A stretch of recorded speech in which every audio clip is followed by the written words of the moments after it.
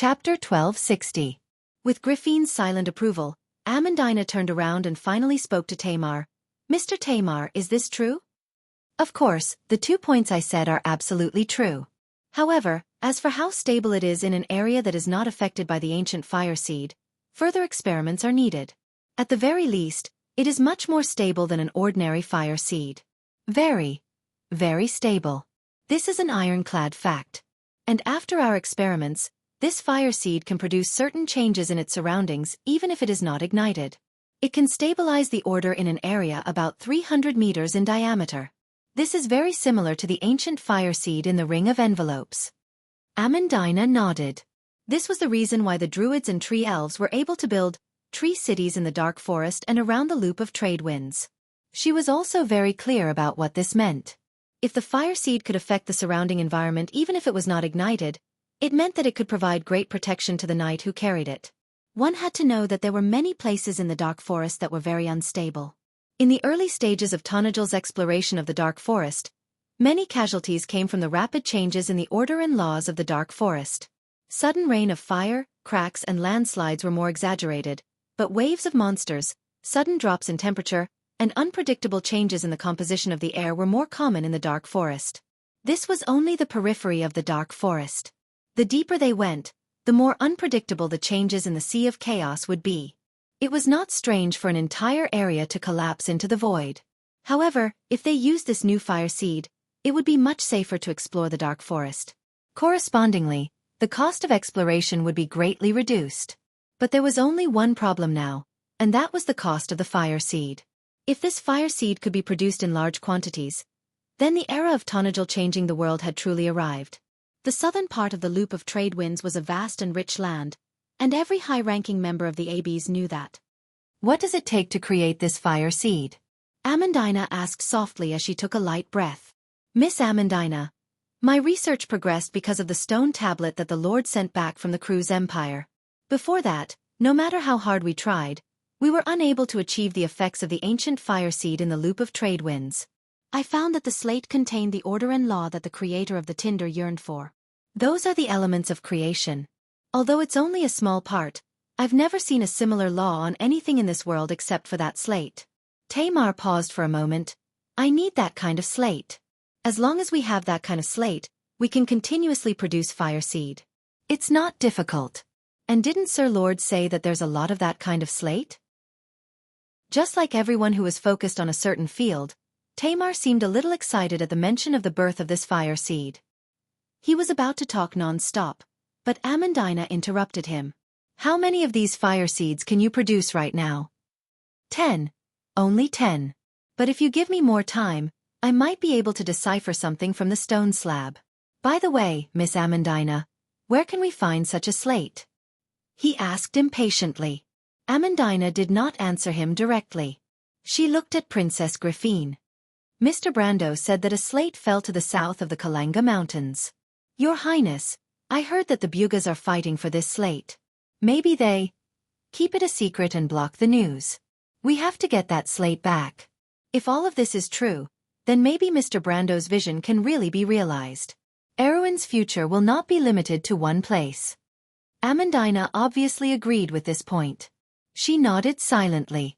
As one of the earliest followers of Brando, she was certainly aware of the Lord's plan.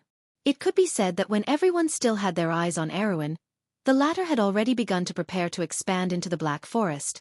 Whether it was the expedition to seize the loop of trade winds or the subsequent full support for the development of the Black Forest, it could be said that they were all preparatory work for the present. And now, the opportunity had appeared in front of them. Of course they would not give up.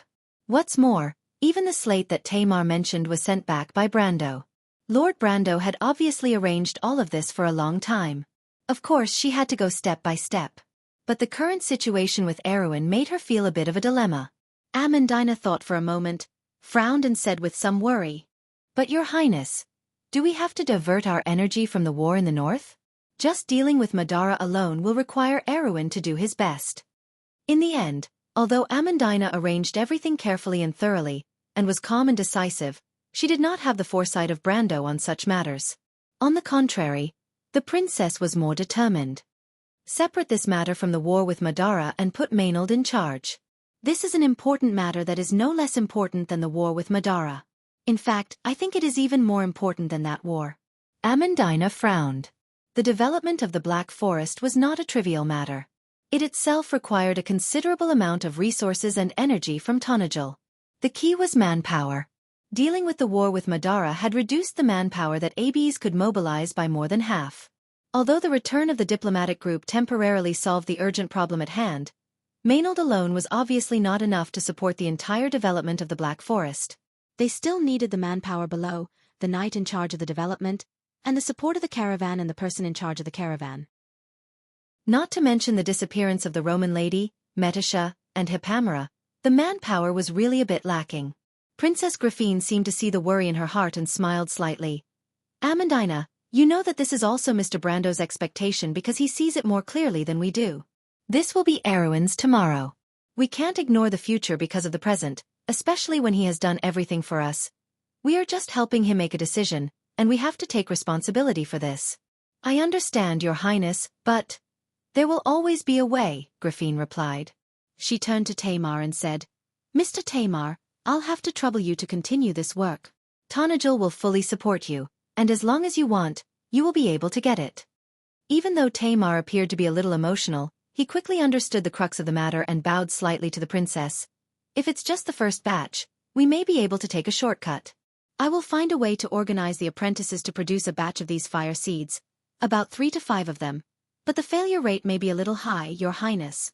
Griffine nodded, then looked at Amandina and asked, Will the transfer of manpower from the Alchemy Association affect the first test of the Arcanite device?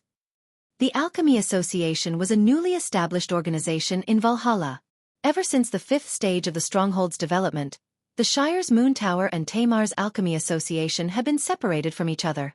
This year, Amandina had followed Brando's lead and recruited many outstanding alchemists, mainly those with potential, greatly enriching the organization. Of course, Amandina replied. But it's fine, I will borrow some people from the Shire, and I can arrange it myself. The problem now is that because of the war in the north, we have transferred everyone away, and the development of the Dark Forest was suspended 2 months ago. We can't find anyone for the time being. Perhaps there is someone else, Griffine thought for a moment and replied. Let's see if Mr. Reto can help us. It's difficult, Valhalla can't leave the veterans to maintain order, and Lord Coden won't let them go either. That old man has been complaining to me every day that he doesn't have enough manpower, Your Highness. Even if it's you, he would be furious if you took people from him. Amandina replied, If we want to form an expedition to the south in a short time to search for the slate, there might be some people we can use. Who? Your Highness. Do you know how Lord Brendel gained a foothold in Abes? Are you talking about the adventurers? Lady Yuta is inextricably linked to them, and she just returned from cruise. If she is willing to help us. But the front lines need her, and the new recruits of the White Lion Guards also need someone to train them. Let me go. Just as the 3 of them were frowning in thought, a voice came from outside the hall. Amandina heard the voice and turned around in surprise. Miss Scarlet? Albert, gather the members of the Grey Wolves mercenaries.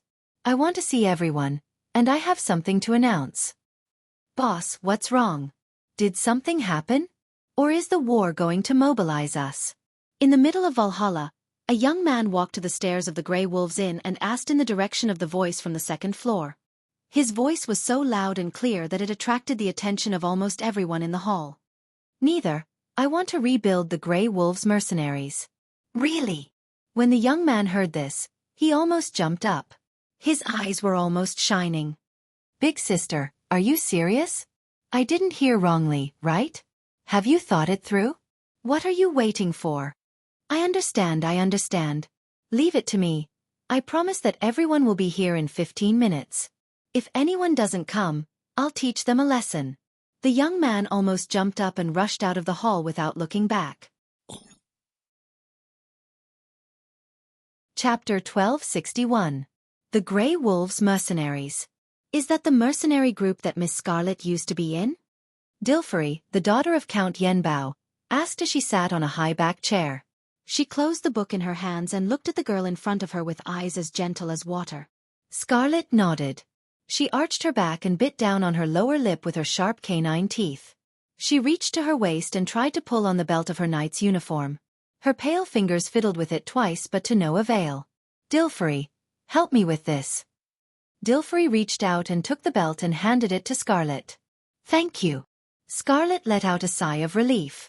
She twirled her fingers around the belt and skillfully tied a knot. Then she picked up the soft leather armor on the desk and put it over her head. Her hands reached behind her slender neck and pulled up her long crimson hair. It spread out like a flowing waterfall. She used one hand to tug at her long hair and the other to wrap the blue ribbon around it a few times. She tied the knot and tied it into a long ponytail. Ovina leaned against the doorframe with her arms crossed.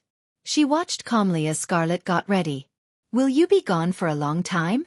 Dilfrey looked up at Scarlet's back and asked. Yes. What if the Count comes back in the meantime? The curve of the girl's back stiffened slightly. She shook her head gently and picked up the breastplate from the ground. She crossed the two leather straps over her back and wrapped them around her strong waist. She tightened the straps and fastened them together with a metal lock. Next was the breastplate. She turned around and looked at the girl curled up in the chair. Dilfrey was wearing a black chiffon dress. Her skin was pale without a trace of blood. The muscles in her legs had shrunk a little, making them frighteningly slender. Her arms were similarly slender, and her waist was so slender that it could be held with one hand. She was holding a large book in both hands, and her entire body was leaning against the velvet cushion of the chair. Her face seemed to have become thinner, and the forbidden spell was burning away at her remaining life force like gangrene. However, as if it was some kind of compensation from the unseen world, the light in the girl's eyes became brighter, like the reflection of countless stars in a deep lake. The stars burned one by one, as if all her energy was about to emerge from within. Scarlet hesitated for a moment before extending her back plate and looking at her questioningly. Dilfrey took it without hesitation. She took a deep breath. It was a little heavy. Scarlet turned around. Dilfrey propped herself up and pressed the deck against the curve of Scarlet's back. Scarlet raised her right hand while her left hand held onto the straps on her back. She buckled them onto one side of the breastplate, then the other. The Black Forest is dangerous? It's all right. There's no danger in the Black Forest near AB's territory unless it's after midnight. This is all thanks to the Count. Yes. Scarlet was a little silent. Before the Count left, he asked Princess Chiara for a favor on my behalf. After returning to Cipher, she kept her promise. Now, His Highness Levin Orneson's special envoy has arrived in Yenbao, accompanied by the frigates Sheffield, Dark Wind, and Vesa. A few days ago, Princess Griffine gave me a letter saying that although my father was under house arrest by my brothers, he was fine. Dilfrey propped up her back plate and rambled on, her tone a little soft. Congratulations, Dilfrey. Scarlet was genuinely happy for Dilfrey. But this is already the second favor I owe the Count. He won't mind, Scarlet replied. But Yenbao can't think that way, otherwise it would be ungrateful.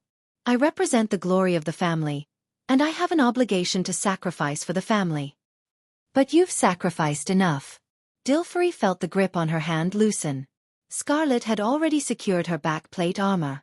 She picked up the azure lance that was propped up on the desk beside her.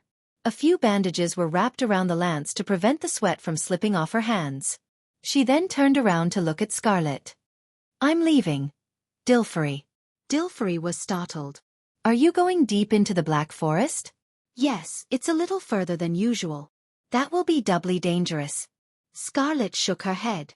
With the fire seed invented by Mr. Tamar, exploring the Black Forest is now very safe. You don't have to lie to me. This expedition is experimental in nature, isn't it? Because Amandina did not suppress the news of the birth of the new fire seed, the latter spread at an unimaginable speed. In a short time, the entire AB's territory knew about it. It could be predicted that when the news spread to Ampere Seal and even further north, it would have a huge impact on the world of order. However, in contrast to the rapid spread of the news, the progress of the experiment was very slow. In the past week, the new fire seed had only been tested a few times near the Black Forest. Amandina had sent out a few troglodyte expeditions, but the results were satisfactory. The mission of the Grey Wolves mercenaries was not only to go deep into the Black Forest and find the war slate that fell in the south of the Loop of Trade Winds, but more importantly, to obtain first-hand data of the new fire seed in the depths of the Black Forest. This was a crucial part of Tonagel's plan. Of course, this was quite risky. Amandina had privately contacted Scarlet several times, hoping that the latter would not go personally, at least not for the first time, but she was rejected one by one. Scarlet's rare assertiveness and stubbornness seemed to remind people that she was one of the few captains in the Grey Wolves mercenaries. Dilferi's words reminded her of something. She thought that Dilferi was also a lobbyist sent by Amandina. Scarlet frowned slightly and was about to speak. But what Count Yenbao's daughter said next gave her a huge shock. "Take me with you, Miss Scarlet." "Huh? Can I go with you?" "Miss Dilferi, I haven't seen the Black Forest yet. Did I tell you? Yenbao is not at the border of civilization. I've always wanted to see the world outside of order. But that won't do, your body. I won't be a burden to you." Dilferi smiled playfully at Scarlet. She reached out her pale and slender hand and patted the arm of the chair. The four legs of the chair immediately jumped up and walked around the former. The Highlander girl was so shocked that she could not close her mouth. She stared at the lively chair with wide eyes. "A living chair. I made it myself. What do you think?" This, but..." "No," Scarlet shook her head vigorously. No, I can't take you on this risk." Dilferi looked at her pitifully and blinked her long eyelashes. "About Yenbao. Princess Kiara will take care of it. Why do you have to do this? Didn't I say that Yenbao owes the Count 2 favors? I can only consider returning one. I will help you. I can summon demons." "Summon demons?" Scarlet was shocked. Demonic magic was taboo in the mortal world. On the other hand, Brando did keep Count Yenbao's daughter's mouth a secret. "Well, you should know that demonic magic is very useful in the world outside of order." Dilferi reached out an arm. A little demon with fleshy wings climbed up from behind the chair and jumped onto her shoulder. It then followed her slender arm all the way to her palm. Count Yenbao's daughter held the little thing up and put her other hand to her mouth. She bent down and coughed heavily twice. Then she looked up and said to Scarlet, "This is a little demon. Its scientific name is Imp. Its real name is #4072NA78S. It can sense the existence of magic flow. Magic is one of the main components of the world, especially outside of order. In the area where magic flow is chaotic, it is easy to find monsters' nests. If you have the little demon's help, I can help you avoid those large nests. But I also need the Spring of Youth, don't I? It only exists in the depths of the Black Forest. I am also exploring for my own sake. But the master said that he would help you. Then I owe him 3 favors. I don't even know how to pay him back. Plus, my status doesn't allow me to marry him. Besides, Miss Scarlet wouldn't be willing to do that, right?" Scarlet felt her face burn. She felt that Dilferi must have said that on purpose. Count Yenbao's daughter's bright eyes were full of cunning. Even if you say that? Damn it, I agree.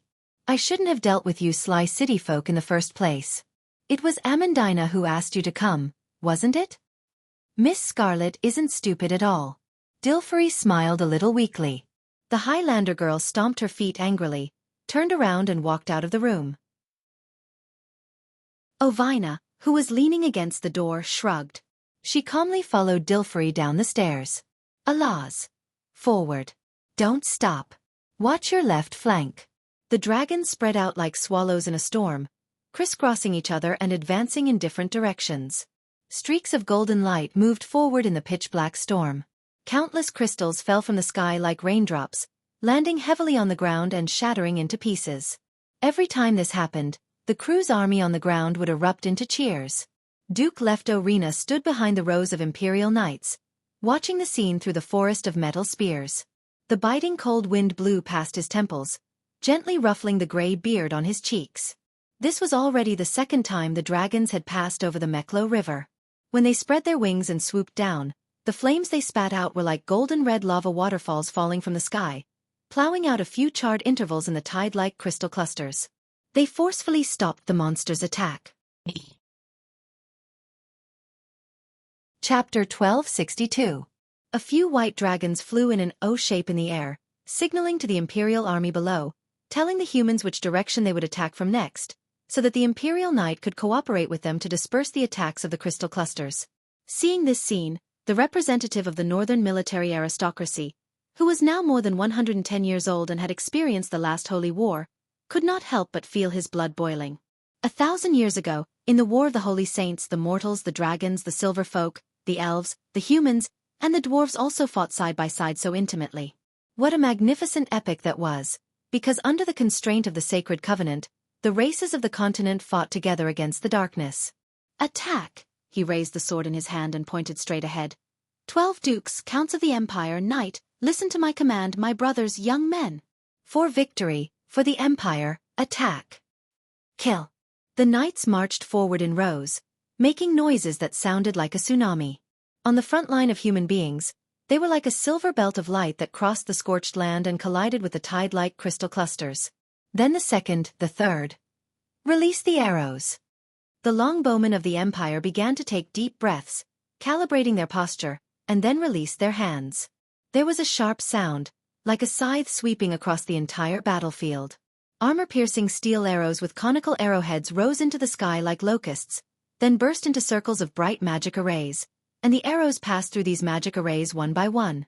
Sharp, enemy suppression, flame explosion, acceleration and stability. The silver light was added layer by layer on the arrow shaft, arrow feather, and arrow through the magic arrays, falling like a rainstorm. It was a rain of light. The raindrops fell in a disorderly manner, and the monsters at the forefront fell one by one. The Empire had been at war with the Hazel people for many years, facing the latest generation of Hazel magic constructs, the Heavy Knight Hunter trial, and the Pusher Fortress. Naturally, they were not inferior to the smugglers on the Rosaline border who were not at a disadvantage. The dragon spear used by the smugglers was a product of the Hazer people about 5 years ago. Now, it was almost obsolete for civilian use. As for the military constructs, the Hazer Empire had always regarded them as a prohibited secret.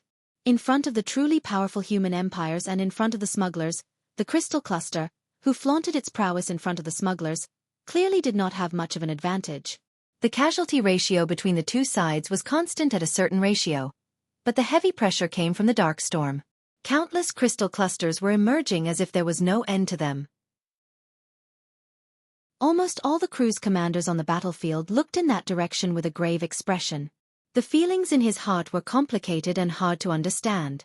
Less than half a month ago, that place was still known as Bank City, the capital of the empire. It represented the will of the Silver Queen and commanded the army that obeyed her orders to sweep towards East Metz.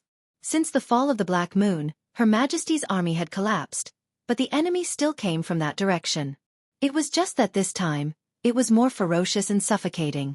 In the dark storm, there seemed to be a frenzied will that wanted to destroy the entire human world. On the night when dusk fell, the front line in East Metz was almost instantly hit hard. After the Central Legion of the Empire suffered a near-destructive blow, almost the entire establishment disappeared.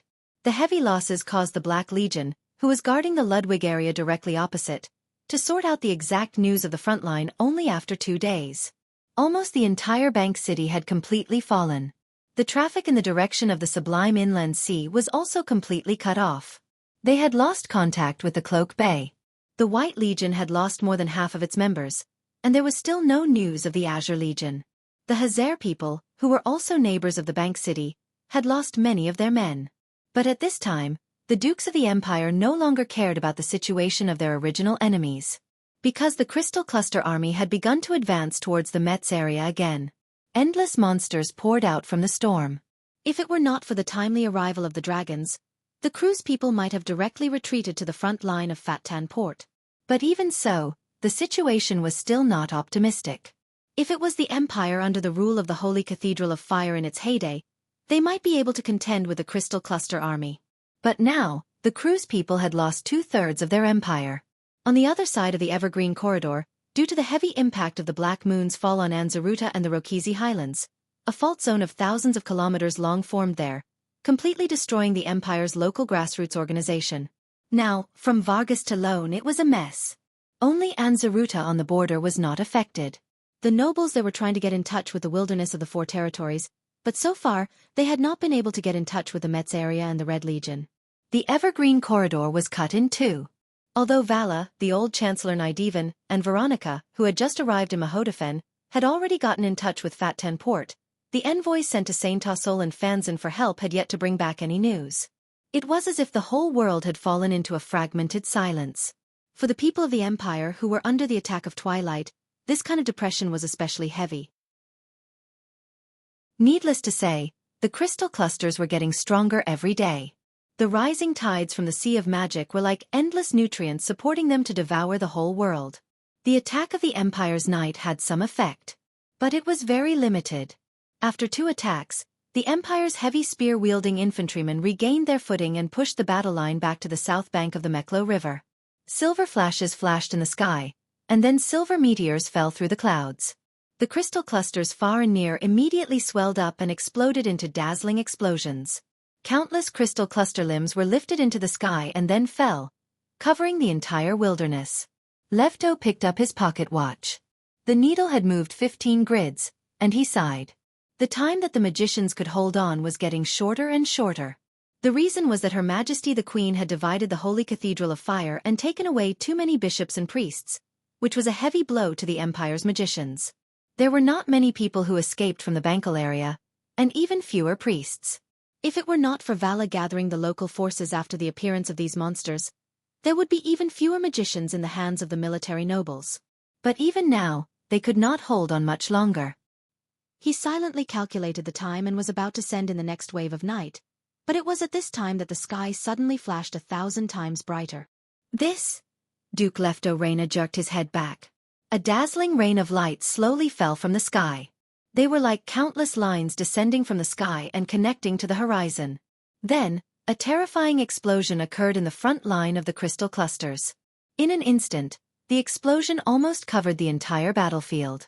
The shock wave swept across, and even the human heavy infantry at the front row were overturned. After the rain of light, the thick clouds in the sky immediately closed again, as if everything that happened just a moment ago was just an illusion. However, the old duke looked at the front line that had been blasted to the ground. For the first time in days, the crystal cluster offensive had paused for a moment.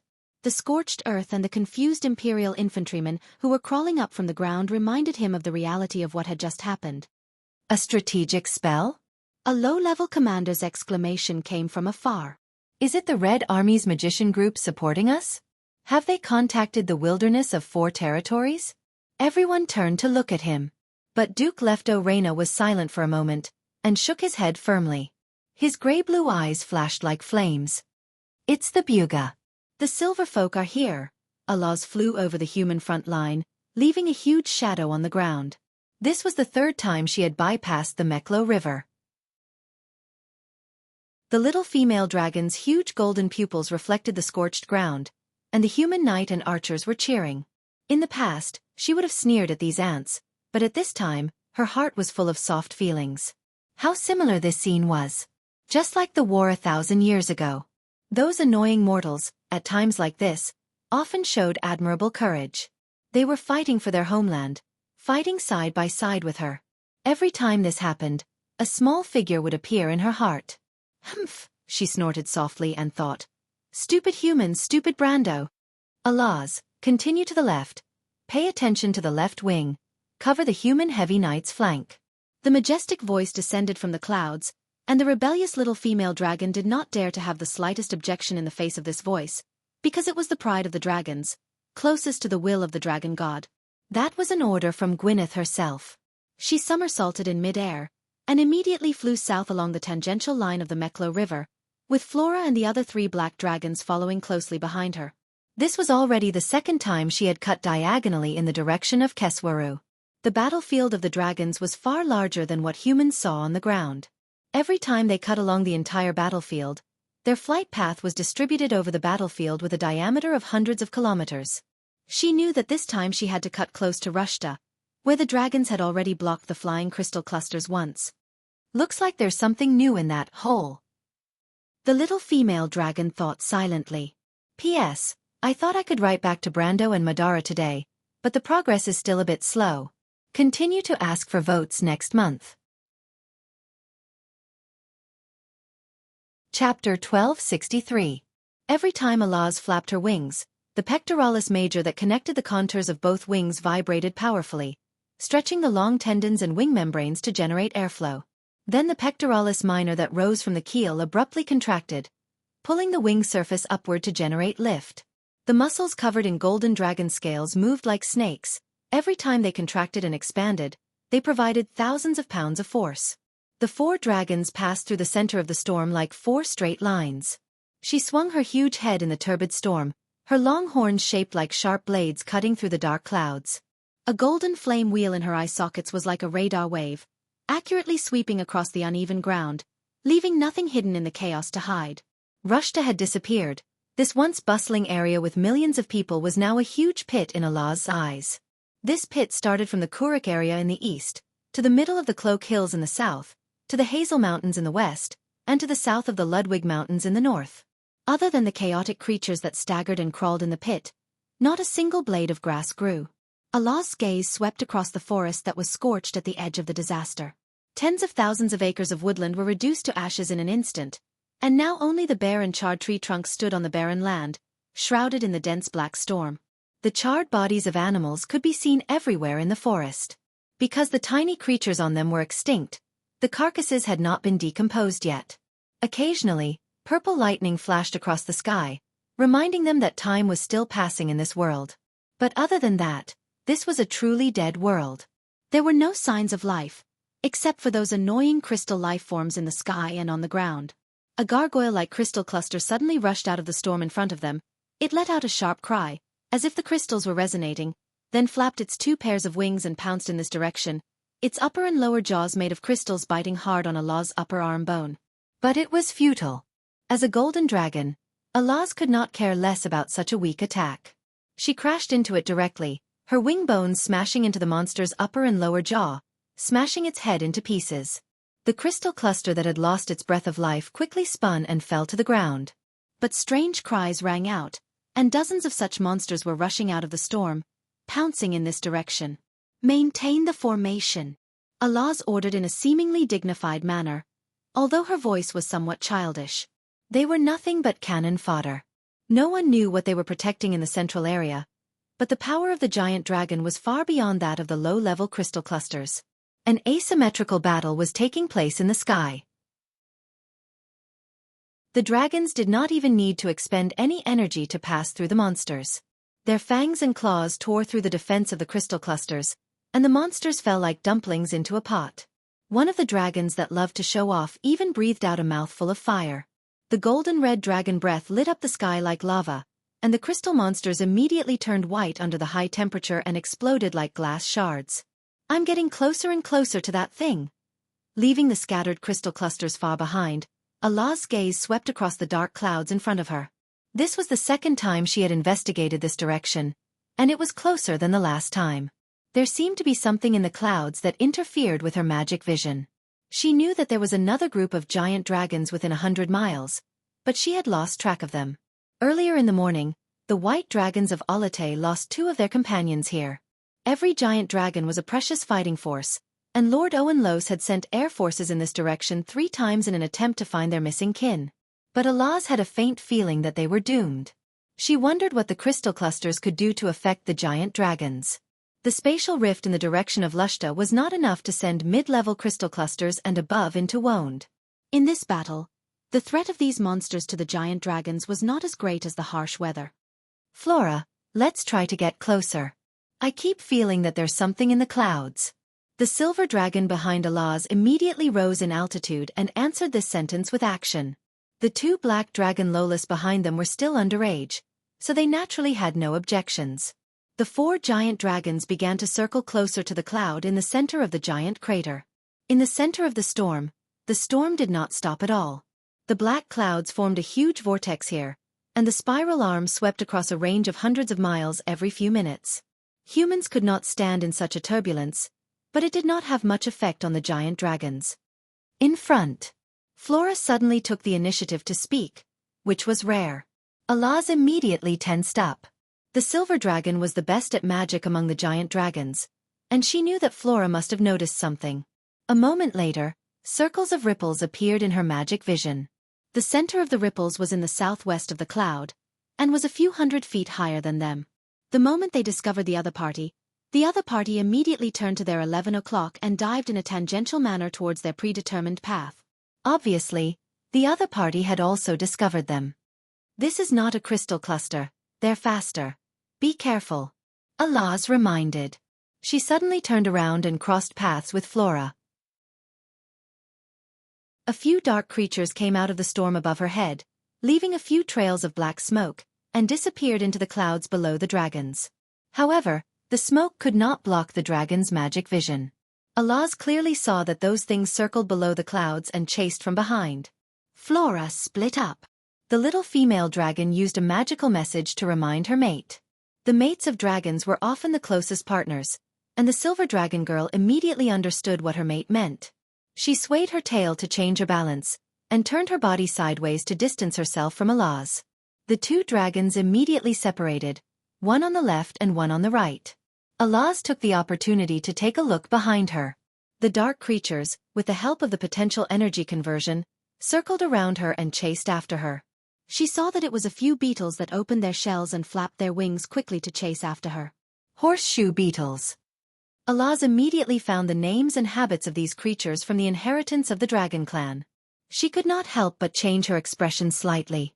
Horseshoe beetles were a rare species of dusk, and they had actually revived. She plunged into the clouds below, lowering her altitude to provide an opportunity for her mate. The beetles immediately caught up, but Alaz sensed the distance between Flora and her while leading the few idiots forward. After the two dragons separated, they circled around each other, drawing two arcs that rapidly closed in on each other. The two arcs crossed each other at a certain point in time. The silver dragon's wings were like a sharp blade as it swept past Alaz's back and flew between the beetles, tearing them apart. Then they exchanged positions with each other and did it again. Go help them. After cleaning up the tail, Alaz immediately turned back and flew in the direction of the two little black dragons.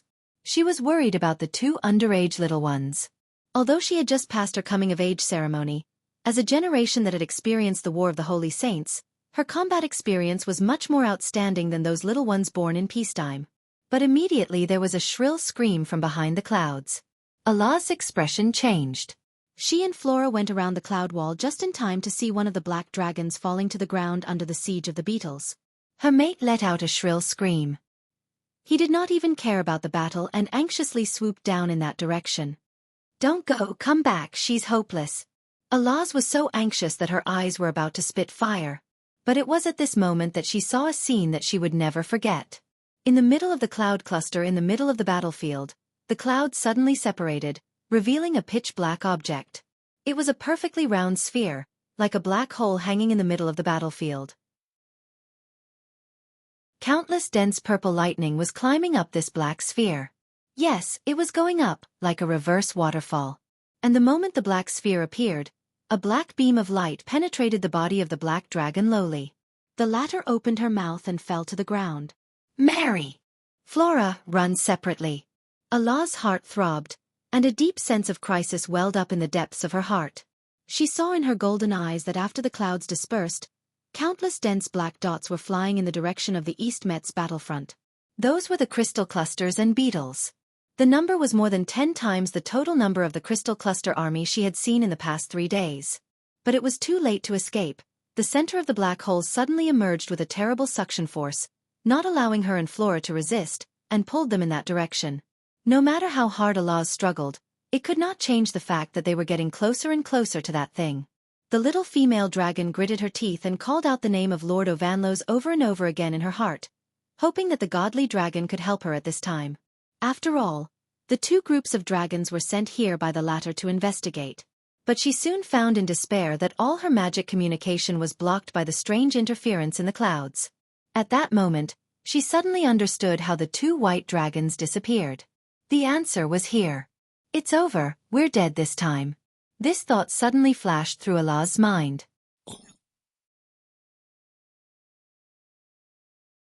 Chapter 1264. The dragons were not afraid of death. The golden folk regarded death as a new life, the beginning of another life. Just like in myths and legends, death and rebirth were often twin divine powers, and they were also under the jurisdiction of the same goddess. At the last moment of her life, Alaz raised her head and looked longingly at Farofa in front of her. She thought to herself, at least I can die in front of Farofa. But it was at this moment that the little female dragon suddenly saw in horror that her mate, the silver dragon girl who had always been silent, suddenly turned her head and looked at her with her silver eyes that were filled with incomparable attachment. In the depths of that pair of pupils, the panic in Allah's heart was reflected. "No!" In her horrified voice, Ferofa suddenly turned around and slammed into her, knocking her out of the gravitational line of the black hole. At that moment, Allah's only felt that the world was spinning, but in her vision, she stared fixedly at the silver line that streaked across the darkness and accelerated towards the center of the black hole. Ferofa! In the darkness, the sound of the sea crashing against the cabin seemed to be very rhythmic, as if there was a rhythm from ancient times, long and slow, which could induce sleep.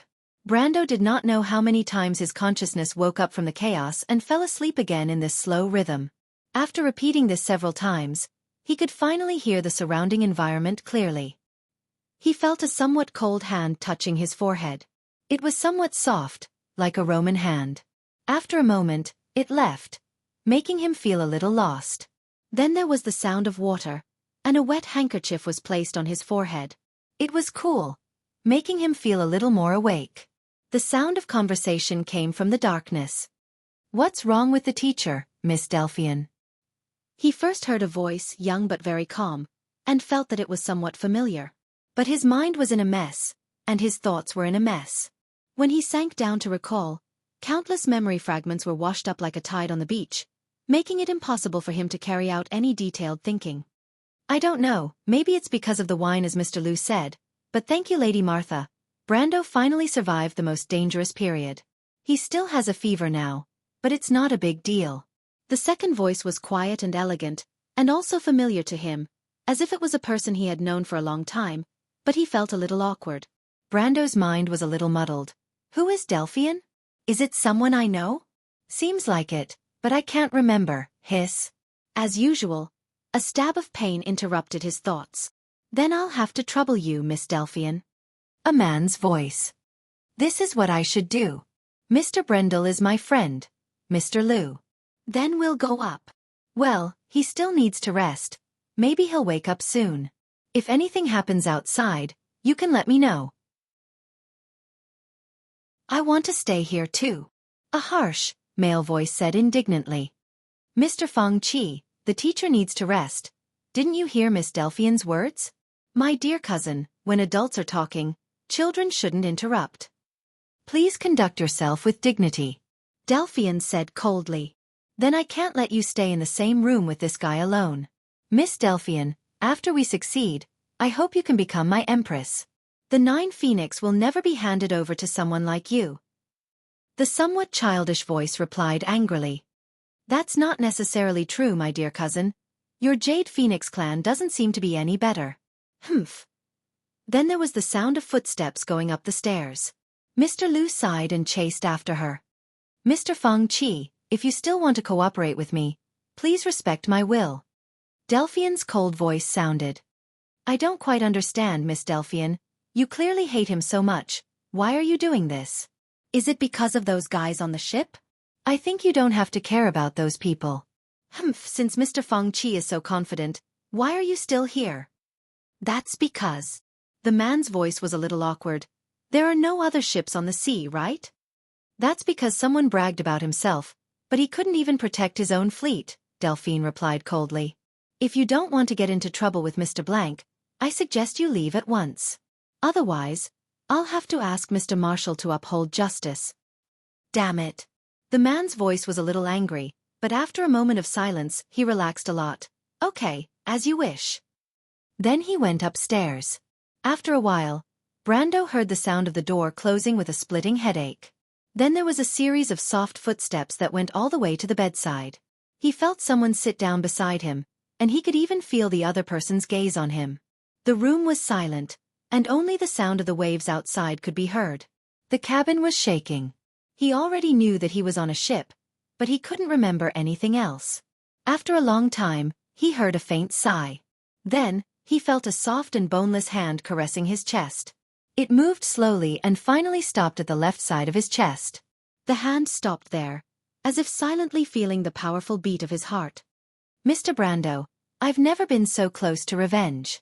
Listen to the sound of your heart beating, so strong, and I'm only a few centimeters away from it."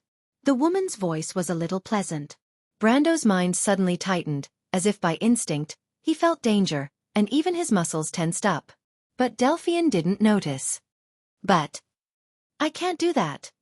The Prime Minister's daughter bit her lower lip so hard that her pearly white teeth sunk deep into her lips, almost drawing blood. How laughable.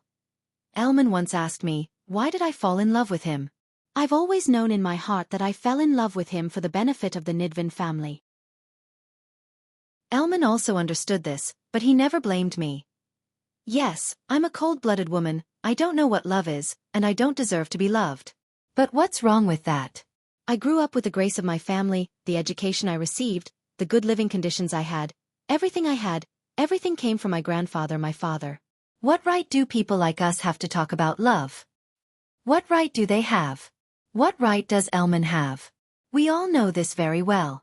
But what about those socialites in the capital? They're nothing compared to me. Love, haha. Brendel felt the woman using her fingernails to draw on his chest, and his mind gradually came back to him. He felt the fine sensation of her fingernails moving along his chest, and every time it made him shudder. This crazy woman. He felt his headache begin to subside, and his memories gradually became clearer. But suddenly, he felt Delphine close to him. She leaned down, and her upper body was on his chest. Her soft breasts pressed against his skin, and the girl's body was burning hot. He almost jumped out of bed in shock. But unfortunately, he couldn't do it. He couldn't even move his pinky. But in the next moment, he calmed down. Because he felt Delphian softly sob, and she lay on his body, sobbing. The cold temperature melted in his chest, and it was tears. I hate you, Mr. Brando, I hate you so much, whether it's the tree herders or the queen. Because you destroyed everything I had, my plan, my love for Elman, you trampled on my pride, and you didn't even realize it. I can't tolerate. That's so high and mighty. So I want to take revenge on you. Yes, it's not because of Elman, but because I can't tolerate being a failure. When I was imprisoned in Abes, I cursed you day after day, thinking about how to take revenge on you. I wanted revenge, and from then on I made a plan. Haha, you even saved my life. But because of that, you killed your fiancé. You don't know how happy I was at that moment, Mr. Brando. This sentence was like a spark that fell into a barrel of gunpowder. Brando felt as if there was a fire burning in his heart, and his memories became incomparably clear at that moment. The Roman, the Cat and Whisker Inn, and everything that happened in Rushta were clearly reflected in his heart. The trip to the elemental frontier, the scenes were vivid in his mind, and the farewell with Romaine. At that moment, anger and regret burned his mind, and he raged and woke up. You deserve to die. Brando let out an extremely angry roar, as if he suddenly regained control of his body, and suddenly jumped up from the bed like a wild beast. Delphian, who was lying on top of him, couldn't react at all, and a hand grabbed her by the throat. With a loud bang, she felt her back hit the cabin. The Prime Minister's daughter let out a muffled groan, then opened her eyes and looked at Brando with some fear. Her face quickly lost its color, and a mixture of shock and confusion appeared on her face. Brando! Don't! She trembled, as if her whole body was paralyzed with fear. But soon, breathing difficulties came, and Delphian opened her mouth like a fish out of water. She opened and closed her mouth to breathe, but she couldn't feel the slightest bit of air. Delphian's eyes were filled with fear, but there was a deep longing for life in the depths of her eyes. She looked at Brando pleadingly, and kept shaking her head, as if she just wanted to live. She reached out to grab Brando's hand, and forcefully pried it open, slapped it, and used her feet to kick Brando's knee, but it was useless. Tears flowed down her face, and she let out a pleading sound, but this sound quickly became soft. Brando coldly looked at this vicious woman, but there was no sympathy in his heart.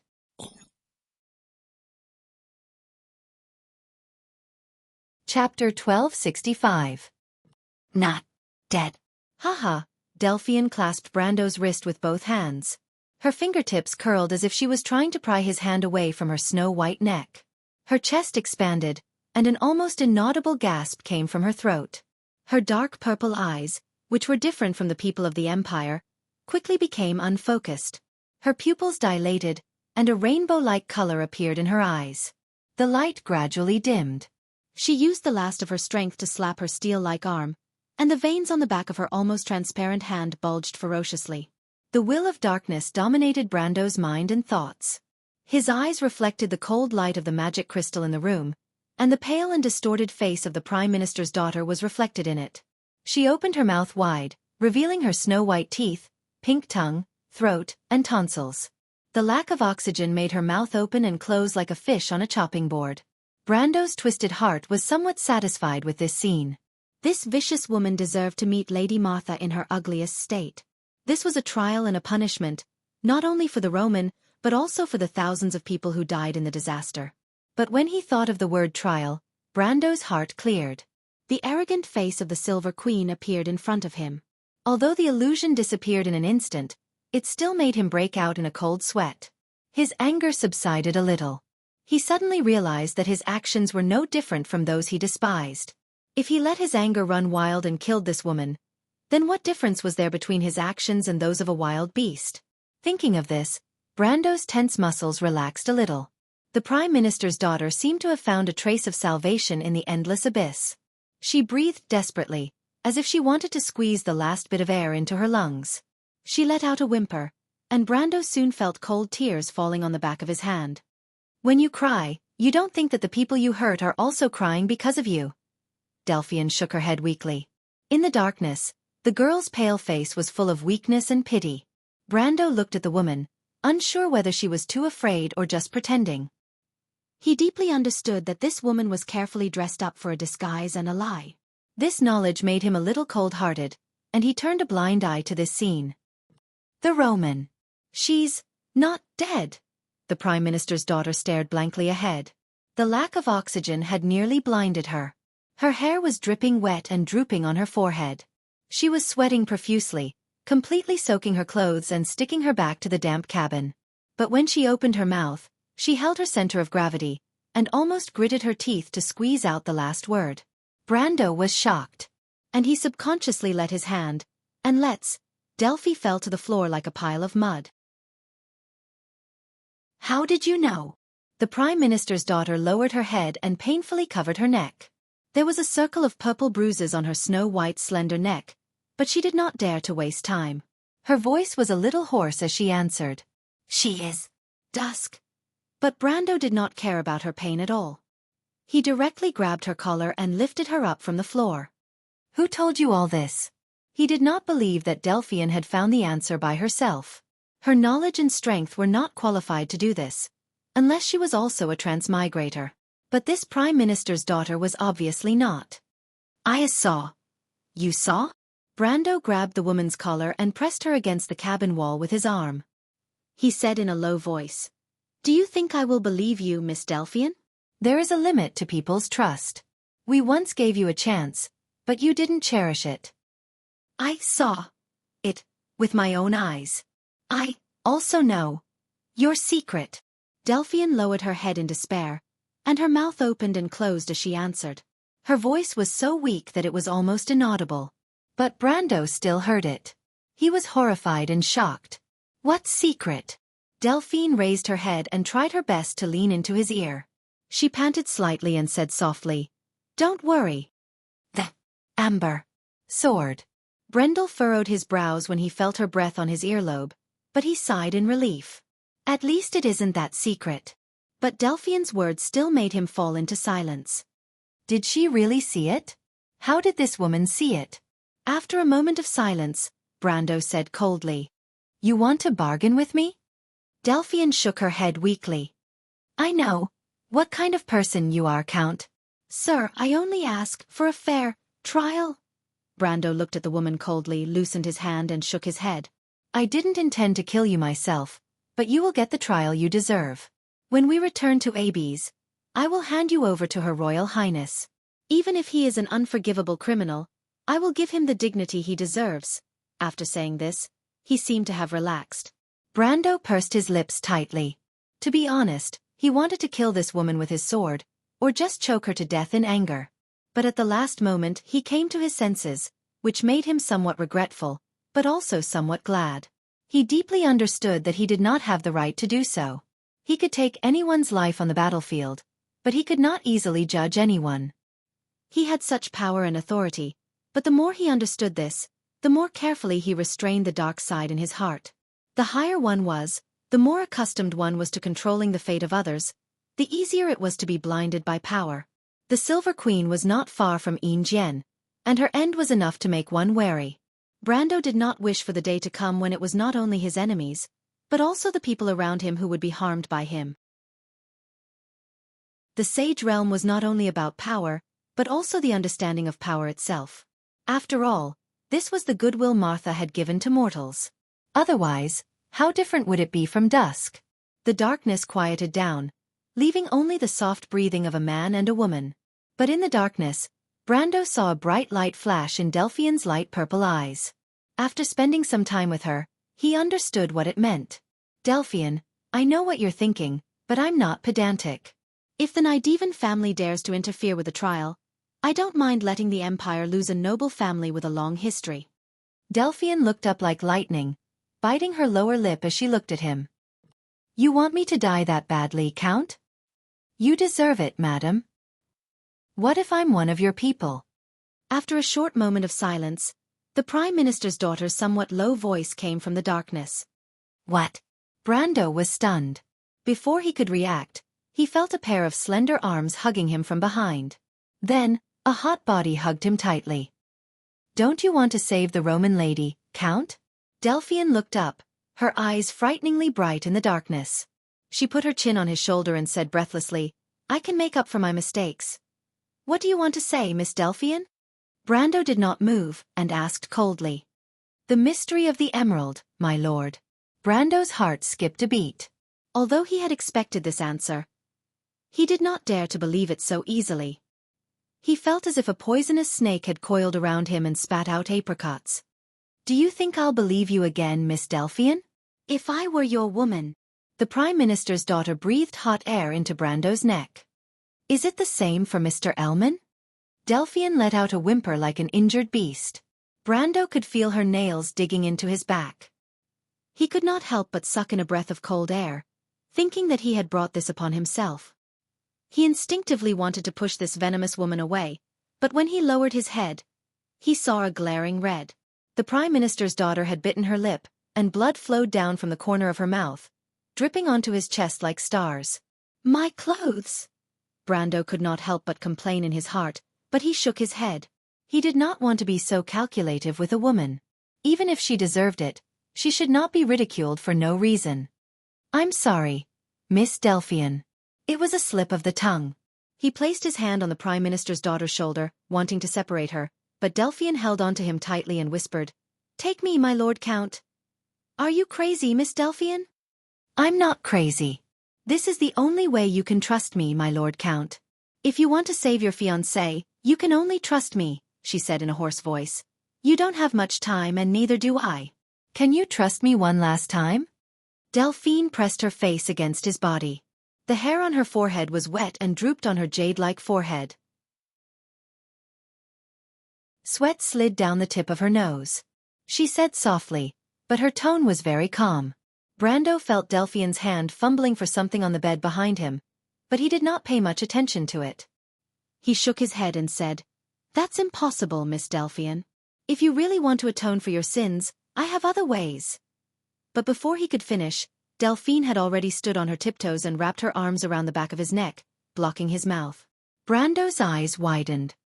He felt a cold liquid pass through Delphine's mouth. The purple eyes of the Prime Minister's daughter met his gaze, and they were filled with pride.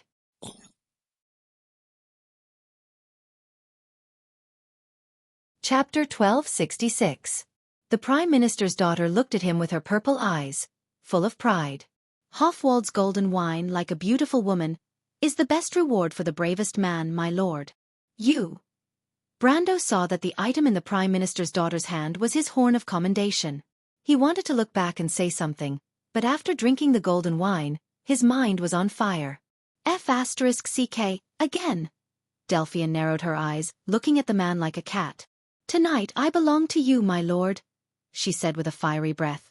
As for the rest of the words, Brendel could not hear them clearly. The cabin swayed slightly, like the ripples on the surface of the sea. It was said that the mermaids would sing softly in the dead of the night, letting out a sobbing song, luring the sailors to drown. It was a shrill voice like that of a cat, accompanied by soft panting. It sounded like a mewling, as if it was weeping, and the two sounds were mixed together. That night, Huang Hua and Mr. Liu did not see Miss Delphian come up from the lower cabin.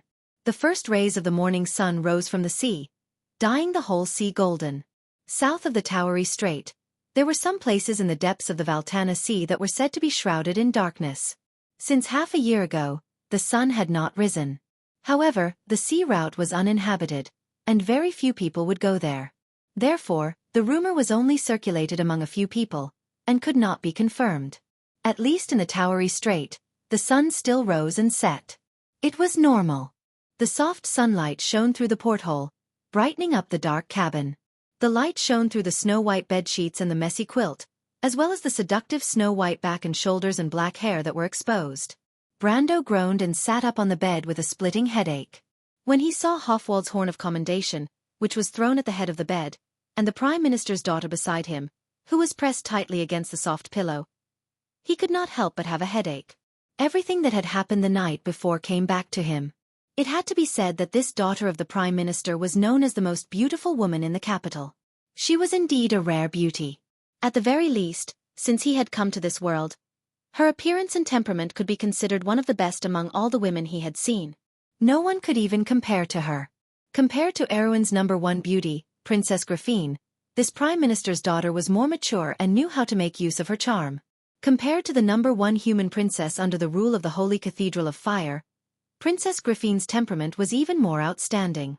She was like a poisonous snake tricking mortals into swallowing the forbidden fruit, full of deadly beauty. Of course, this was not an exaggeration. She was a woman with a heart like a poisonous snake. Brando knew it all too well. To be exact, even now, he did not dare to easily trust this woman. However, he did not expect that under such circumstances, he would still fall into her trap. However, he looked at Delphian, who was sleeping soundly and peacefully, and his heart was in turmoil.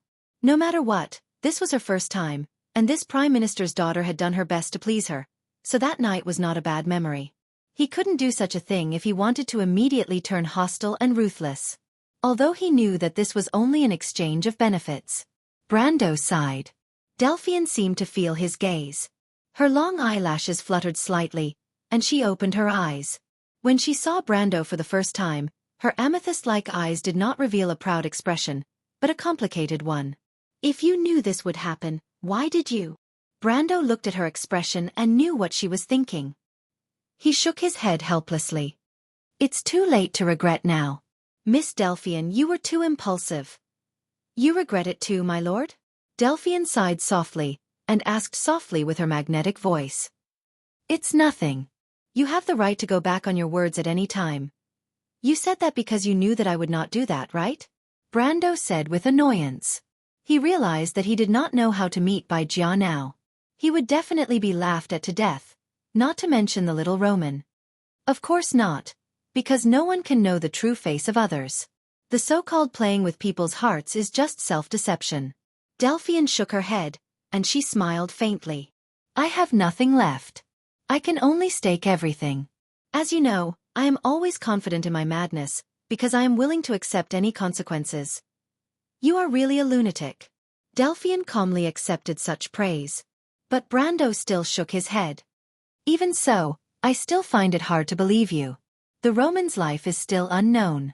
How do you want me to face him? The Prime Minister's daughter's face turned slightly pale. She bit her lips and said, I don't care about my own life. I can even tell you the secret of the Jadeite mystery, my lord. As long as the Nidwin family can survive. Nothing can last forever. But at least you can guarantee that he can return to his glory, right? Why are you always so stubborn, Miss Delphian? Everything should not be so bad. Why are you always so stubborn? Brando said angrily. I am stubborn. What's wrong with that? Delphian sat up on the bed, and the quilt slid down from her naked body. She stared at Brando and said, There are always stubborn people in this world. Besides, it is because of my stubbornness that you have my body, isn't it? Brando opened his mouth. He wanted to say that this was not his wish, but he could not say it. He could only admit defeat. Forget it. I don't want to persuade you, and I don't want to protect your family. If you can really make up for your mistakes, I will give you a chance to revive your family. Delphian's eyes flashed with a trace of surprise. You won't kill me?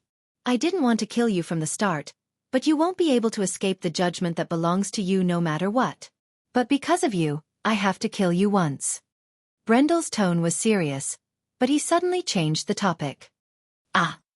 Brando reached out and pressed his hand on the Prime Minister's daughter's forehead. Don't resist me. This is my first time with a living person. What do you want? Delphian was a little scared. Her face was a little pale. Compared to her boldness last night, she was a completely different person. But in the next moment, she felt a sharp needle piercing her brain. She couldn't help but scream. When the Prime Minister's daughter woke up, it was already an hour or two later. The moment she opened her eyes, she subconsciously touched her forehead. I died? She looked back at Brando. She clearly felt that she had died. Brando had directly used a spell to destroy her will. The feeling of death was so clear and despairing. But in the next moment, the Prime Minister's daughter reacted. She looked at Brando in a daze and said bitterly, A planeswalker. I'm sorry. Brando looked at her and said, I have no choice but to do this. I believe you should know why. But no matter what, I still welcome you to my camp. I hope you can adapt to your new identity. You're not from the Empire. The color of your hair and eyes shows that the Nidvan family has the blood of the Myrnas. They were also the first generation of necromancers. So the deck chose you, and I can't change it? The Dead Moon deck. The Prime Minister's daughter sat there in a daze. Then she revealed a calm expression and sighed. If I lose my freedom, won't I become the Count's slave? A slave won't go that far. Brando thought of the Shire and Metasha, and thought that it wouldn't be that serious. He shook his head and said, I won't interfere with your freedom too much, Miss Delphian. This is only to guard against your betrayal. This is the only way I can trust you. But before he could finish his words, his eyes widened as he saw Delphine crawl along the bed and press him down on the bed. The young girl lowered her head and said in a seductive voice in his ear, Don't worry. It's okay, Count. I like this identity. This is the deal between us. Please let your slave serve you. The young girl licked his earlobe gently, and her breath hit his face. Brando looked at the pair of intoxicated eyes that were like amethysts staring at him. He felt a buzzing sound in his head. Damn, this crazy woman is a masochist. His mind was in a daze. He felt that he had mistakenly drunk Hofwold's golden wine again, and was drunk in a daze. Mr. Liu, is Miss Delphian all right? Why hasn't she come out yet?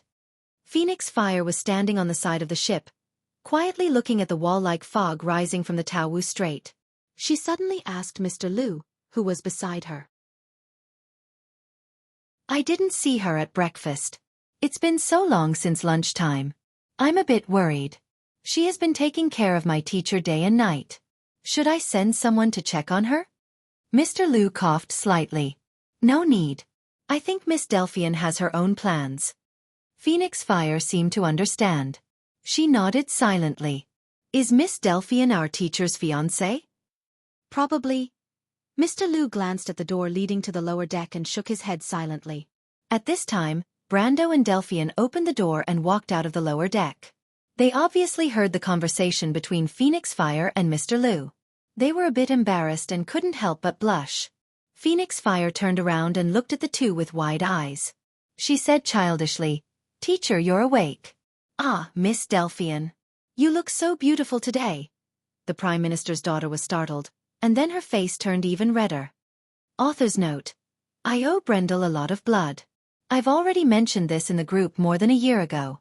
Plus, the plot has already reached this point, but I'm still very careful when I write it. After all, I'm going against the wind to commit a crime. Damn, my character isn't good either. Seeing how conscientious I am, Bear Brothers, give me some monthly votes. Chapter 1267. Have you found a way to pass through this fog? Brando asked as he held the side of the ship and stared at the wall-like fog on the surface of the sea with a solemn expression. The Taowu Strait ran from north to south. On a clear day, one could clearly see the coastline in the direction of the swift plane when looking east. But at this moment, the center of the strait was shrouded in a vast fog.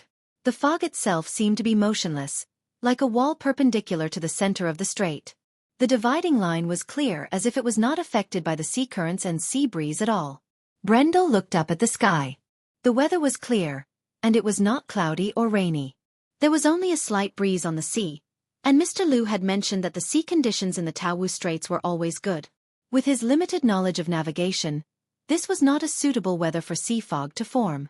The undead sailor lifted the thermometer under the water and reported a reading to Tarkus. The temperature difference in the sea was normal. Following the vampire's methodical style, the latter recorded the data and handed it to Brando. Brando glanced at it and thought that it was not a fog formed by evaporation. All signs indicated that the fog was not naturally formed, but there were too many ways to create such a fog under unnatural conditions. He first asked when the fog appeared, and was told by Tarkus that the fog began to appear on the surface of the sea not long after they went out to sea. But at first, the fog was very thin. At that time, looking east, one could still see the coastline of the swift plain. Not long after, there was a big explosion in Roslyn Harbor. After seeing the flash, Tarkus led 2 ships to approach the harbor, but they happened to encounter the chariot's fleet. Moreover, Blank and Insursta were still fighting on the ship. Tarkus made a prompt decision to join the battle. After sinking 3 of the chariot's boats, he helped Blank capture the chariot's flagship. In fact, that was how Delphian came to this ship. Of course, he also came here. Brando now knew what happened when he was in a coma. Before that, the Prime Minister's daughter told him the whole story in detail on the bed. When the big explosion happened, it did not have much impact on him. At least, it was not as serious as the after-effects of Hofwald's golden wine.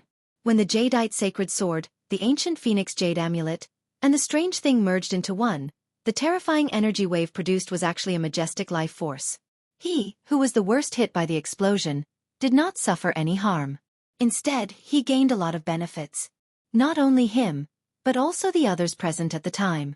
For example, Mr. Liu's misfortune was a blessing in disguise. Not only was his life force perfectly replenished by the ancient phoenix jade amulet, but his strength also increased. Among the 3 elders of the Phantom Chariot, except for the unlucky one who was completely dead, the other 2 were the same. The reason why Brando did not see them here was because they woke up earlier than him. As a result, they recklessly tried to seize control of the ship. Unfortunately, they did not expect that the Deputy Marshal of the Holy Cathedral of Fire's coalition army was on the ship. There was no doubt that he taught them a lesson and was still imprisoned in the lower level of the ship. Who was Blank? He was the White Wolf Sword Saint of Antiburo. His experience was so rich that it put Brendel to shame. If it weren't for the Earth Sword Saint Darius and the half-Buga Tulman, he would have been the #1 person under the rule of the Holy Cathedral of Fire. Therefore, although his strength had fallen below the standard, he could still make Brando suffer when he was not on guard. Not to mention the 2 elders of the Phantom Chariot. The latter's strength was about the same as his now, and they had not recovered from their serious injuries. It would be amazing if they could exert 70 to 80% of their original strength. They probably wanted to bully him with numbers, but they did not expect to kick an iron plate. As for what happened after that, it happened after he was unconscious. According to Delphian's narration, Feng Qi brought her back to the port to find the Jade Dragon's sacred sword. In the end, they happened to find him, Mr. Liu, and a few others who were unconscious. In fact, when the Prime Minister's daughter mentioned this, Brando really wanted to immediately meet this genius of the Phantom Chariot clan. He wanted to see if this guy's thinking circuit was too different from ordinary people, or if he was really lacking a string in his brain. When the original plan was messed up, the first thing he thought of was not to protect himself first, at least, to hide first and then send people into Rauseline to scout for information, but to go to the scene personally to find the Jade Dragon's sacred sword. This was a joke. The Jade Dragon's sacred sword might be important, but first of all, he had to consider what he could do, right? Otherwise, he might not be able to find the sacred sword. If he were to lose his life first, wouldn't he be the unluckiest person in the world? However, this genius seemed to have never considered this point. He also did not think about the reason why a supreme-class archmage thousands of miles away could not summon the holy sword back to him during a magic ritual. He simply plunged into Rosaline Harbor. As a result, unsurprisingly, he bumped into Blanche and the others. If it weren't for the Phantom Chariot clan's backup fleet in Rauseline Harbor, perhaps he and Delphian wouldn't even have the time to board the ship before they were stopped by Blanche and Insursta. But even so, it still gave Delphian an opportunity. The latter recognized Blanche, the old marshal. As the daughter of the Empire's prime minister, she was well aware of the deep friendship between Blanche and Darius in that era. Therefore, she left a mark immediately, allowing Blanche and Incersta to chase after them and board the ship. In fact, until now, Feng Qi still didn't know that Blanche and Incersta were able to catch up to them all the way because of this seemingly harmless young lady. He thought that he was too careless. In the end, both sides fought at sea and bumped into the 2 warships that Tarkus sent from the outer sea. Speaking of which, the Phantom Chariot clan was unlucky. According to Delphian, it wasn't that they didn't have any warships, but they were originally docked in Rouseline Harbor and were blasted into the sky by the explosion caused by the 3 holy objects. Although the explosion caused by the force of life was only beneficial to living creatures, it was no different from an ordinary explosion for inanimate objects. In fact, most of the casualties in Rouseline Harbor came from the rocks that were blown away by the explosion. In the backup fleet, except for the flagship, which was a smuggler's ship equipped with ballistas and cannons, the rest were some small single-masted ships without any armed forces. As a result, they were undoubtedly beaten by Madara's navy, and were forced to surrender. Brando silently sensed the situation in his body. Like the other elemental orbs, he couldn't feel the power from the Jade Imperial Sacred Sword and the ancient Phoenix Jade Amulet at all, as if they never existed. However, he could vaguely feel that there was a vague connection in his will domain. It was like the gray light that rushed in at the end of the day, but he didn't know what it was. He also tried to take the initiative to contact that thing, but unfortunately, it was to no avail. But if it was said that he was puzzled at the beginning, he had long been used to it. Anyway, he could freely use the power of the sacred swords, including the newly added Jade Imperial Sacred Sword. As for what the elemental orbs wanted to do, they could do as they pleased. Brando had a somewhat self-deprecating attitude towards the strange things in his body. However, when he absorbed the nature orb, he could clearly feel that the inheritance of the Jade Imperial Sacred Sword was not complete. It was somewhat similar to the black orb that he encountered in East Metz. The other half of the nature orb should be in the legendary heart of the Jade Dragon. This was also Delphian's opinion. Brando knew that although the Prime Minister's daughter was too paranoid, her judgment was rarely wrong. Thinking of this, he couldn't help but turn his head and saw that the latter was staring at the sea in a daze. When she noticed his gaze, she nodded at him. Brando sighed and raised his head again to look at the sea fog in the distance that was perpendicular to the sea surface. According to Tarkus's description, the sea fog began to thicken shortly after they captured the Ghost Chariot's flagship and were preparing to turn north to follow the Rosaline's route to the Green Jade Hill. And it had been more than 3 days since he fainted. According to this, Brando could also silently delete the magic formation in his heart, because there was no magic formation fog that could last for 3 days on the sea surface that was full of ocean currents and sea winds. At this time, Mr. Liu at the side answered. Mr. Tarkus let the Ghost Chariot ship enter the area of the fog to test it. They went in for about 15 minutes and went back the way they came. According to the sailors above, they have been sailing forward, Tarkus continued. I read their memories. Those human sailors shouldn't be lying. Brando raised his eyebrows. Of course, he knew how reliable the method of the undead to read memories was. He couldn't help but pray for those unlucky people in his heart. Could it be the Ghost Chariot's people who are playing tricks? If they had this ability, we wouldn't have captured them in the first place. Miss Huanghua, don't forget where this sea fog came from, Insta replied while wiping his sword. Incersta replied while polishing his sword. He sat far away from everyone and leaned against the mast in the middle of the ship. He polished the blade until it shone brightly, then raised the sword and reflected the sunlight brightly. However, Brando felt that this guy seemed to be deliberately shining the light on his eyes. He squinted his eyes and didn't care about it. Huanghua listened to Insta's words and nodded in agreement.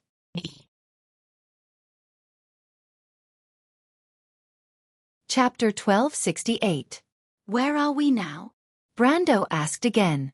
Tarkus looked down at the compass and said, North of Rosaline. Looking at the coastline in the west, we should be not far from the Green Jade Hill. Shouldn't this route be busy? Theoretically, it should be. But maybe because of this ghostly fog, the fleet from the Swift Plains is also blocked on the other side of the fog. Mr. Incersta, do you have any theoretical basis for this? It's just my guess, beautiful lady. Delphian came to the other side of the ship and glanced at the uneven coastline in the west of the Taowei Strait. There was an endless stretch of sea cliffs and reefs, and the waves formed a fine white line on the reefs.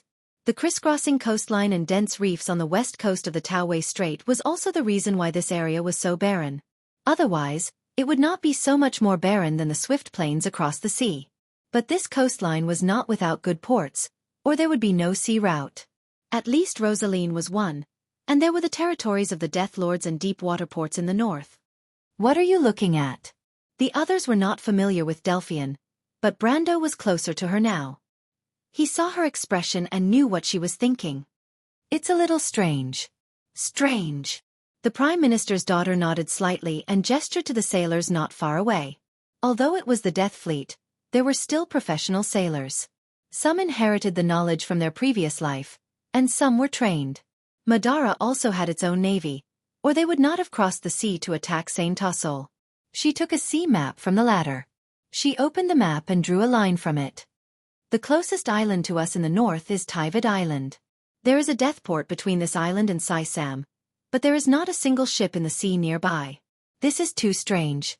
It's not just the ships. Ignoring Tarku's murderous gaze, Insusta reversed the blade and stabbed it into the deck. He then stretched and said, "The coastline nearby is too quiet. Don't you think it's unusual?" After his reminder, everyone came to their senses. Previously, they had not seen any ships near Rosaline. It could be understood that the Rosaline harbor had been blown into the sky, and the ships docked at the harbor had naturally been destroyed. As for the ships coming from the east side of the Taowu Strait, because of this fog, they were blocked on the other side, so naturally, not a single sail could be seen on the surface of the sea. However, the fleet had been sailing north for almost 3 days and was close to Green Jade Hill. Unlike Rosaline, this area was the busiest part of the Taiga Strait. Not only were there long-distance ships leaving Green Jade Hill, but there were also many small merchant fleets shuttling between Madara and the Swift Plains. These merchant fleets did not just depart from Green Jade Hill. Logically, some of them should have returned from Madara.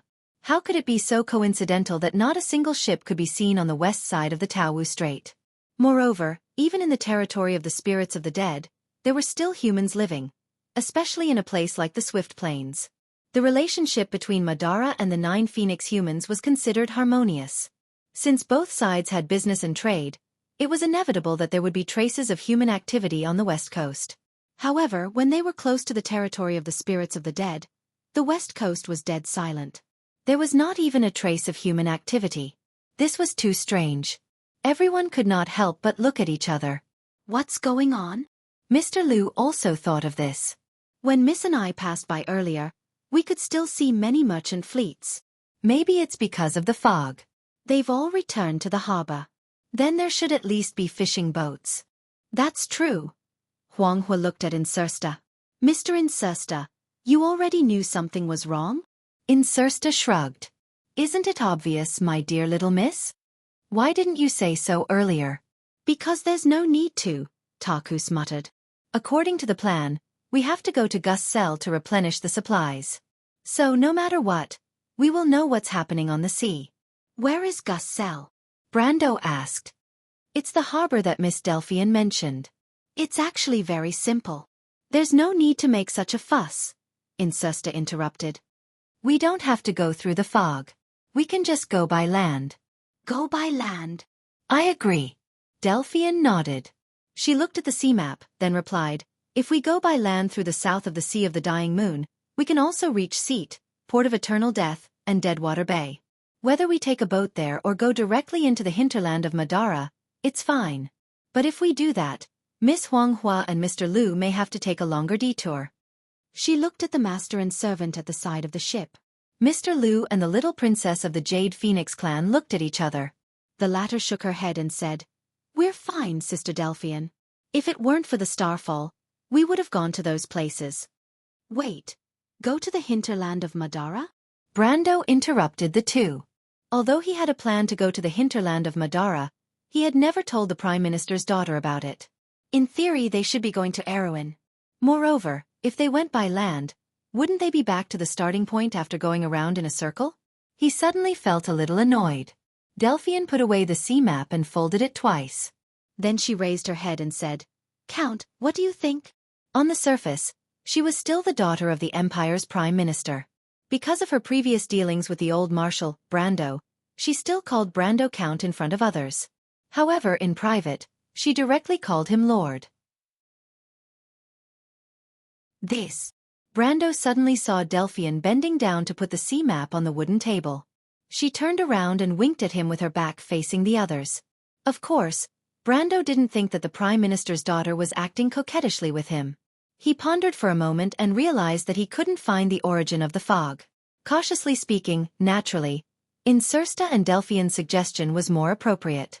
At the same time, he also asked the other party telepathically, "What's going on?" The mystery of Emerald. The Prime Minister's daughter frowned. It seemed that she hadn't fully grasped this ability yet. She only replied with 4 words. "It's in Madara?" Brando was shocked. But he suddenly realized that the player in history who obtained the stagnant realm, didn't he get it from the hands of an undead lord in the south of the Sea of the Dying Moon? "Are you sure?" "Trust me, my lord." Brando nodded silently. The Prime Minister's daughter's ability was far beyond the word excellent when they worked together in Fathom Harbor. Moreover, she was also very famous in history. The flower of wisdom of crews. She was quite popular among the cruise players. On the other hand, in terms of the choice of route, Xianxia also expressed the same opinion. These two historical geniuses had reached an agreement without prior consultation. This heavy weight was not something that he could easily ignore. No matter what, let's go to Gusel according to the original plan first. Brando took one last look at the sea fog and made the decision. Now, although they were on the ship of the undead of Madara, in fact, after Brando woke up, the command of the fleet returned to his hands. After all, he and Brando together were enough to decide the fate of everyone on the 2 ships. Moreover, for some other reason, the 2 leaders of Madara, Tarkus and Xianxia, did not express any objection. Just like that. Throughout the day, from noon to afternoon, the fleet still followed the predetermined route to Teiwade Island. Until the sun set, everyone on the ship, including the undead sailors on the watchtower, did not see any other ship on the sea. Amidst this strange atmosphere, the sun set below the jagged coastline from the west. As night fell and the stars rose, the sea near Teiwade Island became even quieter. There were no gatherings on the small sailboats like there were on the floating ships. Besides, the undead did not need food, so the only living people on the ship had to prepare their own rations. Only Brendel and Delphine had special treatment. They were taken care of by the humans Tarkus had captured from the ghost chariot. It had to be said that in terms of these details, this vampire noble did not lose the demeanor of an old-school noble at all. But even so, the food was not necessarily rich. For example, Brando and Delphian's only dinner was a smoked mackerel with grapefruit juice and avocado. If there was a need, they could add some bread and butter. But Brando really did not care about such junk food. Moreover, his body was close to the level of perfection, so he did not really need to replenish it. The Prime Minister's daughter, on the other hand, was eating delicately. She sat in front of the table in a very proper manner and carefully tore off the smoked fish strips one by one. Then, she placed them in her mouth with a fork and chewed carefully. It was a pleasing sight. "My lord, you don't need it?" "I don't need it. Do you mean you need me to serve you dinner?" "You think too much, Miss Delphian." The light of the candles in the cabin flickered, and the 2 of them occasionally had such a meaningless conversation. Brando once thought that Delphian was the model of a noble's daughter, but compared to her, there was a gap. The way this Prime Minister's daughter ate showed that she came from a noble family. She was very picky with her food, and it could be said that except for the most delicate part, she did not use most of the fish. Even though she restrained herself and did not say anything, he could see that she was very dissatisfied with the dish. He really doubted that this woman could fill her stomach. He could not help but shake his head, and handed over his plate of fish. Delphian was stunned for a moment, and looked up at him with charming eyes. "Do I need to say thank you?" Brando shrugged. "I'd rather you say something else, Miss Delphian." "For example?" "About the jadeite mystery."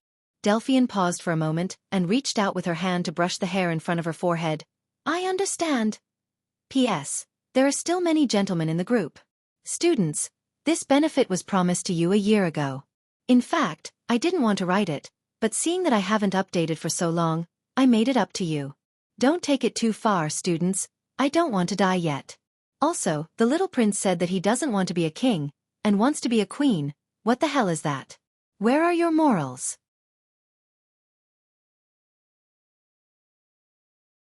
Chapter 1269. Taiwade Island was like a fortress hanging alone on the dark sea. There was a mountain on the island, and only the southern foot of the mountain could be seen from the Taowu Strait. The moonlight shone on the narrow waterway between Taiwade Island and the west coast, shining brightly like a pool of silver foil floating on the sparkling waves. The promontory to the west of the island extended into the sea, blocking the view behind. There was a lighthouse on the promontory, but the light from the lighthouse did not illuminate the nearby waters. It stood above the sea level in darkness, like a night watchman standing under the curtain of night. A few nautical miles to the south of the island, 3 sailboats, 2 in front and 1 behind, were sailing with full sails, their stern drawing long trails on the surface of the sea. They were slowly sailing towards the waterway between Taiwade Island and the west coast of the Taowu Strait.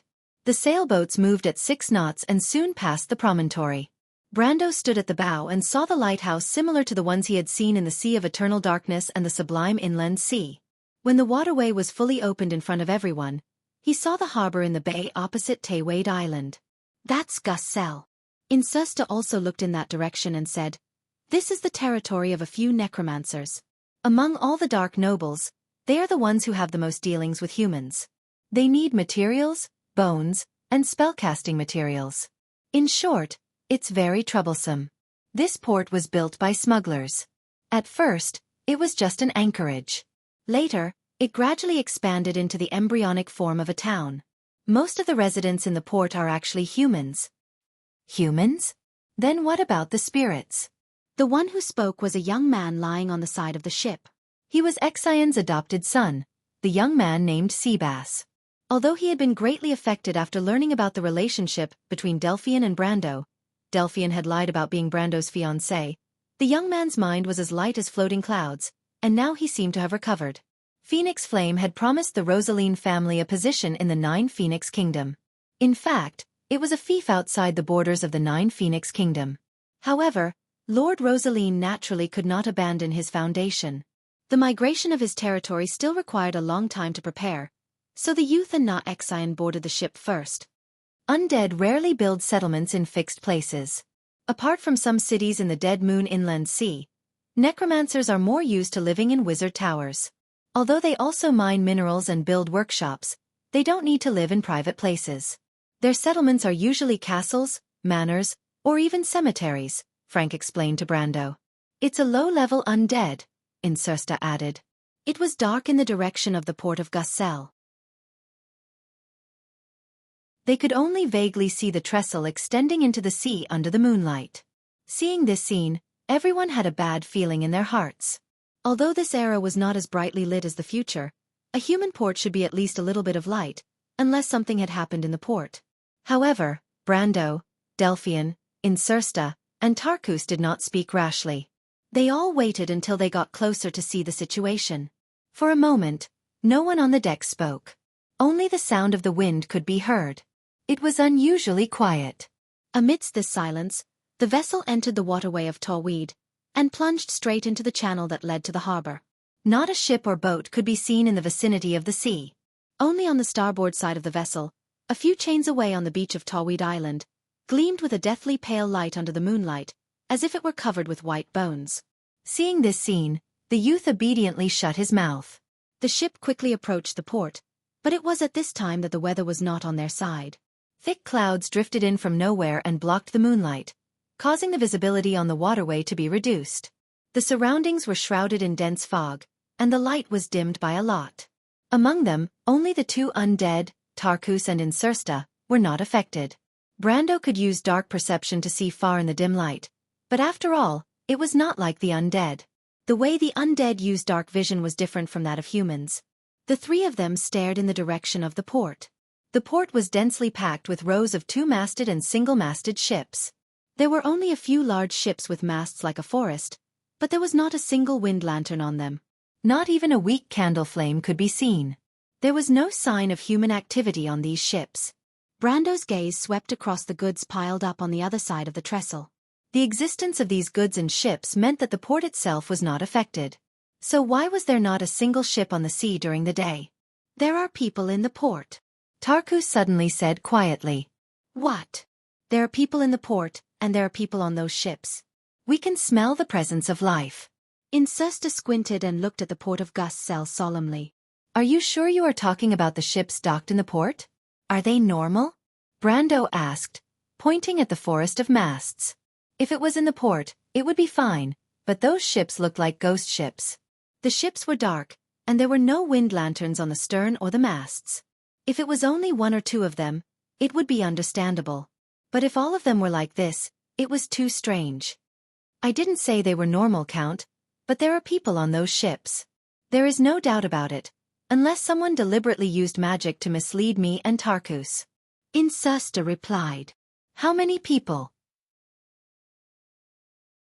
At least 10 people, at most 20 to 30, distributed in the lower cabins. If you're talking about those ships, Xianxia continued, the people in the port are distributed very evenly. Inside those buildings, it doesn't look like an ambush. In other words, everything in Wuxia is normal now? Brando stared at the port of Wuxia and frowned deeply. Do you think this is normal? Xianxia shrugged. Seriously, I think it is very strange. Then Huanghua, Mr. Ryu, have you been to the undead port like this? Mr. Ryu shook his head. This port is a little strange. Even if there is a curfew, it shouldn't be to this extent. Do we still want to go ashore and take a look? Huanghua turned around and asked. Brando looked at Xianxia. He was not familiar with this sea area, and as the local of Madara, the decision was obviously best left to the two dark nobles to make. Let's go closer and take a look. Tarkus pondered for a moment and replied. Lady Adney opened the cabin door and poked her head out to look at Brando and the others on the deck. She frowned, then sat back down on the stairs leading to the cabins below. She looked at her companions and whispered, Make a decision. Quill, what should we do now? The knight gentlemen from Lubeck were surrounding their vice-captain and whispering to each other. The elven ranger was a little further away. He crossed his arms and leaned against the wall of the narrow aisle, pressing his longbow against his back. Hearing the other party's words, he looked up at Adney and shook his head gently. The only way now is to follow that person for a while. I think there must be a reason why Lord Ra's omniscient eye happened that time. Mr. Quill, we understand what you are saying. But the question is, in what capacity are we staying on this ship now? A knight asked softly. Of course it's clear, Quill replied. That person is the messenger of Ra. We can follow him completely. This is also the will of Lord Ra. It can be explained like this? The knight was stunned. What if he isn't? Adney was a little reluctant. Although she was only the vice-captain, after leaving Lubeck, she had been in charge of the team.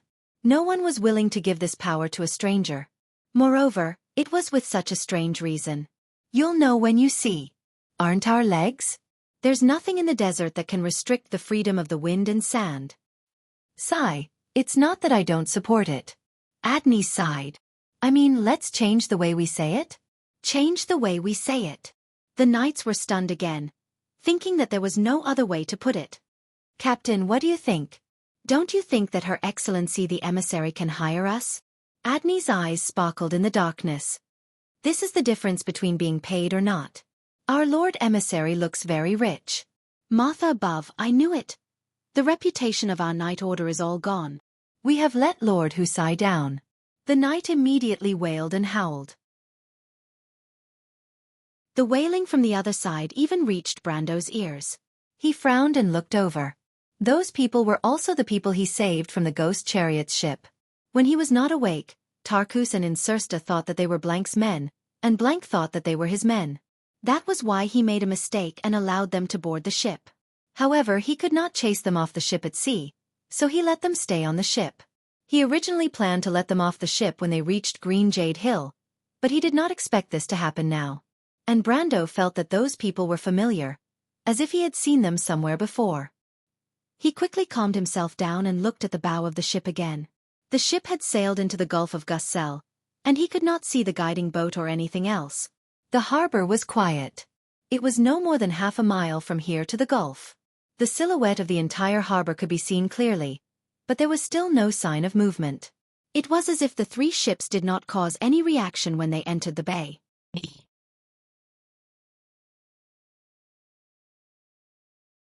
Chapter 1270. What should we do? Xianxia was a little confused. They couldn't possibly fire at the port. Wuxia was under the joint rule of the 3 necromancers. Although they didn't live in the port, there were still their servants and servants stationed in the port. Moreover, in the far eastern region of Madara, although the necromancers here were nominally under the will of the Mercury Staff, the Empire's influence here was far less powerful than imagined. Otherwise, he and Tarkus wouldn't have been sent to this place. To make matters worse, there weren't enough mid-tier necromancers on the 2 ships. They couldn't even send out sampans for reconnaissance. Can you still feel the breath of life? Both Xianxia and Tarkus nodded. Let's go ashore and take a look. Brando replied. Although the port looked very strange, he was confident that with his current strength, he wouldn't encounter any trouble in this place. Naturally, it was impossible for 3 ships to enter the harbor if they wanted to go ashore. Of course, it wasn't impossible. Corsel was an excellent deep-water harbor, and it wouldn't be a problem for them to dock a few medium-sized sailboats. However, this harbor didn't seem as safe and reliable as they had imagined. If the ships were trapped here, they wouldn't be able to escape even if they encountered any problems. No one present was stupid, and they naturally understood this. Tarkus ordered 2 ships to lower their anchors, and the remaining ship of the Phantom Chariot drifted outside the port, waiting for an opportunity to move.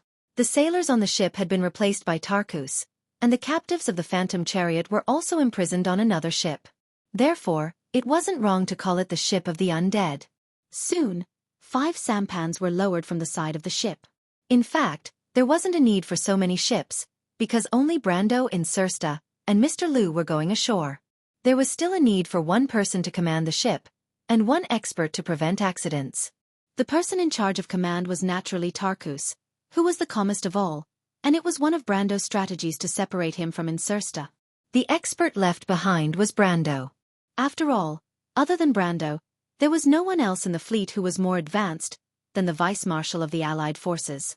However, at the last moment Tarkus, who had been a little quiet, arranged for another 2 ships, which were filled with more than 30 low-level skeletons. Although there were no necromancers, Xianxia could always personally command some low-level undead. The situation at the port was really strange, and cannon fodder was always needed. When they were about to board the ship, Adni and her subordinates came over and said that they wanted to disembark with them. Although it was a little unexpected, these people were all above elemental activation, and even had the strength of the elemental enlightenment. They also called themselves mercenaries, so Brando was naturally happy to have more people. He understood what these people meant, and since they were not short of money anyway, after promising a generous reward, these people asked for another 2 sampans. Finally, when the skeleton oarsmen began to row, the sampans slowly moved away from the fleet that was docked outside the bay and sailed towards the port of Wuxia. There were 2 more people on the ship that Brando and the others were on. One of them was Huang Hua. The little girl had boarded the ship with the excuse that she wanted to follow her teacher. Considering that the latter's personal strength was not bad, Brando agreed to her request. In fact, he originally wanted to test the little girl's courage. As a warrior, she could always hide in the back, and this princess of the Jade Phoenix family did not disappoint him. As for the other person, he was sitting directly opposite Brando, staring at him. He was dressed in fine clothes, and his long black hair hung down to his shoulders. If Brando did not know what he was here for, he might have thought that he was out for an outing. It was the genius of the Ghost Chariot clan that appeared once in 1,000 years, Mr. Feng Qi. Naturally, this person did not volunteer to board the ship, nor did he call himself a mercenary like Adni and the others. In fact, he had been under house arrest on the ship, so that the elders of the Phantom Chariot could not act against him. After all, it was not that easy to imprison a few people who were at the peak of the law and were close to supreme class. And now that he was here, it was Delphian's idea. Brando knew that the Prime Minister's daughter wanted this person to understand his current situation, so that it would be easier to carry out the next step of the plan. During his conversation with Delphian during dinner, he had a general understanding of what the riddle of the emerald was. Although the Prime Minister's daughter had stolen information related to it from the Rosaline family, finding the stagnation realm and obtaining the heart of the Jade Dragon was not as simple as solving the riddle of the Emerald Dragon. Moreover, Solving the riddle of the emerald itself was not simple. The 5 sampans slowly rowed in the direction of Port Gussel. The dark clouds in the sky still covered the silver moon, Timmy's, and the white moon, Ko Hua. It was pitch black all around, and only the monotonous sound of water could be heard in the darkness. That was the sound of oars entering the water. The pitch-black port ahead was like a giant mouth, causing one's hair to stand on end when looking in that direction. Brando, Xianxia, and the others were fine, but Huanghua's little face was rather pale. She clenched her sword in her small hand so tightly that her knuckles turned pale. As a young girl who had yet to experience the world, her calmness when facing enemies was already surprising enough, but in the face of the unknown darkness, she was only 10 years old after all. How could she not be afraid of the dark? She subconsciously leaned towards Brando, as if this amazing teacher could give her some comfort. Who would have thought that the heir of the Jade Phoenix bloodline, my dear little cousin, would actually be afraid of the dark? Mr. Genius of the Phantom Chariot bloodline, who was sitting across from Brando, could not help but speak when he saw this scene. "I'm not afraid," Huanghua replied in a huff, trembling with anger. "Is that so? Is it fun to bicker with a child?" Mr. Lu interrupted the two. Feng Qi shrugged, and a jade pot and jade cup appeared out of nowhere. "Do you want to drink some wine to boost your courage? I used to do that when I was young." Brendel was a little speechless as he looked at this scene. Is this Ghost Chariot Clan's once-in-a-thousand-years genius talking about being funny? Does this guy even understand the situation he's in? Sure enough, Mr. Lu coldly blocked him with the hilt of his sword. "Don't give wine to a child." Feng Qi shrugged again. However, he quickly became interested in Brando again. He looked up and down at Brando and said, "I wonder what Miss Delphian likes about you." When Brando heard this, he almost spat out a mouthful of blood. He never dreamed that someone would be jealous of him for a woman whose insides were probably all black. If it were not for the fact that the other party was a summoned creature of the Dead Moon card deck, he would not have dared to get within 10 steps of Delphian. Otherwise, who knew when he would be schemed against? He couldn't help but take a closer look at this guy, trying to figure out where this idiot's courage came from. Could it be that he had been fooled by Delphine and had become stupid? Is Miss Delphian really your fiancé? It doesn't look like it. You are Brando, right? Are you a noble from the West? I heard that the people there are all country bumpkins. Is that true? To be honest, I don't think you are good enough for Miss Delphian. How about this? I want to duel with you. If you lose, you have to give Miss Delphian to me. Is that okay? Huanghua couldn't help but burst out laughing. She blushed and covered her mouth, thinking that she was being too rude. Mr. Lu looked straight ahead and pretended not to see this scene. "Shut up," Brando said, unable to take it anymore. However, at this moment, his expression suddenly changed. He turned his head and looked down into the dark sea. Other than Huanghua, who reacted a little slower, Xianxia Dragon and Mr. Lu stood up at the same time. With a sharp clang, the two of them unsheathed their long swords. "Careful, there is something under the water." 5 sampans were distributed in a wedge-shaped formation in the bay. The 2 undead cannon fodder boats were at the front, followed by the boats of the self-proclaimed mercenaries, Adeline, and the others. At this moment, the shout came from the other side almost immediately. Brando could not help but think highly of these mercenaries. Their alertness was outstanding. But what surprised him even more was Feng Qi's reaction. The genius of the chariot ghost, who appeared once in 1,000 years, had a funny look on his face earlier, but unexpectedly, his reaction was the fastest among everyone. Xianxia and Mr. Lu had only noticed the abnormality under the water, but this guy not only had a long sword in his hand, but also turned to look in the right direction. When he noticed this detail, Brando realized that Feng Qi's reputation as a genius was not undeserved. In fact, when Feng Qi made his move, he noticed that Feng Qi's strength was much higher than Huanghua's. He was almost catching up with Mr. Lu. The difference in age between the 3 of them was quite big. However, it was almost certain that this guy should also be a chosen one. It was normal for a chosen one to have some flaws. However, what made Brando feel a little strange was that he could not see any flaws in Huanghua's body. Judging from her potential level, she should at least be a chosen one. This thought only flashed through his mind for a moment, and he quickly looked forward. While looking in that direction, he stretched out his hand. Two bright golden lines intertwined in the darkness, and the flaming blade Odorfice appeared in his hand. P.S. Delphian's card will be released tomorrow. Hee hee, it should be the unapproachable Fergie card.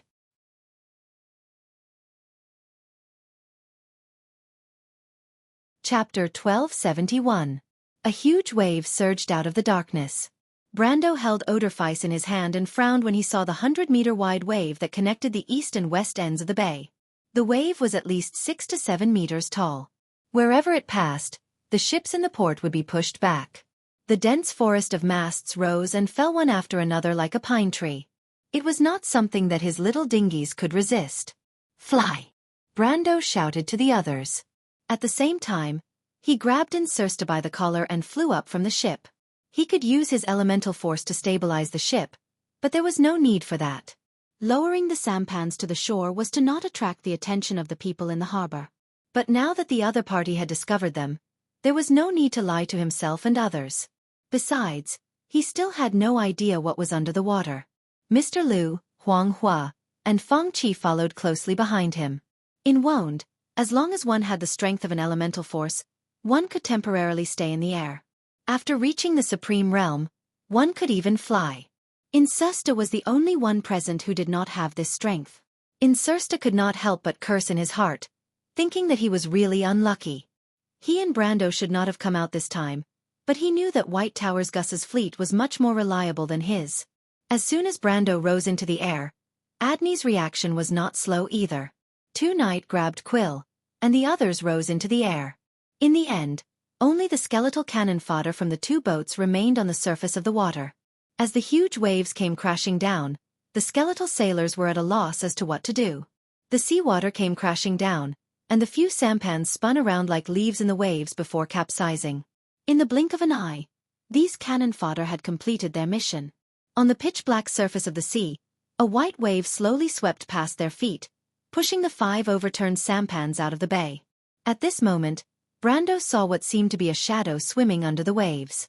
With a boom, it flew up from the surface of the sea, carrying thousands of tons of seawater with it as it rushed towards the people in the air. "Be careful!" "Damn it, it's coming again!" There was a cacophony of shouts in the darkness. "Enter the harbor!"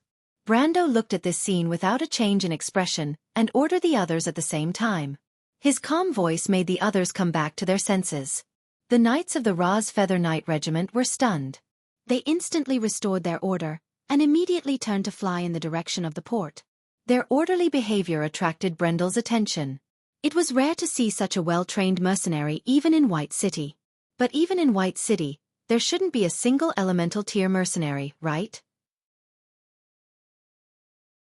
It wasn't that he didn't suspect the identity of these people, but he didn't put their strength in his eyes. Anyway, from the looks of it, he had picked up a big bargain. "You guys go first." Brando turned his head. His voice was somewhat insignificant in the rumbling sound of the water.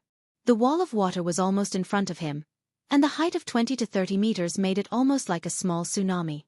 The strong wind blowing against his face made Brendel's long hair dance wildly. "Teacher?" Huang Hua was a little hesitant, but Mr. Liu was behind her. The latter dragged her back. He knew very well that the others would only be a burden to Brando if they stayed here.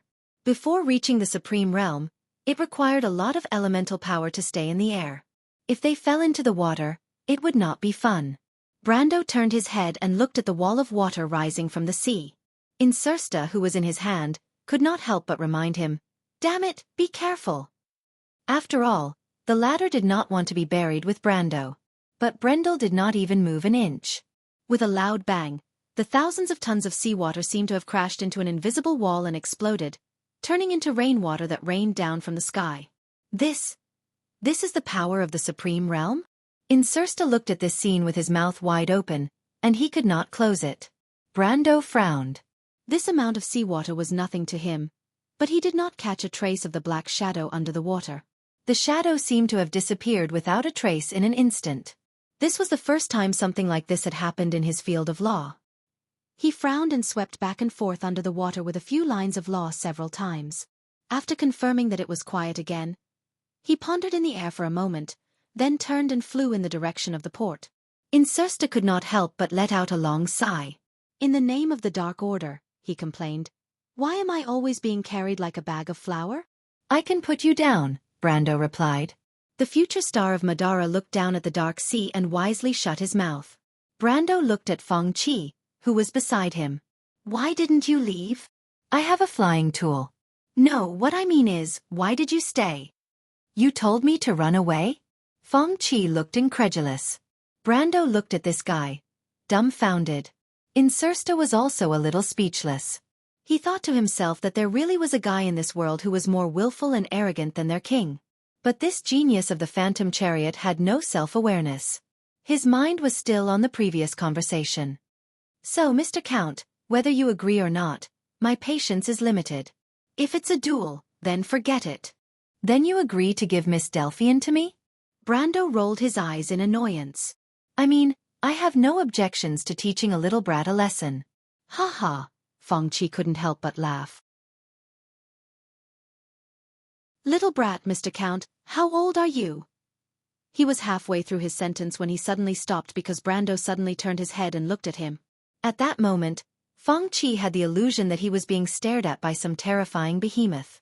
The space around his body tightened, and then the magic tools and abilities on his body lost their effect one by one.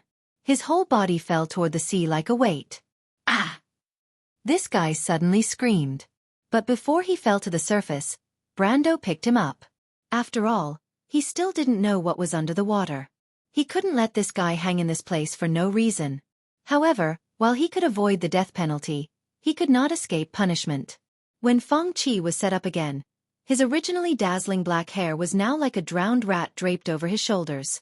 Water droplets were everywhere, drenching his luxurious robe into a mess. When Insursta saw this guy's appearance, he couldn't help but laugh out loud. He was a little relieved that he was smart enough not to go against Brando. Otherwise, he might not end up well. Feng Qi looked at Brando with a murderous gaze. If looks could kill, Brando would probably die dozens of times before he stopped. What, you want to try again? Feng Qi didn't say a word. Apparently, he had learned his lesson. Brando nodded with satisfaction. He didn't need this guy's cooperation. He just needed to let him know that he was afraid. The three of them quickly crossed half of the bay and came to the sky above the port. Huang Hua, Mr. Liu, Adni, and her knight had already landed here. When Brando and the other two descended from the air, they immediately surrounded them. What do we do next, emissary? Boss? Lady Adni almost spilled the beans because of a slip of the tongue. She scratched her ears and cheeks as she corrected herself. Her face was so red that it seemed like it was burning. Not far away, Quill shook his head helplessly. The knight lowered their heads, afraid that they would laugh out loud. Brando looked at Insursta. Previously, they had made a lot of noise in the port. Even if someone was sleeping like a dead pig, someone should have woken up by now. But at this moment, the port was still quiet. This was definitely not normal. But Insursta frowned and shook his head. It's still the same. There's still the breath of life. Is it both? Both. Insursta nodded. In these ships, in the houses nearby? Brando looked around. The whole port of Guscel was like a dead city, but Insursta told them that this city was no different from normal. The situation at hand was really strange. It was even creepy. Even the female knight showed a look of displeasure when she heard it. She could not help but look around, afraid that a ghost would suddenly appear. She did not think that there would be a ghost in front of her, not to mention that there were 2 ships of skeletons with them. Insursta nodded silently again. Where's the nearest one? Brando asked again. Insursta raised his head and pointed at a warehouse not far behind Brando with his chin, indicating that there was the breath of life in that building. Brando glanced in that direction. It was a medium-sized warehouse about 100 feet wide and 20 to 30 feet tall. It was immersed in the darkness of the night. The style was very similar to the architectural style he had seen in Rosalind. From the outside, this warehouse was really ordinary, but it was really close to them. The closed door was almost in front of them. There was no movement behind the door. It did not look like there was anyone guarding it. He stretched out his hand in that direction and gently pushed. The door bolt automatically fell to the ground. He then pushed again and the door opened, revealing the dark space behind it. There's no one. Xianxia spoke first. Brando also came to the same answer at the same time. He had sky's eye and dark perception, so he knew the situation inside better than Xianxia. There was not even a trace of goods in this warehouse, let alone people. It was empty inside. There was no hiding place at all. The others could not help but look at Xianxia suspiciously.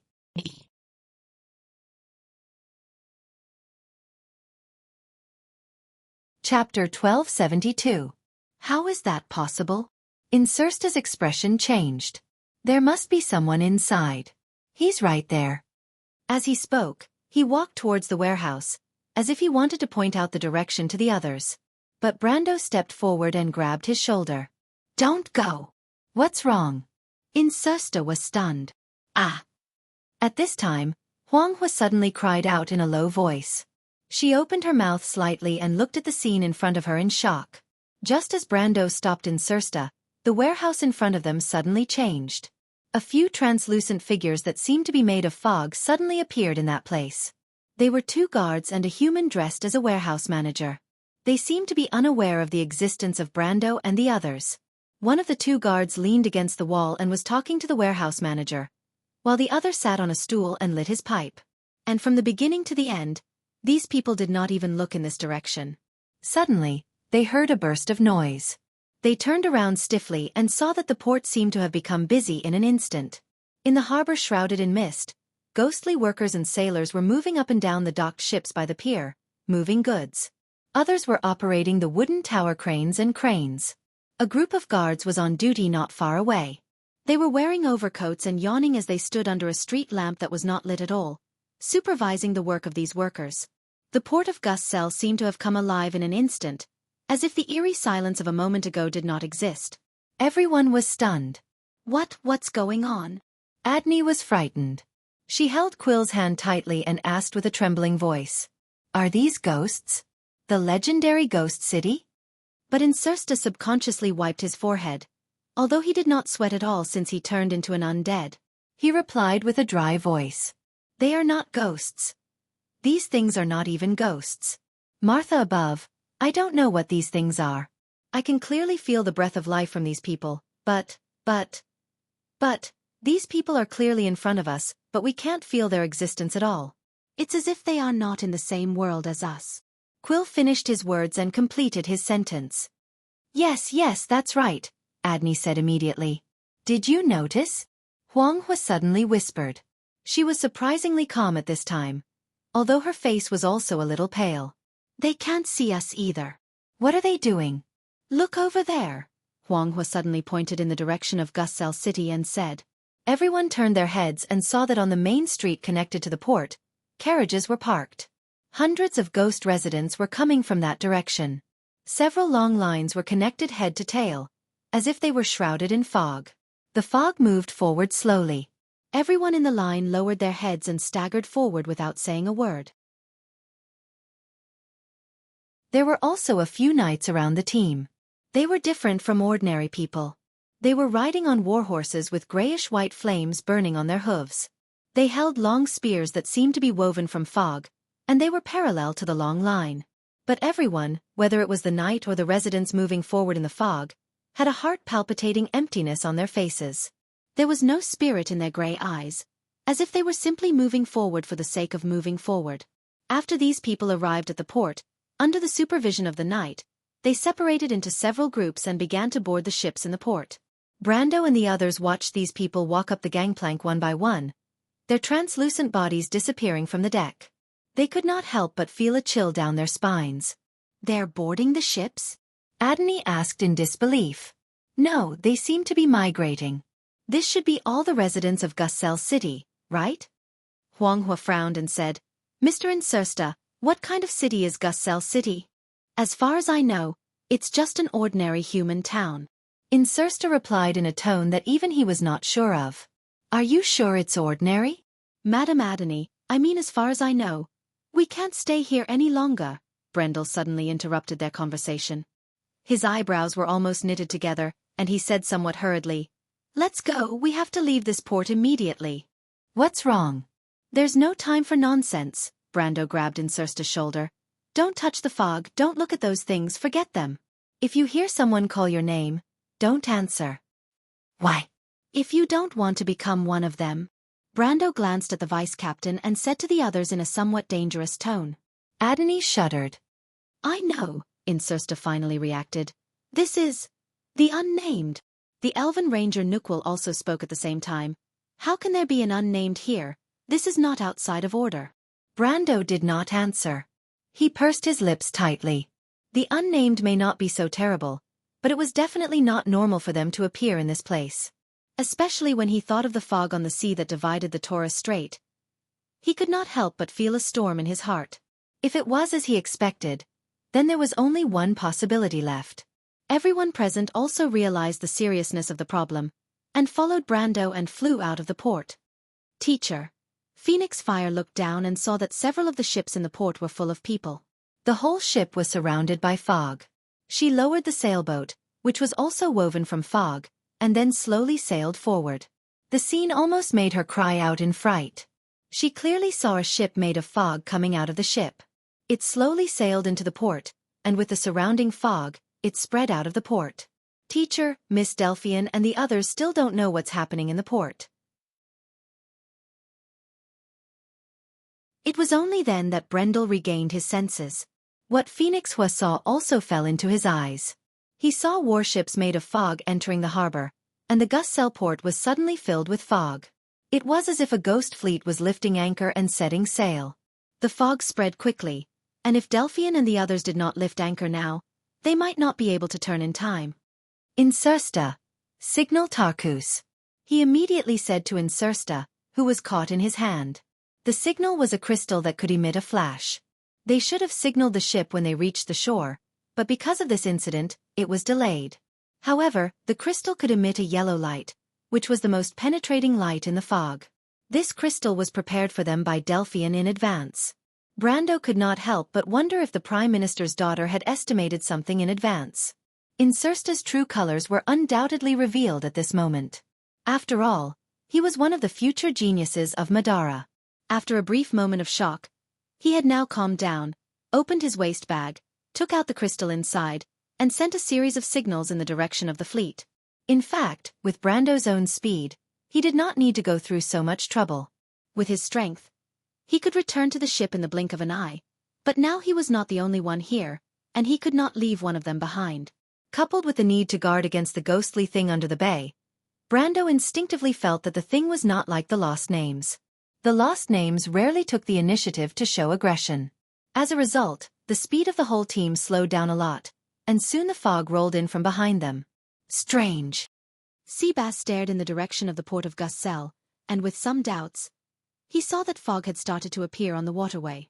A thin layer of fog seemed to have drifted over from the strait, but there was no wind at night. He straightened up from the side of the ship, and just as he was about to climb up the watchtower above the mast to see what was going on, Delphian patted him from behind. Seabass, go and pull up the anchor. She did not deliberately lower her voice, so everyone on the ship looked in this direction. What's going on? Nasheen, who was measuring the depth of the water, pulled the rope out of the water and asked with some surprise. Miss Delphian, did you find anything? Brando looked up at the thin fog in the sky and asked. But of all the people, only Tarkus reacted the fastest. He frowned and pondered for a moment, then waved to his sailors and said, Listen to Miss Delphian. Raise the anchor, lower half the sail, and let the ship move. Delphian looked at the vampire nobleman with appreciation, then replied to the others, There must be a problem at the port. Regardless of what the Count and the others will do, we have to prepare in advance. She had not finished her words. A few flashes of light in the darkness came from the port. The Prime Minister's daughter's expression changed, and she immediately ordered everyone, Quick, raise the sails and let the ship sail. Fergie the Unapproachable Dead Moon II Dark 22. Legendary creature human, necromancer. When Fergie the Unapproachable enters the battlefield, if you do not use it from your hand, the summoner will immediately die and cannot be resurrected. Pay XMP, and the Dead Moon Twins put Fergie the Unapproachable, black derivative equivalent to the Dead Moon Twins level -15, into the battlefield. When Fergie the Unapproachable enters the battlefield, there will be, X100, at least 1, counters. Whenever Fergie causes combat damage to a creature, the creature will be destroyed. It cannot be resurrected. Whenever Fergie causes combat damage to a planeswalker, the planeswalker will be killed. Whenever Fergie uses this ability to destroy a creature, the counter will be removed. When the counter reaches 0, she can no longer use this ability. Fergie the Unapproachable lasts until it is reset. Death is eternal life.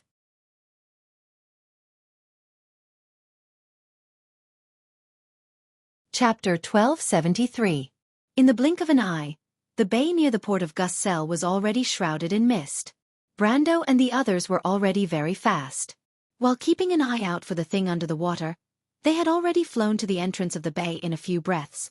But what made it difficult for them was that the speed at which the mist was spreading was not inferior to the speed at which it was spreading.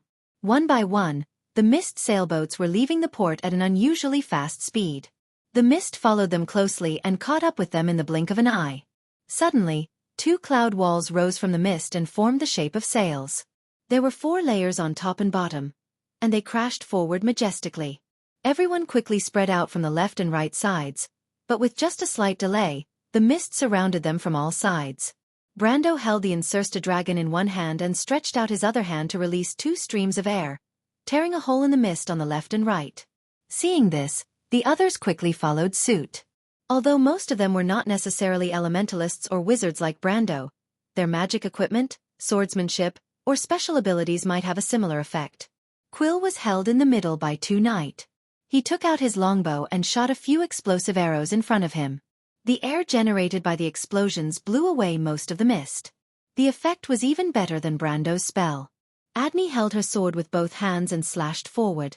A white blade of light that was dozens of feet long flew out and tore a hole in the mist. The knights also activated the magic rings or necklaces on their hands. Fireballs, wind blades, and icicles appeared out of thin air. It was very lively. However, the one who stood out the most among them was Phoenix Fire. The little girl carried the will of the Jade Phoenix. She seemed to be holding a burning flame in her hand. Once she attacked, a sea of fire spread out and burned the fog in front of her. On the contrary, Feng Qi and Mr. Liu, who were stronger, did not make any contributions. The swordsmen of the 9 Phoenix rarely relied on the power of external objects. Except for some special jade pendants and jade talismans, they rarely carried magic equipment. At this time, the 2's swordsmanship was obviously useless. Just like that, with the Phoenix's fire leading the way, everyone forcibly opened up a path through the fog. Although the path was visibly becoming smaller and narrower, it was enough for everyone present. They quickly flew forward along the passage. On both sides, there were ships traveling in the fog. These ships had almost merged with the fog. The parts of the ships that were in contact with the water seemed to be non-existent, leaving only the fog rolling on the surface of the sea. It was as if these translucent ghost ships were moving forward. It was extremely strange. Even Brando did not dare to approach these ships. The lost names were too mysterious. Few travelers who encountered the lost names in the wild were spared. In the Black Forest outside the World of Order, many people disappeared silently from the world because of them. He didn't want to experience what happened in the Deadly Frost Forest again. Although he had some experience, he didn't dare to say that he had 100% confidence in dealing with these things, let alone on the surface of the sea. Damn it, look ahead! Insursta suddenly shouted from below. Brando raised his head and looked in the direction he was pointing. He suddenly frowned. The dense forest on the hillsides on both sides of Gussel Bay was covered in fog at some point. The fog rose dozens of feet above the forest and spread rapidly toward the lower bay. In the blink of an eye, it was about to block the entrance to the bay in front. Everyone's face was a little pale. They could clearly see that the fog that was spreading to the sea would block the way out first. Speed up! Brando no longer cared about the strange thing under the water and said to the others. Everyone's speed suddenly increased, but Brendel was one step behind. With one hand on Oderfice's hilt, he inadvertently glanced down, just in time to clearly see a black shadow sweeping across the surface of the water. Without saying a word, he directly slashed down with his sword. A golden red line flashed in the darkness and smashed down into the sea. The surface of the sea instantly boiled and exploded. The black shadow suddenly jumped up from the sea and pounced in Brando's direction.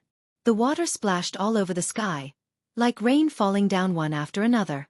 In the curtain of rain, Brando could clearly see that the thing didn't have a body, but the surrounding fog naturally outlined its outline.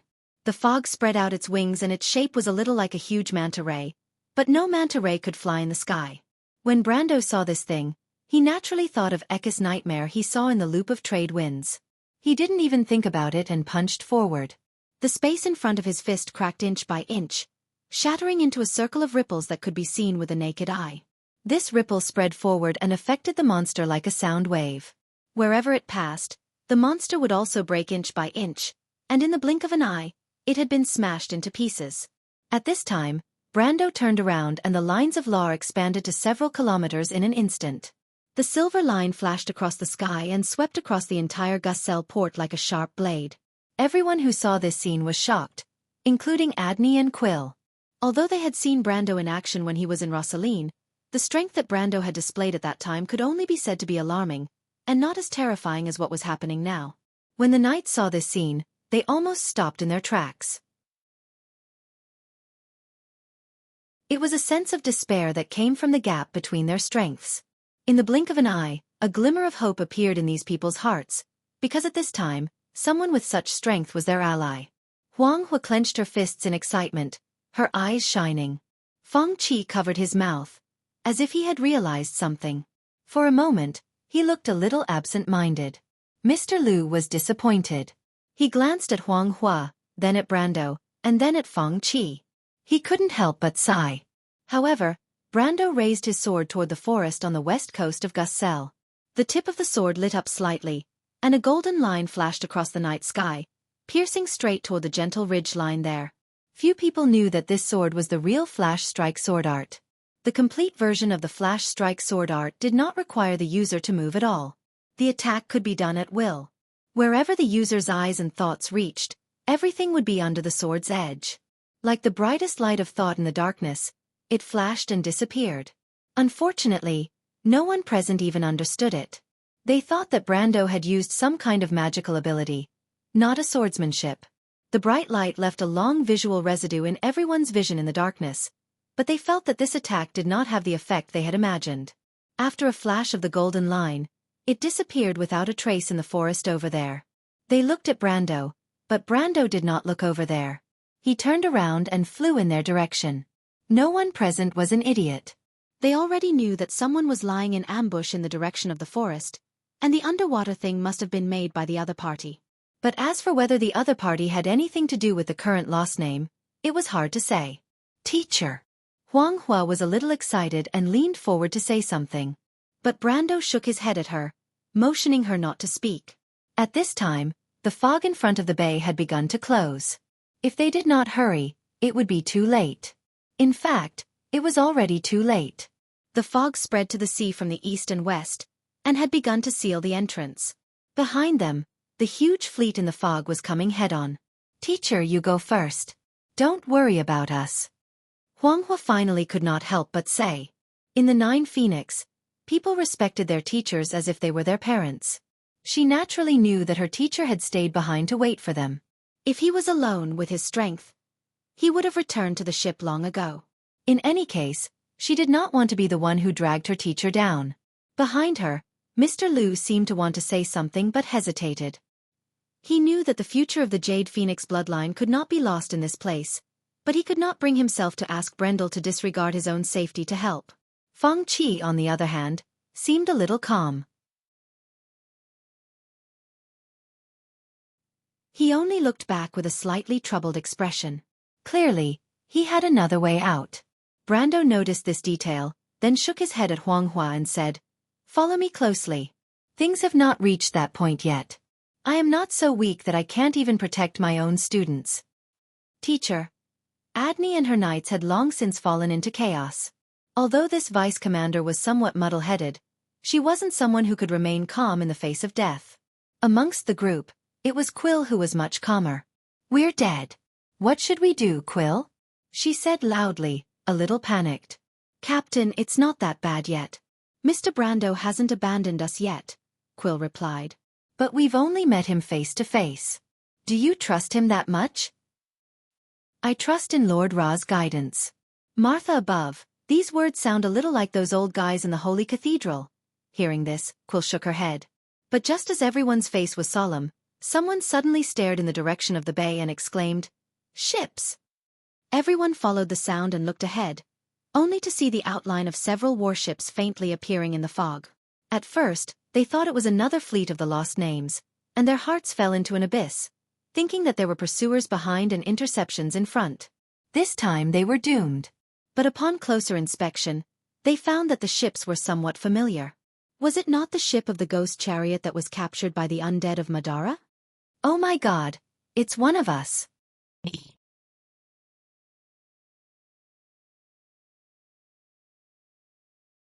Chapter 1274. It was as if a kind of joy had arisen spontaneously from a desperate situation. Everyone was overjoyed and hurriedly flew in that direction. But Brendel was not too surprised. In fact, he had seen the ship a long time ago.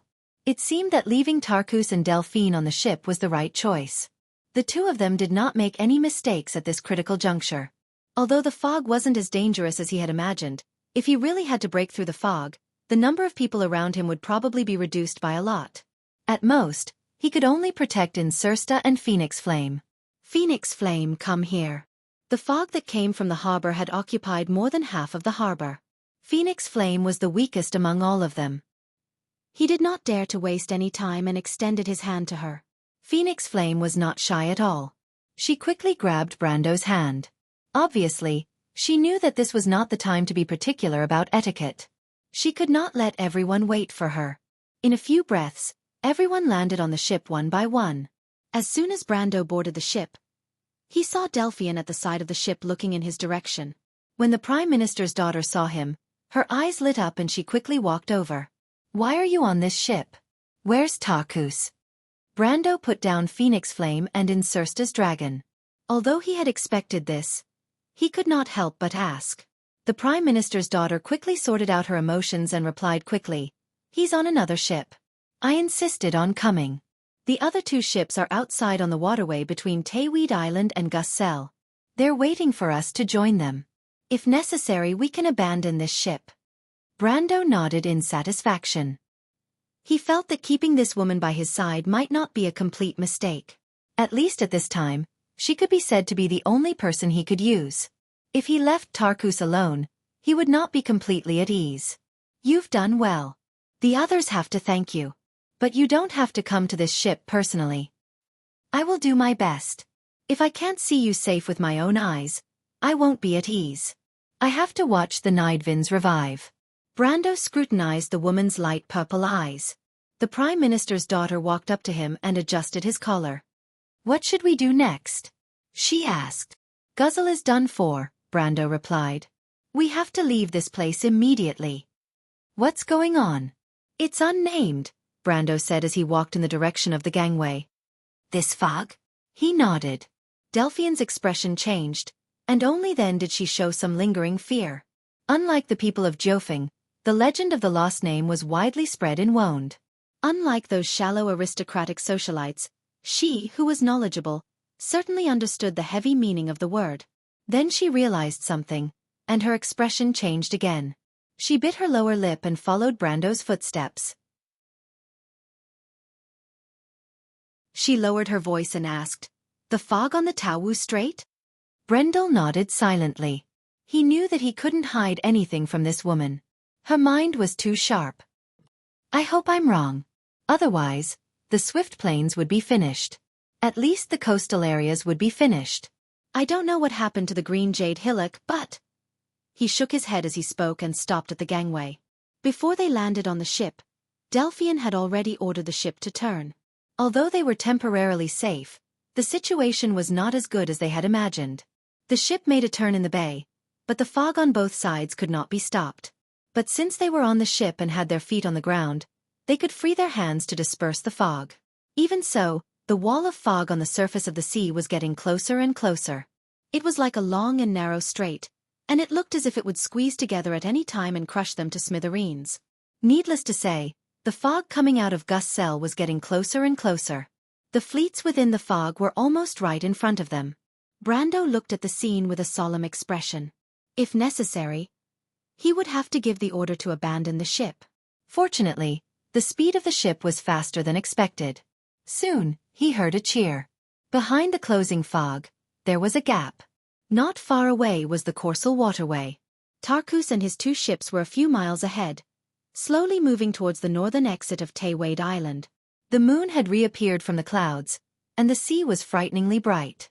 At the very last moment before the wall of fog closed, the ship finally leaped out of the fog and entered the waterway between Teiwade Island and Port Guscel. "Raise the sails, quickly, quickly! You damned lazy bones! Didn't the necromancer who summoned you teach you how to raise the sails?" Insusta's voice rang out from afar. The people on the deck heaved a sigh of relief. Some even ran over to Delphian to thank her. The Prime Minister's daughter always maintained a polite smile in front of these people.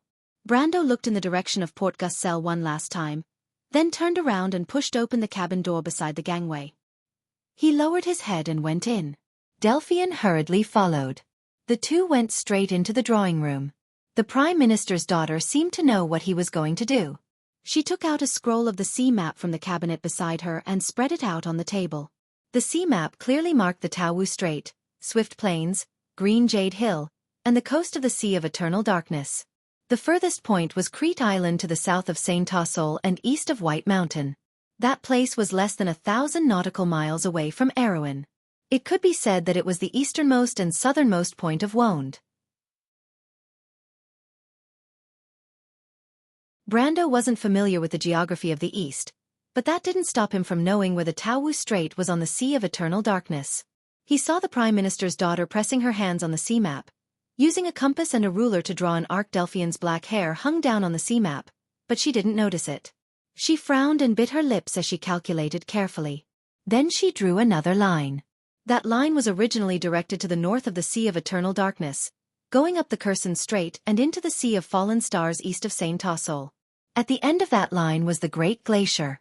Brando knew this line. On this line was the area where the lost names appeared most frequently. If the sea map continued to extend east, then the line would connect to Erewhon. It landed on the coastline north of the Deadly Frost Forest, crossed the entire Deadly Frost Forest, then entered a wreck from the south of Lantan Island, passed through the great ruins under Feyre, and entered the territory of Princess Vladapes.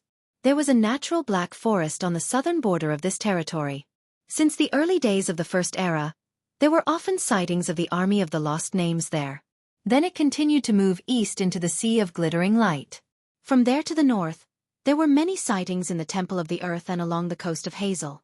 In theory, this line should have circled the entire Wonde. Many people once thought that the Lost Names were circling the entire Wonde, but no one knew what their purpose was. It was just obvious that the Lost Names only landed in the northern peninsulas of Erewhon, White Mountain, Hazel, and the forests of the southern border of the Ring of the World, a few areas of Ludwig north of Cruz, and the north of the 10 cities. Most of the time their route was actually at sea. But now, this route had undergone a great change. Originally, it was supposed to go north from the Kherson Strait, but now, it had undergone a 180-degree reversal. Instead, it had turned south and plunged straight into the Kherson Strait. If he guessed correctly, after the line went south into the deep sea, it would turn east again and circle back to the Great Glacier from the north of 9 Phoenixes, continuing its cycle. But Brando and Delphian were both looking at the position of the Kherson Strait at the moment.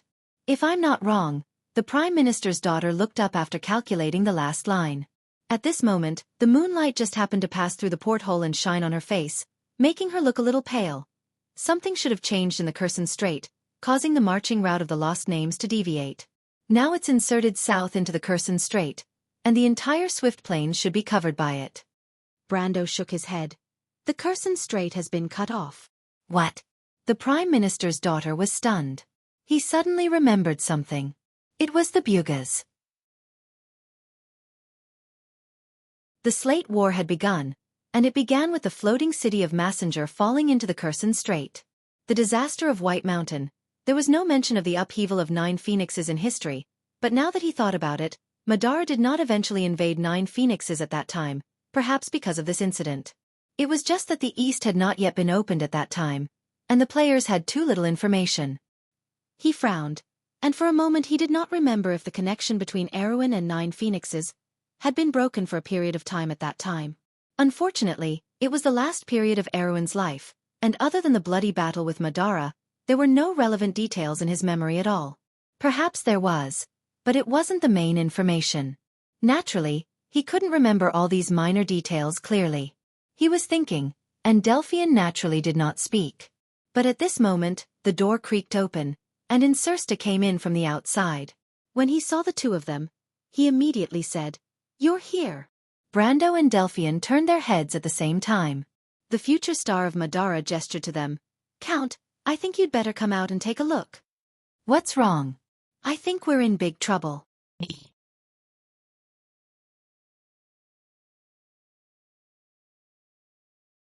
Chapter 1275. When Brando returned to the top deck, the ship was sailing out of the waterway between Taiwade Island and Port Guscel with full sails. The two ships of Tarkus in front had also slowed down, waiting for them to catch up. On one side of the sea was the rugged rocks of Taiwade Island, which looked as white as phosphorus under the moonlight. The wind blew from the south of Guscel, causing the hull of the ship to sway slightly with the waves. Since Timmy's had passed through the clouds, the visibility on the sea was extremely high. He could clearly see the wall of fog moving slowly on the east side of the Therese Strait. There seemed to be countless ships in the thick fog, stretching out endlessly. The ships formed a wall between them, and the masts were faintly discernible. There were hundreds and thousands of ships in the wall. What made his face turn sour was that the fog was slowly approaching the west coast of the Taurus Strait, which was where they were. It seemed that the fog was going to merge with the fog coming out of Port Guscel. This was not a big deal, but the problem was that their three ships were sandwiched in the middle. There was a dead silence on the deck. The people who were celebrating earlier were now speechless. They were still confident that they could pass through the thin fog in Port Guscel, but the wall of fog in front of them stretched for hundreds of miles, and they could not see the end of it on the wide sea. It was impossible to go around it. When Brando came out with Delphian and Xianxia behind him, everyone subconsciously looked at him. Previously, he had led them out of the Bay of Guscel, and everyone subconsciously thought that Brando was the one who could solve the problem at hand. But Brando was actually unsure at the moment. He looked at the wall of clouds moving slowly on the surface of the sea with a solemn face, and he could not make up his mind. Tarkus had once sent a ship into the fog, and the ship returned the way it came, seemingly unaffected. But the state of the fog at that time was not the same as now. As for going around it, that was a joke. The fog had appeared since Rosaline, and they had been sailing north for 3 days without seeing its end. Who knew where the other end of the fog was? But the fog of Port Guscel was coming from the waterway behind them, and it seemed that the only thing they could do now was to continue sailing north. If there was no other way, they could only abandon the ship and go ashore. The fog could not go too far into the land. Although the ports along the coast had suffered, there were always safe places inland. It all depended on whether they could travel that far in a short period of time and leave the area covered by the fog. Brando turned his head and asked, "What's the terrain in the north? Is there a suitable place to go ashore? It would be best if it's a harbor that can shelter from the wind, and has mountains or hills nearby." Xianxia thought for a moment, then replied, "Yes, there are, but there are places like this that have all become harbors, Count." "Of the ports in other places." "Of the ports in other places. And however, due to the steep terrain of the western shore of the Taowu Strait, there were not many places to build a harbor. Therefore, the few places that were available were all used by humans or undead. It was really difficult to find a natural and undeveloped anchorage. "I know of such a place, teacher." At this time, Xianxia came over and looked at them. "What? But I've never been there. I've only heard of it. I heard that there's a pirate hideout in the Bay Canyon near Sopa Latch. I think if the pirates can use that place as their lair, we can also go ashore there." "I've heard of that place too." Xianxia seemed to be reminiscing, but there was not much joy on his pale face. "But no one knows where the lair is. The fjords near Sopa Latch have a complicated terrain. If we find the wrong place, we'll be in trouble." Brando looked back at the dark sea between Tawide Island and Guscel. The fog spread faster under the influence of the south wind, and the wall of fog on the Tawide Strait was coming in their direction. They did not have many choices left. "It's better than waiting for death," he replied. "We have to try. How far is that place from here? Can we get there in time?" "It's not far." Delphian knew the question was directed at her. She had already memorized the map of Swift Plains. Sopa Latch is north of Guscel. It's only 100 nautical miles from here. It's one of the largest ports on the other side of the strait. But the history of this port is actually very short. It was only discovered during the year of the spider poison. But Sopalach has a wide belly and a narrow mouth. It's a natural shelter from the wind. The water in the port is more than 8 meters deep. It can accommodate almost all kinds of merchant and military ships in the Nine Phoenix region. It's an excellent natural port. It's said that it has the conditions to build a spaceport. 100 nautical miles was a distance that would take a normal person several days to cover on land. But it was not a long distance on the sea. The 3 ships were excellent armed merchant ships. The fastest could reach 12 knots with full sail, and the slowest could reach 10 knots. With the south wind blowing, they should be able to see the coastline of Sopalach by tomorrow morning. But that was only in theory. Only the heavens knew if the fog would actually give them that much time. Even though Brendel had some knowledge of sailing, he was not completely clueless. He could not calculate how fast the fog was moving on the surface of the sea, but at least he could tell that it was definitely not going to give them 10 hours of time. Half of that was good enough. Is the surrounding terrain very complicated? Sopalach is on the glacier belt. To the east is the southern edge of the Nine Phoenix Great Glacier. The movement of the glacier and the erosion of ice and snow easily created the complicated sea cliffs and fjords. In fact, the entire coastline of the western side of the Torres Strait is affected by similar geological changes. Only in the warmer area on the southeast side of the strait, the rivers after the melting of the glacier formed the alluvial plains. Brando understood. The Great Glacier of Wonde was located to the east of Fanzan and to the north of the Great Plains of Saint Tossol. But the term Great Glacier was actually a broad geographical concept. Its part in Wonde was only its westernmost edge. This glacier, or ice sheet, was a more appropriate name. It was the impasse to the west of Wonde. It was also the largest part of the Black Forest, outside the borders of Wonde, of course. The Black Forest was far from just a forest. This glacier extended to the east, and no one knew where its boundary was. It then went south across the Kherson Strait and intersected with part of the border of Madara. After that, it crossed the Torres Strait and became a huge part of the impasse on the northern border of the Nine Phoenix Great Glacier.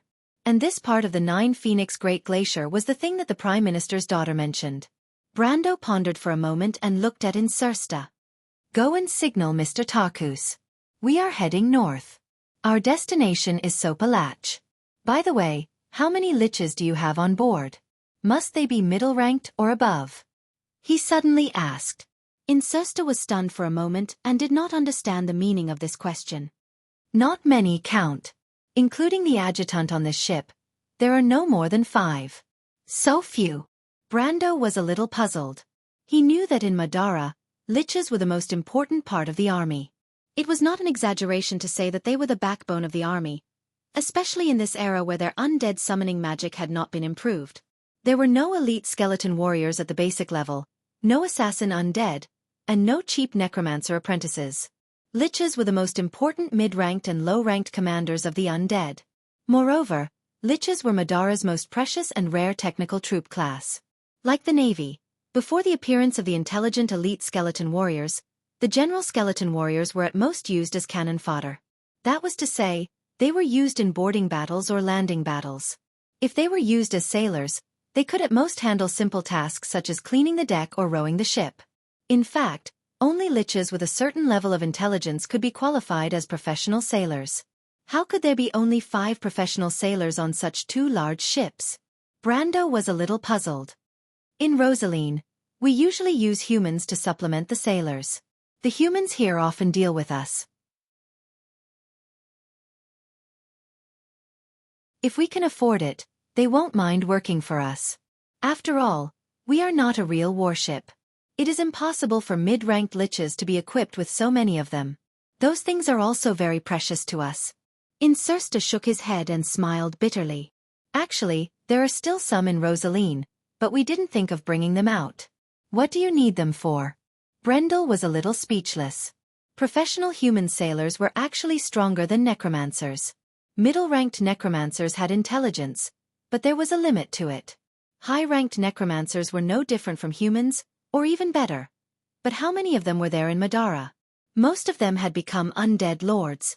However, it was a pity that what he needed now was not professional sailors, but liches. Although liches could be sailors, their real function was not only to be sailors, but also to be part of the mid-ranked and low-ranked officers in Madara. More importantly, they were all mages. Although it might be a little lame. But that was enough. Seeing that Brando's expression was a little unpleasant, Xianxia, who had learned to read people's expressions these days, quickly said, "But there are still many low-ranked liches, Earl." Brando shook his head. "No need. Let Tarkus gather the mid-ranked liches and send them here. I want to do something, and I need a few mages to help."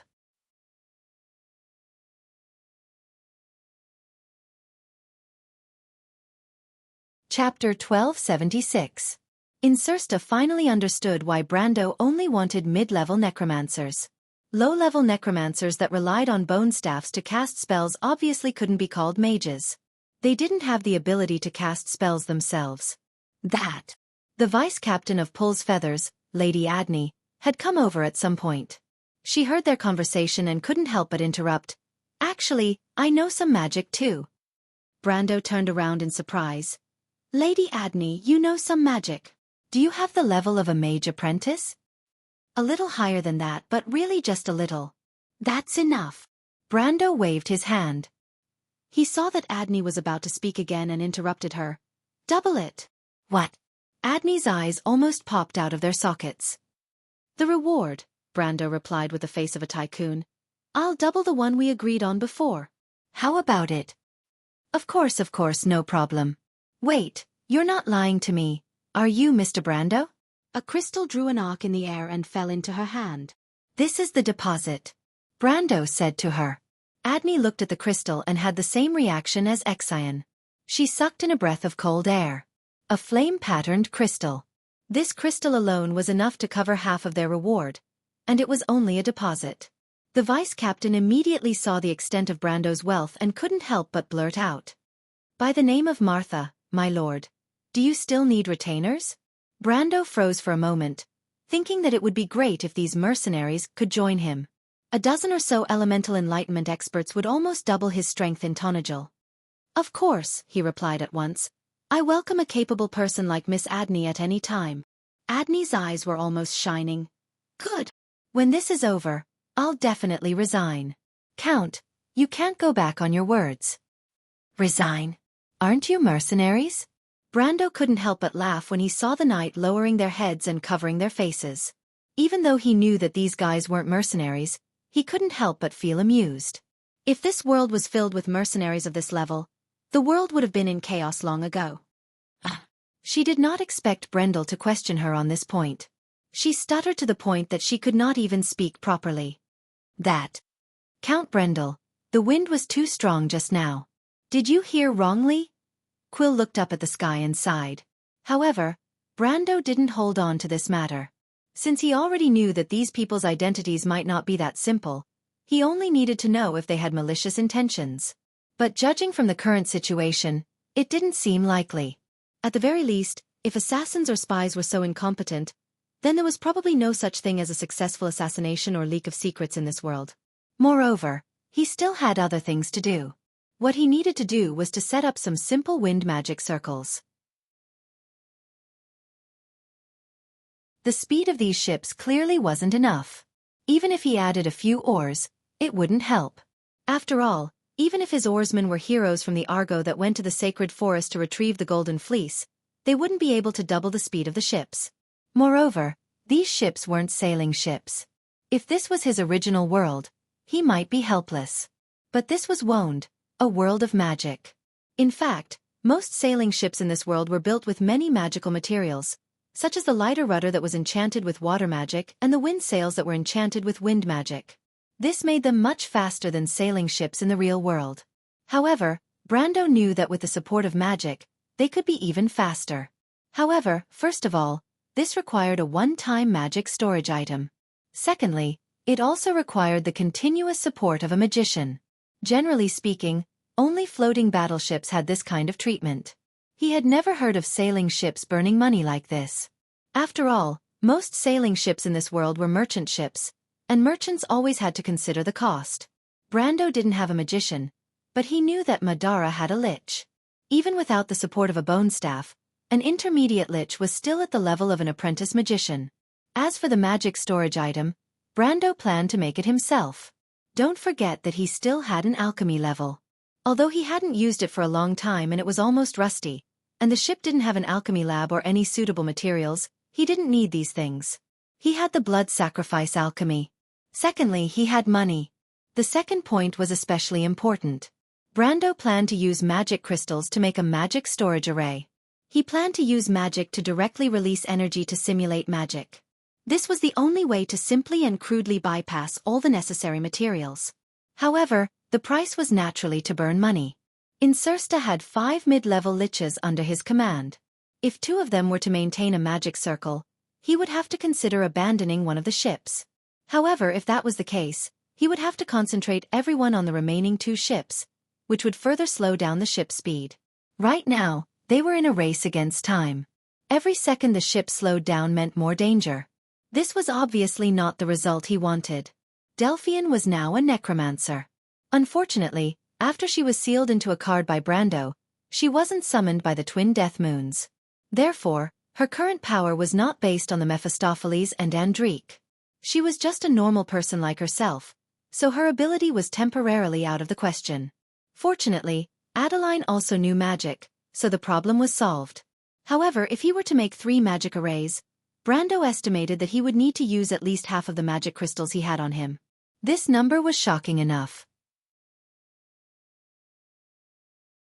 After all, he had brought a lot of magic crystals from Tonajal. Later on, he replenished some from the fleet at Fathom Harbor. When he was in the elemental frontier, Miss Tata and the Temosian had also given him some. The latter part of the magic crystals was especially high quality. It could be said that half of the magic crystals he had on him was more than enough to build a frigate, let alone speed up the sailing ship. This was also the reason why merchants never used this method to speed up their sailing ships. Therefore, when Brando finished drawing the blood sacrifice array on the deck and then covered it with a layer of magic crystals, almost everyone on the ship was stunned. Most of them were people of status. Xianxia was a noble in Madara, and the Knights of Ra's Wings were also of noble birth in Lubeck. Not to mention Huang Hua and Mr. Liu. Although Feng Qi wasn't a noble in the Nine Phoenix, his birth was only higher than that. It wasn't that they hadn't seen alchemy before, but they had never seen such a rich alchemy. This wasn't alchemy at all. It was simply a joke with the magic crystals. Feng Qi stood at the side with his arms crossed. He was full of disdain for Brando's alchemy level. Apart from the somewhat strange blood sacrifice method, in his opinion, this country bumpkin from the west was indeed worthy of his identity as a country bumpkin. Few people knew that he, the genius of the Ghost Chariot clan, was also quite a genius in alchemy. Although he wasn't far superior to Tamar, he, who had received systematic learning and education in alchemy, was at least not inferior to the alchemy masters that Brando knew. Not to mention, the alchemy of the East and the West both had their advantages. At least at this moment, Brando's alchemy was basically not worth mentioning in his eyes. However, after a while, he felt a little toothache. To be exact, he felt a little heartache for those magic crystals. It wasn't that the Ghost Chariot clan didn't have that much wealth, but that was the wealth of the entire organization. At least, he didn't have that much money to squander. As for Miss Adney, she was tightly clinging to Quill's sleeve, almost unable to breathe. If it weren't for the Elven Ranger supporting her, she would have collapsed to the ground. Her eyes were filled with the radiance of magic crystals, sparkling brightly, and her mouth kept chanting as if she had been possessed. "Oh my God, Martha above Lord R.A. I'm not dreaming, am I? You also know alchemy?" Xianxia looked at Brando with a little surprise, but he soon exclaimed in a fuss. "This is blood sacrifice alchemy. Isn't this taboo under the rule of the Holy Cathedral of Fire? Oh my God, how can you do this? Hurry up and put away those magic crystals. If you don't lack money, just give them to me." But Brando didn't care about his clamor here. As soon as the magic circle was formed, he directly flipped Odorfice's blade and gently cut his thumb. But this time, it didn't cut. Brendel almost scared himself out of his wits. He quickly increased his strength and cut a second time. There was a sharp pain, and this time he barely managed to cut a thin wound. Then he saw a drop of golden blood flowing out from it. Brando couldn't help but be stunned. He knew how sharp the holy sword Odorfice was. In the whole, the amber sword, there was probably no sword with a higher attack power than these holy swords. He was very careful before, afraid that he would cut off his finger. That would be too funny, but he never dreamed that he would have to use electricity to cut a hole in his body with odorfice. And what's with the color of the blood? He dared to swear that when he was in the elemental barrier, his body didn't have such changes. This was either some kind of mutation when he passed through the spatial crack of the magic storm, or the powerful life force of the nature orb during the explosion of Rosaline's body brought about changes to his body. In his heart, he was more inclined to the latter. And just as Brando was stunned, the others were also stunned, but they didn't notice the color of the blood flowing out of Brando's body. They were shocked by the sudden flames of all the magic crystals on the magic circle.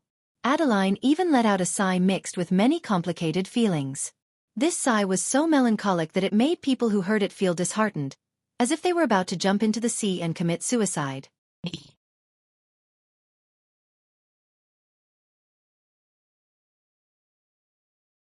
Chapter 1277. The grey cliffs stood tall in the fog. Such a scene was often seen in the fjords around the Sopa Latch.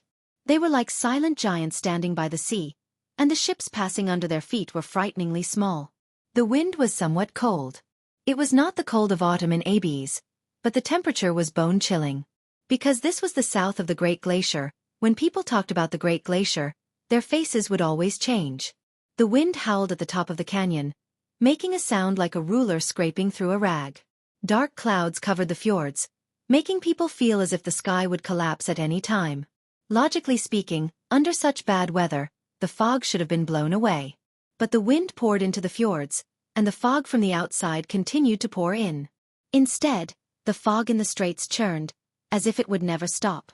The fleet set off from Gussel, and took 3 to 4 hours to reach the Sopa Latch. Because the fog came from the north, they had to take refuge in the fjords in advance. The terrain in the Sopa Latch fjords was complicated. After traveling for half an hour through the winding straits, they could no longer distinguish between front and back. As for the pirates' hiding place, it was even more remote. Brando was not in a hurry. He used the lines of law to scan the surrounding fjords, carefully searching for the clues he wanted. Soon, he found an unusual place. After a quarter of an hour, the fleet appeared there. It was a bay canyon with its own world in its belly.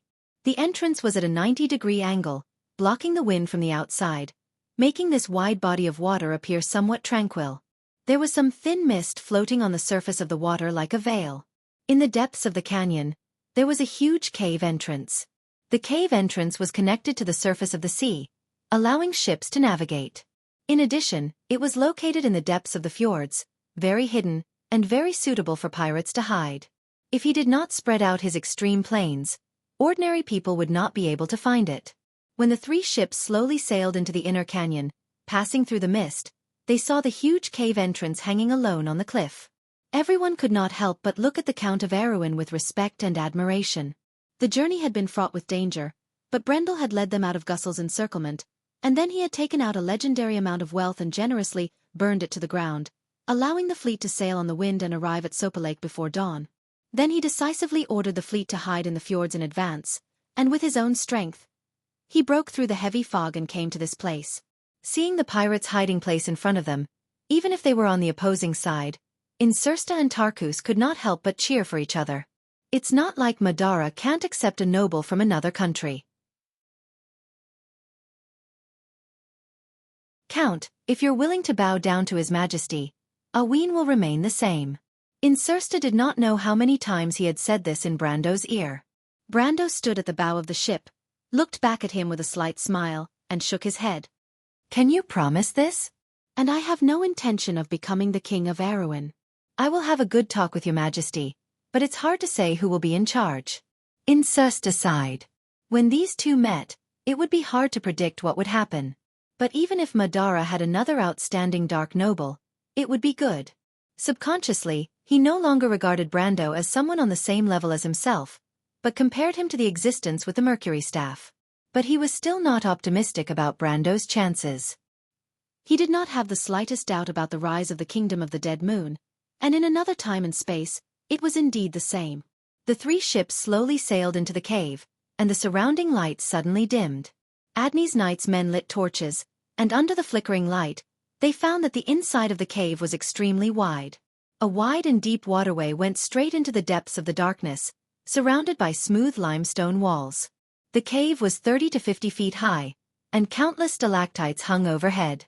Brando and Tarkus originally planned to sail in at the risk of running the ship aground, but they did not expect the waterway to be so good. It had a very deep draft, and looked like a natural harbor. Although the throughput may be a little small, it was extremely rare as an anchorage. God knows how the pirates found this place. The light of the torches slowly moved forward with the ship, illuminating the surrounding dark cave walls. The limestone walls of the cave were mixed with some kind of metal, which refracted a yellow light. But the deep waterway had an end.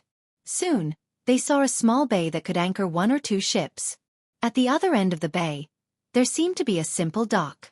A crooked wooden trestle was built into the deep water and connected to the shore. At this moment, there were no ships in the dock, and no pirates. This made the knight, who had been ready to fight with weapons in hand, suddenly feel relieved. But they were a little unwilling. They had been chased all the way from Gussel like a stray dog, and the enemy was nowhere to be seen.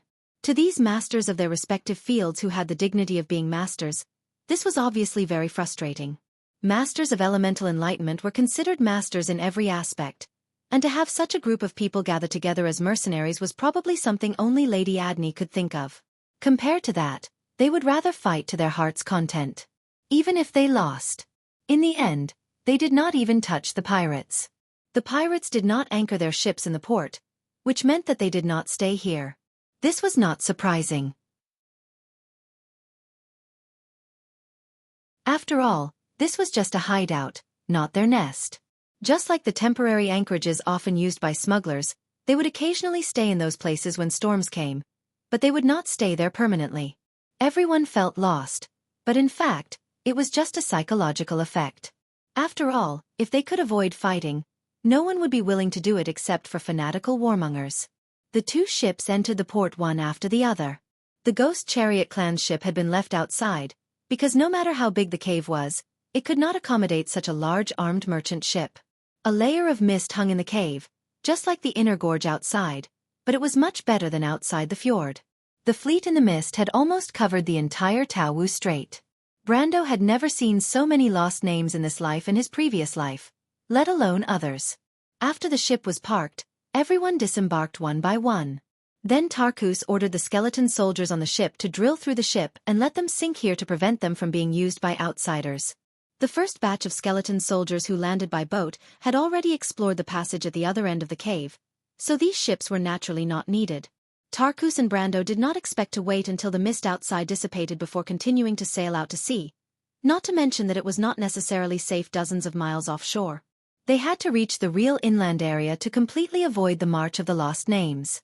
This was also the reason why they did not directly force their way ashore from other places. After landing, they had to open up a path along the wilderness. Who knew when they would run into the marching route of the lost names? Since this was the pirates' landing point, there must be a safe land route behind it. Otherwise, this place would at most be a safe haven, not a temporary lair. As for whether sinking the ship would cause any trouble for the people behind it, Brando had never considered this issue. Why should he be so considerate for the pirates? As for Tarkus, he was even more disdainful to consider this. Even if the undead might reactivate this port in the future, they would have the means to salvage the sunken ship. As for the pirates? Who cared about this? After everyone got off the ship, the cave seemed a little cramped. After all, in addition to Brando, Delphian and Phoenix Hua, there were 2 squadrons of skeleton soldiers and a group of low-level liches on the 2 armed smuggling ships from Madara. They were usually locked in the bottom cabin as ballast in Madara style. They would only be released when there was a battle or when they needed to land. In addition to the skeleton soldiers, there were also the sailors on the Ghost Chariot's armed merchant ship. There were also more than 10 people. Including the 2 elders and their servants, as well as Feng Chi's subordinates and servants, there were about 20 to 30 people. Adney and her night men were another group. For a time, there were more than 100 people in the pirates' hiding place. It was obviously impossible for this small place to not look cramped. Tarkus divided 1.5 squadrons of skeleton soldiers, the other half was left in Gus' cell, into 2 groups. One group continued to act as cannon fodder in front, and 3 liches were in charge of commanding them. The other group, which was larger in number, was at the back. It was not to guard against anything, but mainly to serve as a warning. If they encountered the lost names later, at least they could detect them in advance. They were still cannon fodder in essence. The sailors of the Phantom Chariot were naturally captives at this time, but no one cared about the ordinary sailors. The servants of the 2 elders of the Phantom Chariot were quite strong, so they were watched over by Adney's knight. Of course, Brando also paid for this. The female knight was very satisfied with Brando's generous employer. Only the 2 elders of the Phantom Chariot were a little troublesome for Brando and Tarkus. After all, they were supreme class masters, although only half a step into the supreme class. Even if Deputy Marshal Brando was monitoring them, there would be problems if he was not careful. The 2 had obviously suffered a lot these days. They had been locked in the bottom cabin with the skeletons and liches, and the food they ate was worse than pig and dog meat. It was not that Tarkus deliberately slighted them, but that was all the sailors could eat at sea. The undead could not specially prepare a cook for the 2 captives. That was the treatment that only Brando and Delphian had.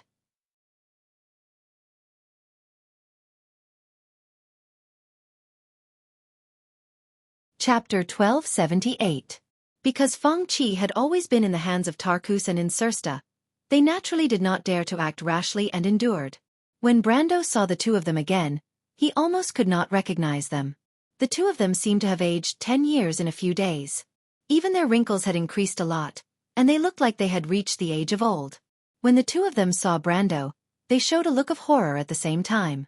Obviously, the battle at Rosaline Port had left an indelible shadow in their hearts, especially the last confrontation between Brando and the Holy Jade Sword. That was almost beyond the imagination of mortals. Looking at the 2 of them, Brando knew that these 2 guys could not stir up any waves. At least in front of him, they did not dare to act rashly. He motioned to Tarkus to ignore the 2 of them and just keep an eye on Feng Qi. As for the latter, since coming out of Gussel Port, his originally arrogant nature had been restrained a lot. He did not dare to provoke him again. Brando saw a few times that the latter looked like he wanted to say something to him, but in the end, he held back.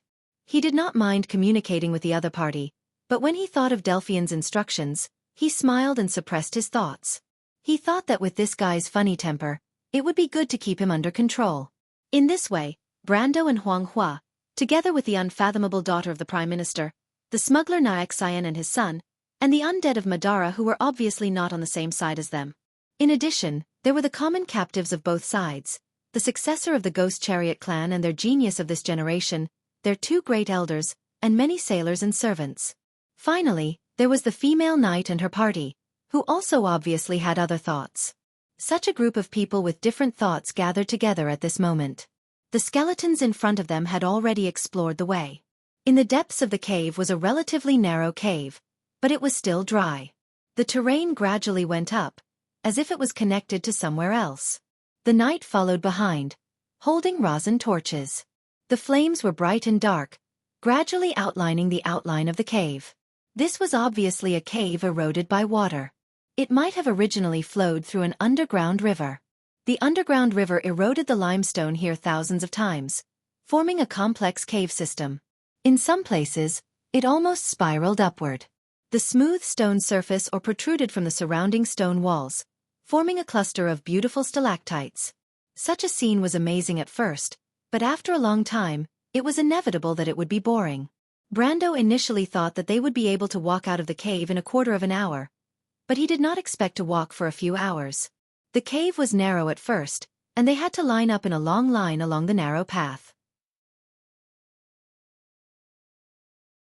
But later, it gradually became wider. The walls of the cave expanded in all directions, almost forming an open underground space. Moreover, it formed a precipice on one side. Looking from that direction, it was pitch black. Below the precipice was almost an abyss, and the light of the torch could not illuminate the end at all. Tarkus threw a stone down, and after a while, he heard the echoes of the stone. Brando extended his line of law downward and found that there was an underground lake below, at least 200 or 300 feet above the surface. As he continued to move forward, he heard the sound of water coming from the darkness. Although he couldn't see the direction, he could tell that it was a waterfall. It seemed that the original underground water had changed its course here and poured into the underground lake. But this underground space was frighteningly large. The pirates who originally stayed here would not have not discovered it. This was simply a natural hiding place. He now began to doubt his previous judgment. The previous port was a little too clean. With such a large hiding place, the pirates could not have completely ignored it. But where did they go? Brando did not know that while he was thinking about this problem, a few hundred meters away, on the other side of the cliff in the darkness, between two stalactites, there was a pair of eyes looking over here. The dark eyes reflected the distant light of the fire. The owner of the eyes did not necessarily see Brando and the others clearly, but the light of such a bright torch was enough to spread far in the darkness. He stayed in place for a moment, then put a handful of beans in his mouth, chewed a few times and turned to leave. The man nimbly slid down a stone slope, as if the darkness was nothing to him. He circled around the stalactites a few times, found one of the caves, and quickly went in. He did not go far before a faint light came from the front. Seeing the light, the man narrowed his eyes and quickened his pace. He walked to the corner and saw the scene in the cave where the light came from. It was a small stronghold. There were a few beds in the cave, and there were even more hammocks hanging in the air.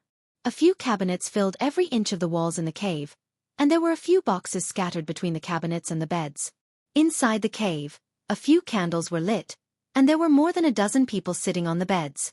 When the man barged in, the others looked back warily in his direction.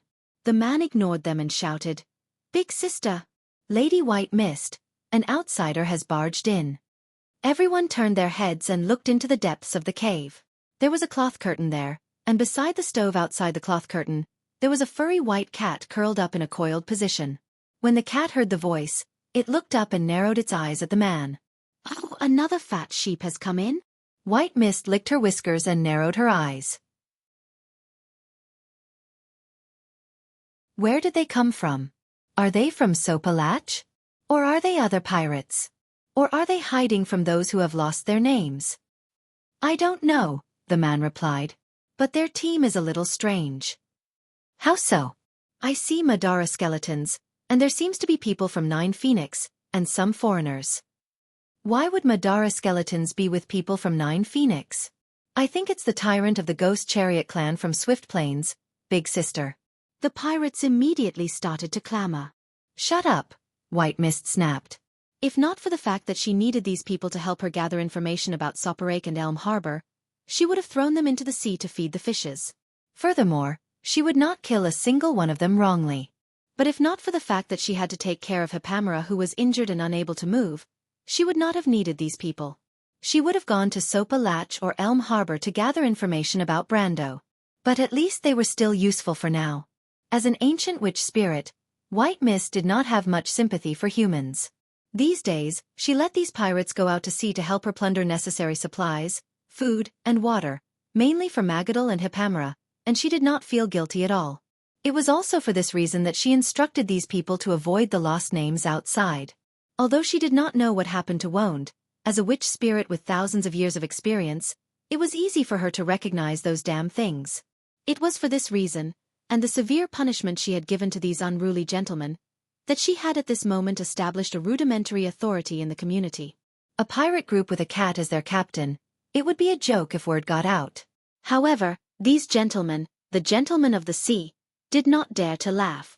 In fact, when White Mist coldly spat out the two words "shut up," these two words produced the appropriate deterrent force they should have. Sure enough, the cavern became absolutely silent. Compared to a witch who had mastered ancient dark knowledge, the pirates' childish tricks were nothing. The witches weren't joking when they said they could pull out someone's tendons and skin them. That unlucky pirate was still hanging outside after being dried by the wind. Go and find out who it is. Don't kick an iron plate. I'm too lazy to come out and save you. The pirates nodded repeatedly. But at this time, the curtain behind her was suddenly gently lifted by a hand, and the silver elf Princess Metasha came out from inside, holding the wall. Her face was a little pale, but she spoke very firmly. "White Mist, I can feel the Lord." "What did you say?" "My Lord. He is very close to us. My Planeswalker authority has detected him, and my Lord must have detected me too." "Really?" Brando did indeed feel the presence of Metasha at this moment. To be precise, he felt the existence of his secondary authority, and then he realized that it was the Silver Elf Princess, and then he felt the presence of Hippamera. The shock was no small matter. He stopped almost immediately, almost causing Delphine, who was behind him, to bump into him. The Prime Minister's daughter was stunned. She raised her head to look at him and asked in a low voice, "What's the matter?" "What's wrong?" "I can feel Metisha," Brando replied. "My lord?" Metisha's soft voice was immediately transmitted through their telepathic connection. "Is it really you?" Her voice was full of surprise. "Metisha." Brando was very excited, and he was worried about his subordinates who were left in Rushta. So many things happened after the moonfall, and no one knew what happened to them in the end. "Are you okay? Where are Charles and the others? Why are you here? Weren't you teleported away?" He fired off a barrage of questions in rapid succession. Metisha paused for a moment. She was about to answer. But suddenly her voice became cold, as if she had turned into the little princess in Chablis.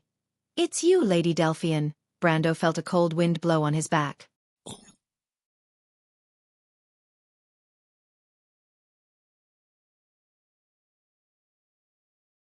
Chapter 1279. I thank you from the bottom of my heart, my lord. Thank you for everything you've done for us. The same goes for your kindness, Brando replied. He naturally had a good impression of the kind-hearted princess. This nun princess didn't do anything spectacular in history, but everything she did was supported by kindness and justice. History didn't need too many revolutionaries. What it needed were thousands of people like the nun princess. He suddenly remembered something and said to Magadal, "I brought someone with me. You might want to meet him, your highness." Who is it, my lord?" Magadal was stunned.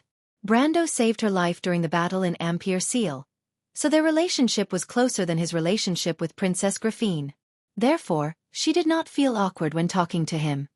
"It's Mr. Blanc, your grandfather." "What?" Magadal was shocked.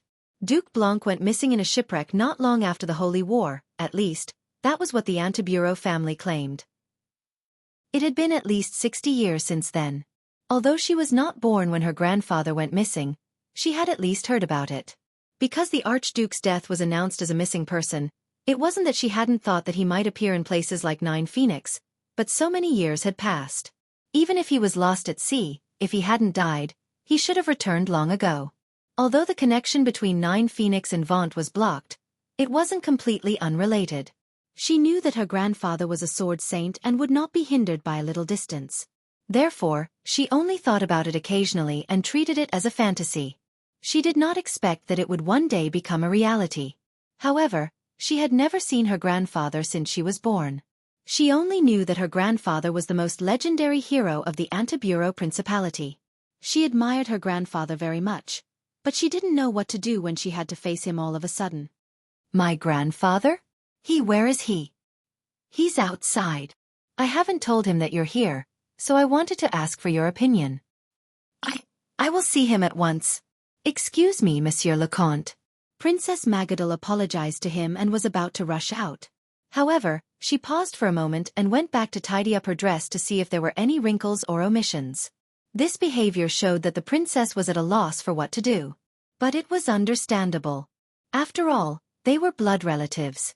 Although they hadn't met for decades, they still couldn't part with each other. Moreover, Brando knew very well what it would mean for the small duchy if the old duke returned to Antibureau. It was impossible for Magadal not to be nervous and concerned. Magadal hurried out of the room, leaving Brando and Metisha alone in the narrow stone room. Hippamera then thanked him softly. She was a very contented girl and did not think of how to repay him. After all, Brando was her lord and her master. That was enough for her. Metisha was silent for a moment before she asked, "I never thought that Princess Magadal's grandfather would be here. I heard that he went missing decades ago." "There's more to this than meets the eye. Actually, it's not like what the rumors say. But that's Marshal Blanche's private matter after all," Brando explained. "I understand." Metisha shook her head. "But my lord, do you think that Marshal Blanche knows about Miss Magadal's existence?" Brando was silent. He did not tell Blanche about Magadal in advance because of this reason. Perhaps Magadal herself did not know about the uniqueness of her body. The storm's core in her body was originally the power core of the giant god warrior. Any ordinary person would definitely not be able to carry such a thing in their body. There was no doubt that this princess was not human. Unless she was premeditated by someone, the Antibureau family's role in this was very suspicious. But from Magadal's reaction, the possibility of the former was very slim. And the current Duke of Antibureau would definitely know about his daughter's situation. What about the previous Duke? That was hard to say. Of course, he did not want to pry into other people's privacy. He just did not want to hurt this kind princess. Perhaps not interfering was the best way to protect her. But if the Antibureau family really had ill intentions towards Magadal, then he would have to intervene. Not only was Princess Magadal the best friend of Princess Griffine, she was also the best friend of all Tonajal. During the time she lived in Abes, she had formed deep friendships with almost everyone. Such an outstanding lady, Brando would never let her get hurt, and Medisha naturally would not. Brando was silent for a moment, then suddenly took out the angel's heart bottle and shook it in front of the silver elf princess. I heard that you were injured too. Medisha, do you need this? Medisa was extremely intelligent. She could see through Brendel's guilty conscience and couldn't help but laugh out loud. She covered her mouth with the back of her hand and said, "There's no need for that. This is a miraculous artifact. My lord, please don't use it as a tool to please girls." I don't have such thoughts, I'm just worried about my subordinates. The silver elf princess snorted softly. Actually, I have always suspected that the relationship between Miss Delphian and my lord is not that simple. Ahem. She raised her head and looked at him carefully. Actually, I know what Miss Delphian is thinking. That's why I said that she was a little pitiful. But my lord, since you have promised her, don't let a girl be sad and disappointed. Perhaps Miss Delphian made the right choice this time, and only you can save her. Medisha? Don't treat me like a child, my lord. I have 1,000 years of experience, much more than my lord. No, Brando replied. I met your sister. In the elemental frontier, Magadal and Frank's reunion was not as complicated as Brando had imagined. The moment the princess saw the old marshal, she recognized the face of the solemn portrait hanging in the middle of the castle. She recognized the old duke who had been missing for more than 50 years. On the other hand, although Frank subconsciously felt a sense of familiarity with the girl who ran out, he did not recognize her at first sight. This was understandable. After all, when he left Antoinette, Magadal was not even born yet. He had not even seen the nun princess when she was still a baby girl, so how could he recognize his granddaughter at first sight? However, what happened next was predictable. When Magadal revealed her identity, the old marshal was overjoyed. Some traditions in a large noble family could not be faked, especially for the people in the family. Besides, Brando had no reason to lie to him about this matter, so Frank believed Magadal's words almost immediately. The old marshal had left Wound for a few decades because of his cynicism, but this did not mean that he did not care about his family. It was a bond that no one could give up, not to mention the glorious bloodline that had been passed down. Magadal immediately threw herself into her grandfather's arms and burst into tears. Although she did not suffer much after the battle in Ampere Seal, now that she was tens of thousands of miles away from her hometown and in a completely unfamiliar environment, it was understandable that she could not control her emotions when she suddenly saw a legendary family member. Frank was greatly relieved, comforting his granddaughter in a soft voice while chuckling. Obviously, he was very happy to meet a descendant who was related to him by blood before returning to the land of Vaunt. However, after a short reunion, the old marshal went to find Brando in private and said, "Young Master Brando, there's something I have to tell you. I might even need your help. Please don't call me young master. Mr. Frank, if you need anything, please let me know. If there's anything I can help with, I'll do my best." Brendel felt that the way he addressed Frank made him feel uncomfortable. The old marshal sighed. "It's about Magadal." Brando was slightly taken aback. However, a hint of understanding flashed through his mind. But when he saw Frank's expression, he ruled out the possibility that the Antibureau family was plotting something. Frank obviously knew about Magadal's background, but it seemed that this was something that he could not do anything about. When this thought flashed through his mind, it naturally showed on his face. Frank looked at his expression and seemed to have understood something. Young Master Brando, you already know? Brendel paused for a moment, then nodded. So, he asked, what's the matter with Princess Magadal? That child, Frank sighed and said. She's an ancient, a descendant of the ancient celestials that is even older than the golden folk. What did you say? Magadal is a divine citizen. Brendel's jaw dropped to the ground. Magadal is a divine citizen? A celestial.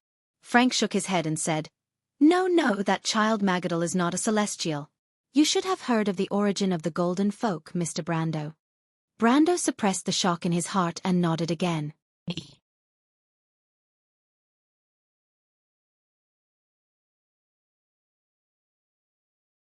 Chapter 1280. Brando soon saw Metisha. Although Delphian took the initiative to apologize to her and explained clearly why she was here, the latter still looked a little unhappy when she saw her. To be exact, it was a little cold. Even Brando did not get a good look from the silver elf princess for the first time.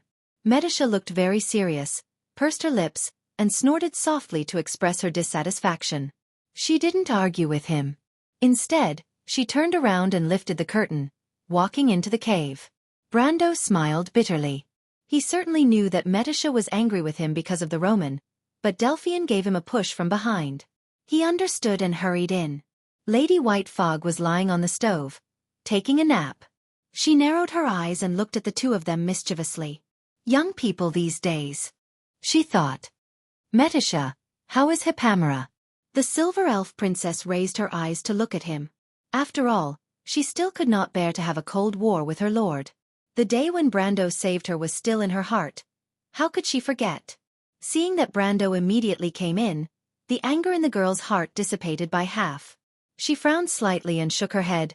Not very good, we lack medicine and treatment here.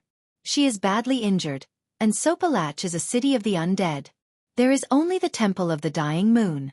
Lady White Fog sent the pirates to find the Water of Life, but unfortunately, they found nothing. Fortunately, Miss Magadal has some knowledge of potions, and with the herb Hippamera, she got better. What about Flora, Nightsong and the others? Don't the elementalists have healing spells? I can't summon Flora and the others because I can't contact you, and the Planeswalkers Authority can't be activated. Lady White Fog has some healing methods, but it is very limited. Hippamera was a priest herself, but she could not use Himalad's divine power when she was seriously injured. The so-called doctor does not treat himself, it was probably so helpless. In the end, Metisha added softly, if my lord came a day later, I was going to risk going to Elm Harbor to see. Brando could not help but feel ashamed.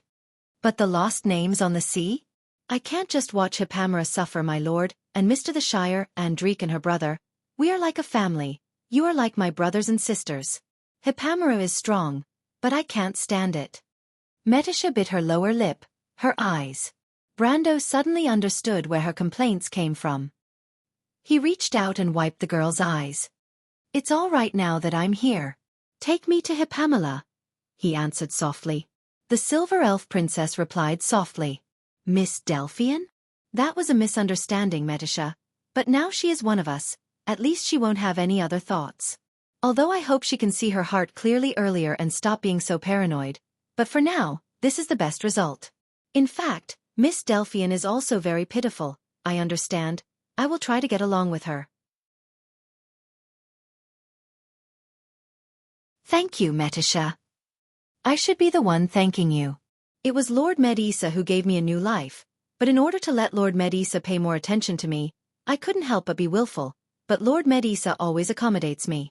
Medisa is really blessed. Brando's heart softened slightly when he heard this, and he could not help but look carefully at the silver elf princess. Smart, excellent, beautiful, she had everything a young girl dreamed of, like a perfect masterpiece of Martha. The key was that it was so reassuring, like a quiet harbor that could anchor one's heart. Whenever he was with her, Brando would feel a kind of eternal peace, as if all the anxiety and worry had disappeared without a trace. This seemed to be a characteristic of the elves. It is really a blessing to be able to meet you. Brando could not help but say this in his heart. Medisa silently led the way.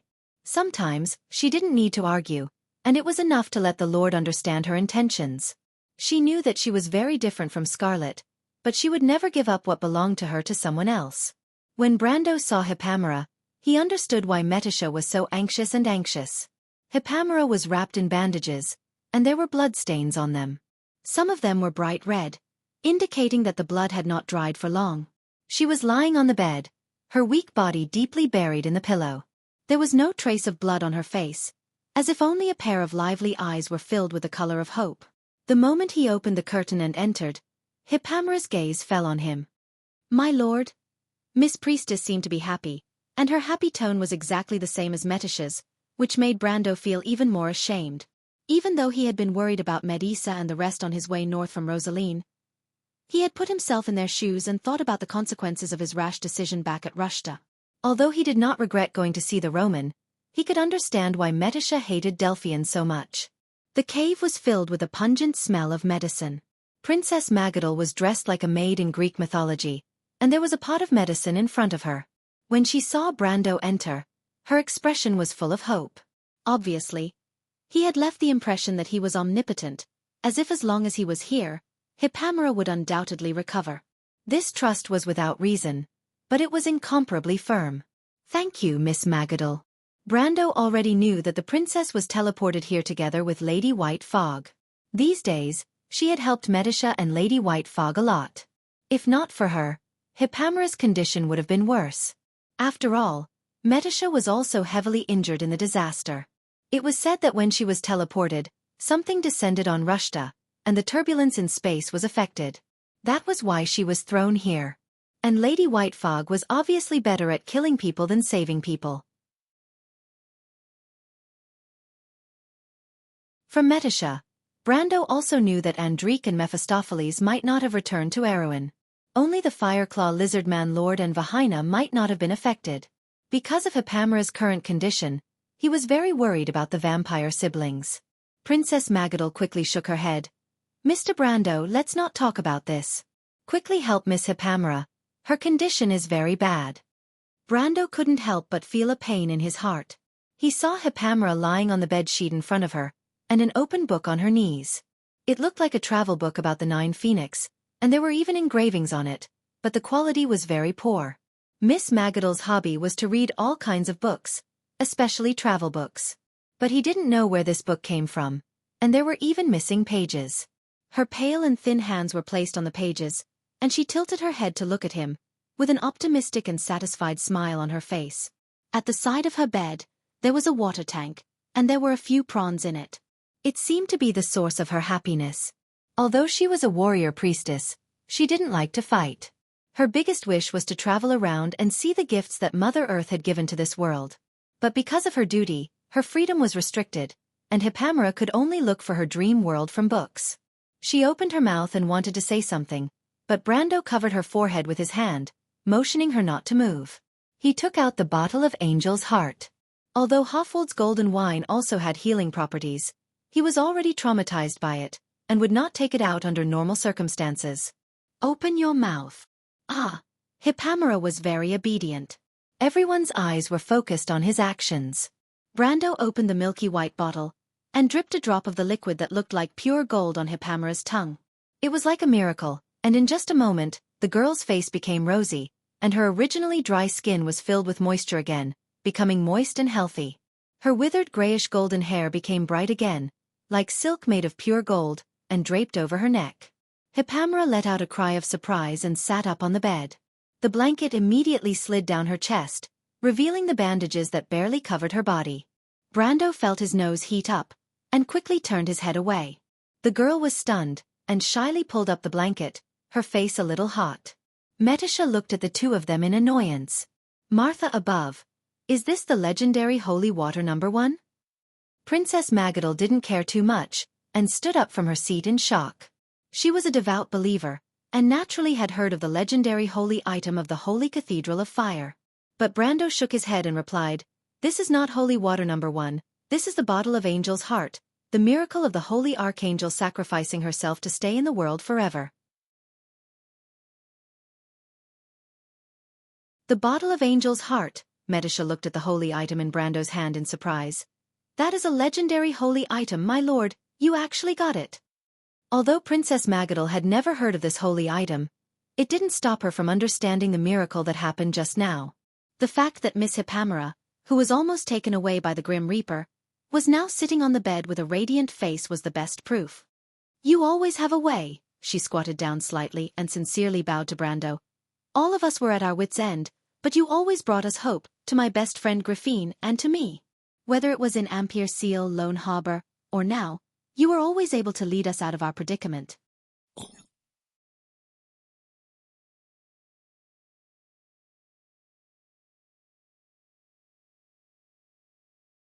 Chapter 1281. I thank you from the bottom of my heart, my lord. Thank you for everything you've done for us. The same goes for your kindness. Brando replied. He naturally had a good impression of this kind-hearted princess. This nun princess didn't do anything spectacular in history, but everything she did was supported by kindness and justice. History didn't need too many revolutionaries. What it needed were thousands of people like this nun princess. He suddenly thought of something and said to Magadal, "I brought someone with me. You might want to meet him, your highness." Who is it, my lord?" Magadal was stunned.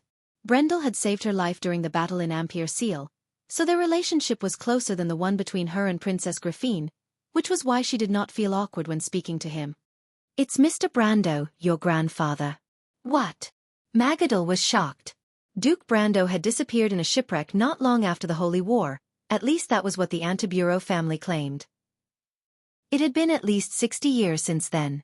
Although she was not born when her grandfather went missing, she had at least heard about it. Because the Archduke's death was announced as a missing person, it wasn't that she didn't think that the other party might appear in places like Nine Phoenix, but so many years had passed, even if he was lost at sea if he didn't die, he should have returned long ago. Although the connection between Nine Phoenix and Vaunt was blocked, it wasn't completely unrelated. She knew that her grandfather was a sword saint, and would not be hindered by a little distance. Therefore, she only thought about it occasionally and treated it as a fantasy. She did not expect it to become reality one day. However, she had never seen her grandfather since she was born. She only knew that her grandfather was the most legendary hero of the Antibureau Principality. She admired her grandfather very much, but she didn't know what to do when she had to face him all of a sudden. "My grandfather? Where is he?" "He's outside. I haven't told him that you're here, so I wanted to ask for your opinion." "I'll go see him right away."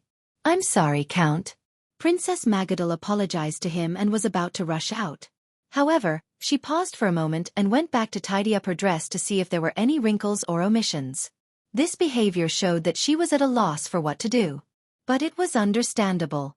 After all, they were blood relatives. Although they had not seen each other for decades, they still could not let go. And Brando knew very well that if the old Duke returned to the Antibureau Principality, it would mean a lot to the Antibureau Principality. It was impossible for Magadal not to be worried. Magadal hurriedly left Brando and Metisha in the narrow stone house. Hippamela thanked him softly. She was a girl who was content with what she had and had a big heart. She didn't think about how to repay him, because he was her lord and her master, and that was enough. Metisha was silent for a moment before she asked, "I never thought that Princess Magadal's grandfather would be here. I heard that he went missing decades ago." "There's more to this than meets the eye. In fact, it's not like what the rumors say. But after all, it's Marshal Blanche's private matter." Brando explained. "I understand." Metisha shook her head. "But my lord, do you think that Marshal Blanche knows about Miss Magadal's existence?" Brando was silent. He did not tell Blanche about Magadal in advance because of this reason. Magadal herself might not know about the uniqueness of her body. The heart of the giant dragon in her body was originally the power core of the giant god soldier. Any ordinary person would definitely not be able to carry such a thing in their body. There was no doubt that this princess was not human. Unless she was premeditated by someone, the Antibureau family's role in this was very suspicious. But from Magadal's reaction, the possibility of the former was very slim. And the current Duke of Antibureau would definitely know about his daughter's situation. What about the previous Duke? That was hard to say. Of course, he did not want to pry into other people's privacy. He just did not want to hurt this kind princess. Perhaps not interfering was the best way to protect her. But if the Antibureau family really had bad intentions towards Magadal, then he would have to intervene. Not only was Princess Magadal the best friend of Princess Griffine, she was also the best friend of all Tonajal. During the time she lived in Abes, she had formed deep friendships with almost everyone. Such an outstanding lady, Brando would never let her get hurt, and Medisha naturally would not. Brando was silent for a moment, then suddenly took out the angel's heart bottle and shook it in front of the silver elf princess. I heard that you were also injured. Medisha, do you need this? Medisa was extremely intelligent. She could see through Brendel's guilty conscience and couldn't help but laugh out loud. She covered her mouth with the back of her hand and said, "There's no need for that. This is a miraculous artifact. My lord, please don't use it as a tool to please girls." "I don't have such thoughts, I'm just worried about my subordinates." The silver elf princess snorted softly. "Actually, I've always suspected that the relationship between Miss Delphian and my lord is not that simple." "Ahem." She raised her head and looked at him carefully. "Actually, I know what Miss Delphian is thinking. That's why I said that she was a little pitiful. But my lord, since you promised her, don't let a girl be sad and disappointed. Perhaps Miss Delphian made the right choice this time, and only you can save her." "Medisha? Don't treat me like a child, my lord. I have 1,000 years of experience, much more than my lord." "No," Brando replied.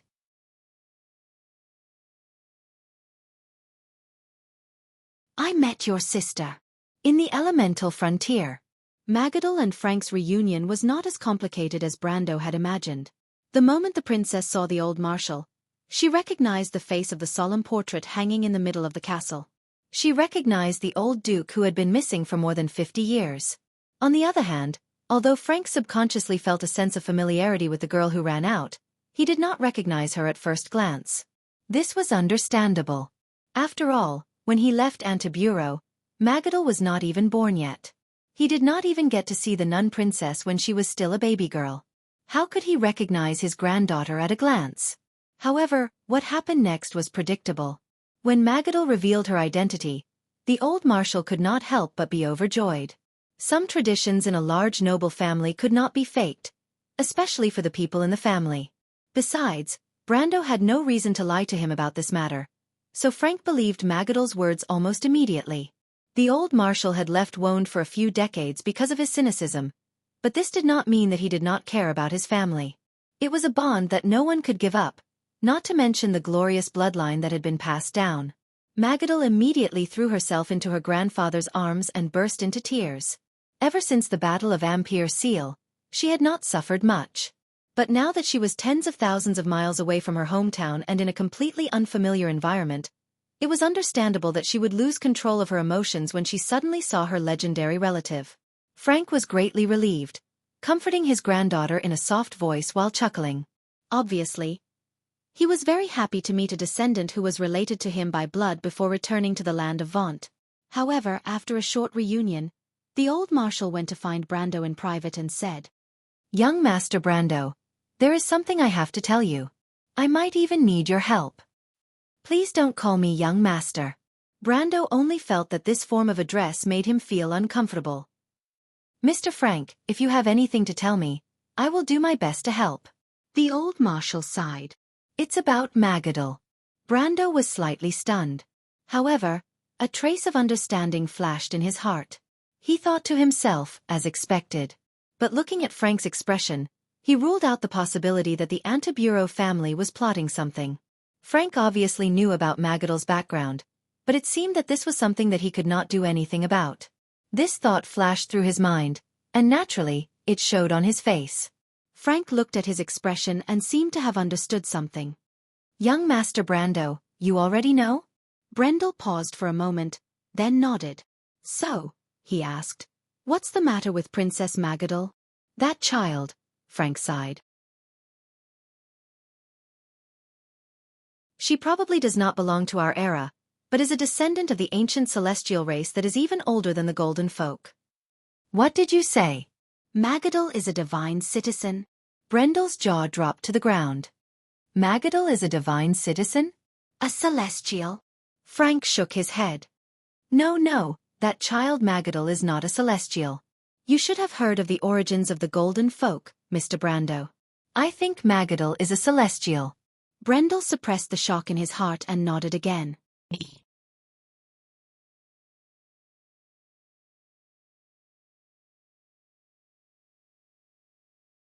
Chapter 1282. Not only did Brando understand the golden folk, he knew them far better than Brando had imagined. The golden folk had the blood of warriors flowing through their veins.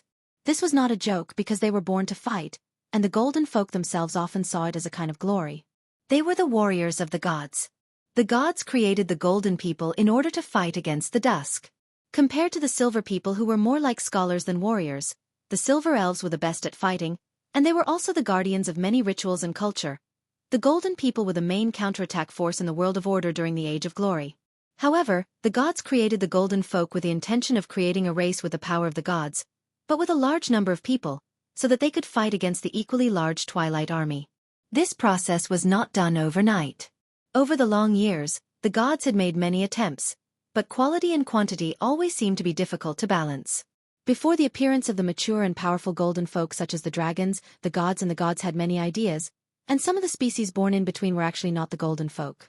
It was not until the gods finally found a way to solve the problem, creating the Myrna people who were not powerful, but had the greatest potential of all the golden folk. Before they came up with a mortal plan, the number of their failed works in the long river of history far exceeded the number of their successful works. But some of them were not worthless. And these beings who were born before the golden folk were not the golden folk, but the ancient folk. Some of them were even more powerful than the golden folk, and their strength was no less than that of the gods. For example, the famous demon infant Sodria in the history of Vaunt, the nightmare of the gods, had even killed a divine folk. Some of them were not powerful, and there were even some who did not have the slightest bit of power, and were called the ancient folk. But most of these ancient folk were annihilated in history. After all, before the stars fell, there was no land for mortals to live in Woned. But there were still some who survived. In Brando's knowledge of history, there were traces of them in Woned as well, though they were few in number and not powerful. These weak ancient survivors mostly lived in the Broken Sword Mountain range north of the Temple of the Earth. Coincidentally, all of the truly powerful ancient citizens, including Sodria, had perished without exception. Instead, it was the lowly mortals who had survived. Even though their living conditions were bleak, at least they had stubbornly survived. Sometimes, Brando even suspected that the gods had found inspiration in this matter and created the Myrnas. They even abandoned the plan of the Golden Race and started the Age of Black Iron. These were crystalline life forms that looked like crystal clusters. Some were pure energy life forms, and some were elemental life forms. Others looked more like constructs, such as the swordsmen. Their bodies were made of metal, and they fed on iron. They looked like life forms, but they were very different from the Golden Race and the Silver Race. They also did not fit in with the Black Iron Race. Speaking of which, Princess Magadal was indeed very similar to them. She had a heartbeat, blood circulation, and even metabolism. She had emotions, intelligence, and her appearance was almost the same as a human's. Even she did not doubt this. But she was not human. Sometimes, Brando wondered if he was human. He had a system that no one else could see, and he had high authority in Martha's divine council. He also had the heart of the storm in his body that was similar to the heart of the dragon. But there was one thing he was sure of. He and Brando's parents were the purest humans. Even Darius, the sword saint, was born and raised in Erewhon. He did not even have the slightest trace of the noble elven bloodline that the nobles were proud of. To be more precise, he was a typical country bumpkin. And before the heart of the dragon was implanted, his body was also purely human. From his appearance to his internal organs to his bones, there was not a trace of abnormality. Even before the orb of nature perfected his bloodline, the blood that flowed in his body was what the Silver Queen called the dirty red blood. But Magadal was completely different. This princess could be said to only be human on the surface. Perhaps she had the emotions and intelligence of a human, as well as a sense of identity. But her body was indeed a construct. Such a strange life form could only have been the work of a mad wizard who was arrogant enough to challenge the realm of the gods. But the wizards, including the Bugas, could never solve the problem of the soul and emotion, and they did not even go as far as their fellow necromancers in this regard. Although the poor liches of Madara still did not understand the principles of their spells, it was hard to say if they were more pitiful than the Bugas. So when Blanche said that Princess Magadal was an ancient, Brando could accept it. But what made Brando a little surprised was how the Antibureau family knew about this. In his opinion, this small duchy, which drifted away from the upper circle of the Kurlutz people, was once very dutiful in history. Although there were some trivial and melodramatic things, they were not out of the scope of ordinary nobles. And how did they come to be related to Magadal?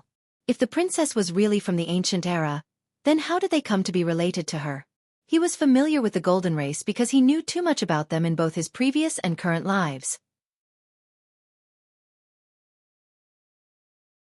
Especially in this life, because of his grandfather, he learned many secrets from the Bugas, from the Silver Queen and many other people that he had never known before. That was how he learned about the plan of the gods, and learned about the Dark Dragon and everything that happened in the past. And in fact, for many people living in this land in this era, including the nobles, the only thing they knew about the Golden Race was the dragons, just like how many people only knew that the Bugas were silver wizards, and they did not even know about the silver elves. To be able to say that the Golden Race was created by the divine people, and even to be able to confirm the existence of the divine people was a very remarkable thing in itself, and that was at least the domain of a senior scholar. And to know the difference between the ancient race and the Golden Race was even rarer. Brando looked at Blanche, hoping that the marshal could give him a satisfactory answer. You know the origin of the Golden Race? Blanche was more surprised than him. I understand, the Bugas told you. After all, they had some connections with your grandfather. That's right, you know about the divine people. That makes things easier. The old marshal sighed.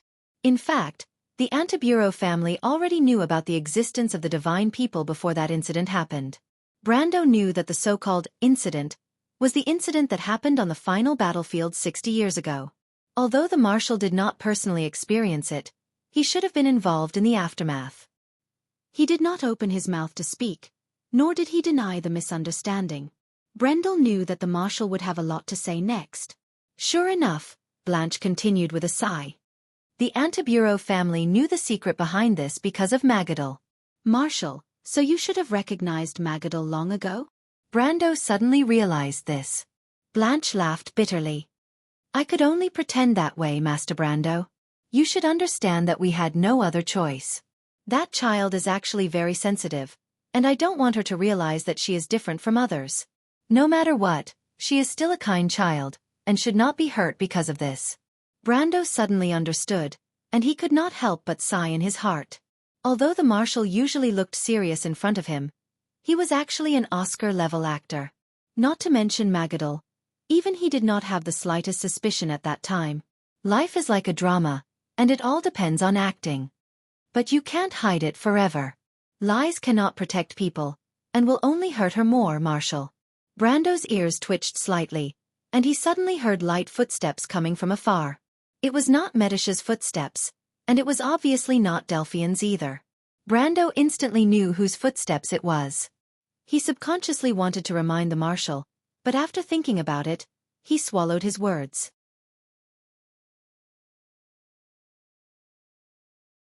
Since she came here quietly, it meant that she might have doubts in her heart. It was not important when this suspicion arose. What was important was that concealing it could be done with good intentions, but deliberate deception may cause an irreparable rift between the Antibureau family and Magadal. We have no other choice. This is related to another secret. I will tell you slowly later, Master Brando. After saying this, Blanche's face suddenly changed. It was obvious that he had also heard the footsteps. Although his strength was slightly inferior to Brando's, Magadal was just an ordinary person. It was impossible for her to hide in front of two Supreme Realm experts. But Brando said, Marshal, if you can recognize Magadal, it means that she is definitely not your granddaughter, right? Blanche was slightly taken aback, and he looked at Brando with some confusion. But Brando shook his head at him sternly. This marshal had lived an illustrious life, and had experienced countless storms and waves. It was obvious that he was not completely ignorant of the human heart. In fact, it was the opposite. With his sharp mind, he instantly understood what Brando meant.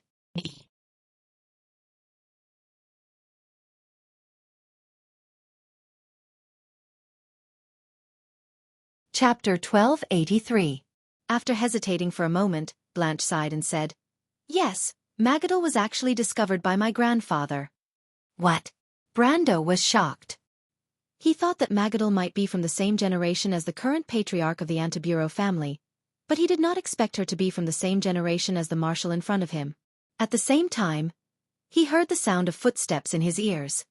You're right, young Master Brando. I grew up with Magadal. Blanche smiled bitterly. At that time, very few people knew the secret behind Magadal, including me. Everyone thought that she was my sister. Then, something happened. Blanche slowly recounted the story that happened nearly 100 years ago.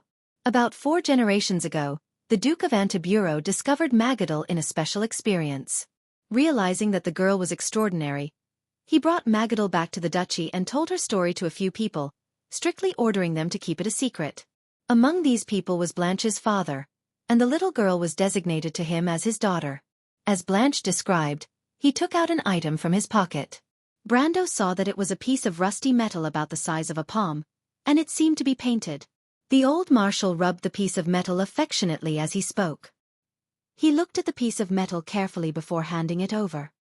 We confirmed that Magadal was an ancient because of this. I should have left it to my useless son, but I left in a hurry. I was worried that it would bring trouble to Magadal, so I took it with me. Brando took the piece of metal and glanced at it. He frowned. To be exact, it was an ordinary piece of metal. It was very thin, only a few millimeters thick. It was a little bent and covered with a layer of red rust. But the rust could not hide the paint that was painted on it. It was a layer of blue paint with a white border. There was a line of small letters engraved on it. Umsots Rubdaslames X 00432408 IRTU 433, W. D. 1044, Stem, 25th. No matter how he looked at it, there seemed to be nothing out of the ordinary. But Brando knew that this thing should not exist in this world. It was a production nameplate. He was very familiar with the words on it. It was at least an ancient language from a few eras ago. After seeing it many times, he gradually learned how to read it. Although he could not understand it word by word, he could at least roughly understand the meaning of the nameplate. Experimental subject number X00432408 was located in sequence 433. It was located in a production workshop or laboratory called RTU. In short, it had a similar meaning. Finally, there was time. It was a method that he had never heard of before. It was a method that might have lasted for more than 1,000 years. So what was this? He looked at the small piece of metal in his hand, and his heart was filled with questions. A transmigrator like himself? From Earth? Or from another time and space? Or was it a gadget that the planeswalkers brought from a parallel dimension? He raised his head and looked at Blanche. He knew that the marshal would definitely give him an explanation. This is something that was found with Magadal. Brando heard the sound of something falling to the ground. He turned to look in that direction, and the sound immediately disappeared.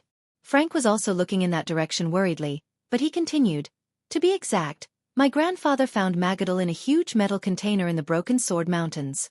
At that time, he could not get the entire container out, but he found a baby girl in it. In order to prove it, he tore off this nameplate from the container. Do you know what this is? Brando asked. Frank shook his head. We only know that it is an ancient language. My grandfather looked up a lot of information and documents about this. Since then, we have learned about the relationship between the Golden Race and the Divine People. It was also at that time that the Antibureau family began to approach the Holy Cathedral of Fire to investigate Magadal's background.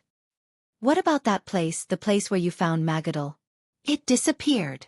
Disappeared? My grandfather and my father went there later, but before that, there was an earthquake in the Broken Sword Mountains. That place was originally the hive area of Georgandy Ridge, but it was buried because of it. Brando pursed his lips. His heart was pounding. There was a very interesting fact. Almost all of the ancient people devoutly believed in Mother Earth Gaia, because they believed that they came from the same place. That place was buried in the mountains, deep in the earth, under layers of silver plains. There was a silver kingdom. Mother Earth Gaia protected every one of her children. Until one day, when the children grew up, the gate opened in front of them, and everyone came to the earth. This was a scene described in the myths of the ancient people. Their religious ceremonies also repeatedly repeated the scene of them coming out of the mountains, and the witch doctors and priests passed down this history by word of mouth. What was more interesting was that the rune dwarves also believed in this legend. Thinking about it carefully, this history was very similar to the one in Odin's memory. Before the destruction of the rune dwarven empire, the entire empire was also searching for the silver plains described in the dream. The rune dwarves also believed in the goddess of the earth, Gaia, and they also worshipped Halran Gaia as a sacred sword. He could not help but suspect that there might be a fortress like Babel in the depths of the earth. Countless eras ago, this fortress history might be even more glorious than Babel, and Valhalla was not even worth mentioning in comparison. Valhalla only carried the history of the golden race, and the silver plains in the dreams of the rune dwarves was the homeland of all the ancient people. But if Princess Magadal was also an ancient, then did she also come from this place? Coincidentally, the head of the Antibureau family 2 generations ago, Brando's grandfather, found Magadal in the Broken Sword Mountains. Brando could only think of one thing from the description of the metal container and the nameplate. A petri dish. With Brando's own knowledge, he should not have known this term. But he was very clear that the other soul in his body, which came from Sophie's soul, was telling him the truth. The metal container that contained Magadal in her infant form was a petri dish. The place where it was located was very likely the place called the RTU laboratory on the nameplate. And that place might have been a part of the Silver Plains. Then there was a question. What exactly was the Silver Plains? Why would there be such a thing there? Brando's mind was filled with countless questions and guesses, and every question made him tremble. Thousands of guesses and thoughts seemed to be circling in his mind, and finally, they all turned into a question. Who was it, and what method did they use to create the ancient people? Who were the ancient people? His mind was blank, and at this time, the girl hiding in the darkness could not take it anymore.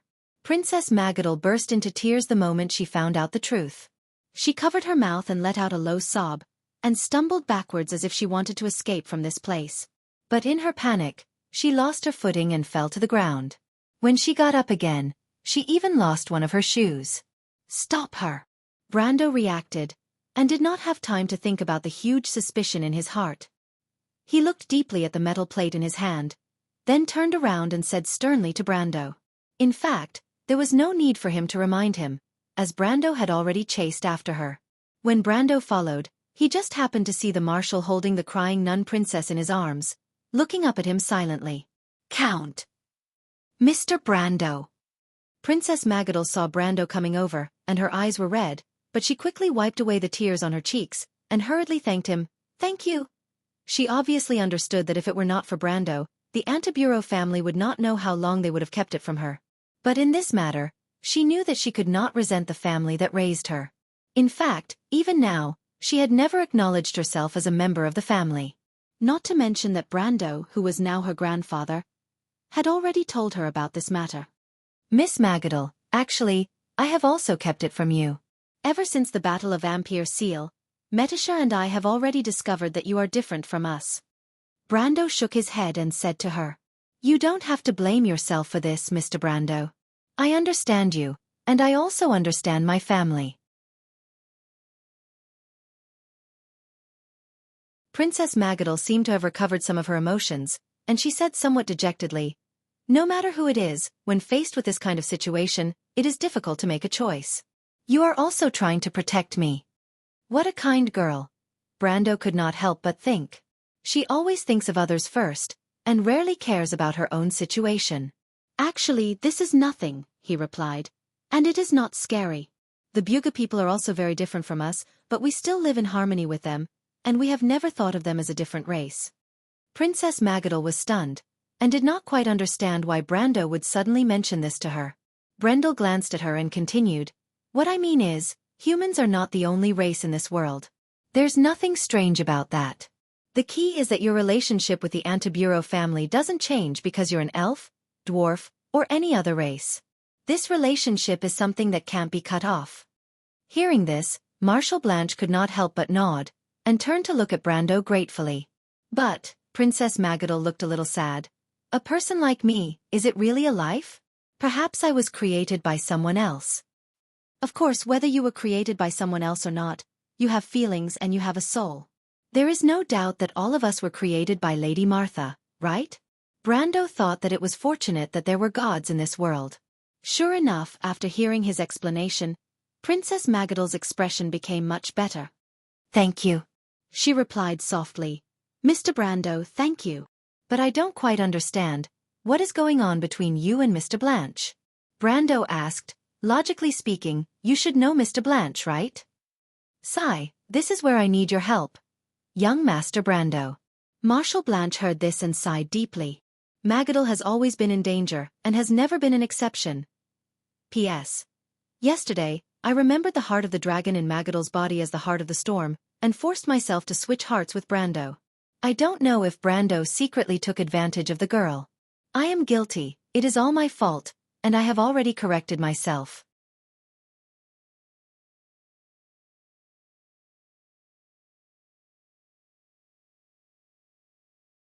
Chapter 1284. In fact, young Master Brando, Magadel's memories have always been in a state of amnesia. Every once in a while, she would seal off her past memories. This may be a form of protection because it has something to do with her nemesis. Nemesis? Marshal Blanche shook his head and continued. The only memory I have with Magadel is when my father and grandfather were still alive. At that time she was still my sister. We were still young then, and my father and grandfather did not tell me anything about Magadel's past.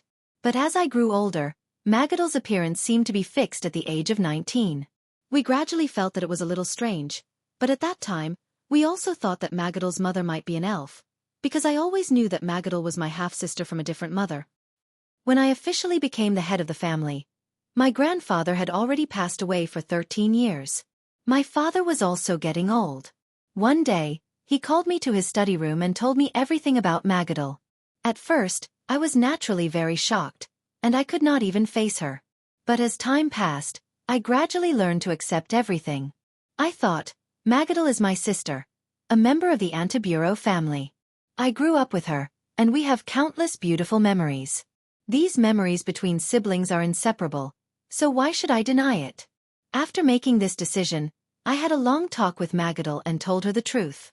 My father, who was the previous head of the Antibureau family, agreed with my decision, because we could not hide it from her forever. That should be Magadel's first memory. I remember telling her this secret in the inner courtyard of the Antibureau family's castle. In my memory, there was a small garden, and in the flower bed were some purple gentian. This flower was very popular among the nobles at that time, and there were a few bees flying around the white flowers of the pagoda tree. It was afternoon, and the sun was very bright. After listening to my words, Magadel was very calm. Magadel's mouth was slightly open, and she was a little lost in thought. She did not have any impression of this memory at all, but she could tell from Blanche's tone and details that his memories of that era must be beautiful and warm, just like the afternoon sun that he described. His tone revealed a sense of familial love and reminiscence, like dust floating under the warm sun. It was faint, but full of warmth. Blanche looked at Magadel, and his eyes were full of love. As my sister, Magadel was very different from you. She was calm, decisive, and very assertive. The only similarity between you and her was that you both had a pure and flawless heart. The Antibureau family's guild that helped the poor was founded by you, but they always thought she was your grandmother. Ah, no wonder they were so good to me, Magadel exclaimed.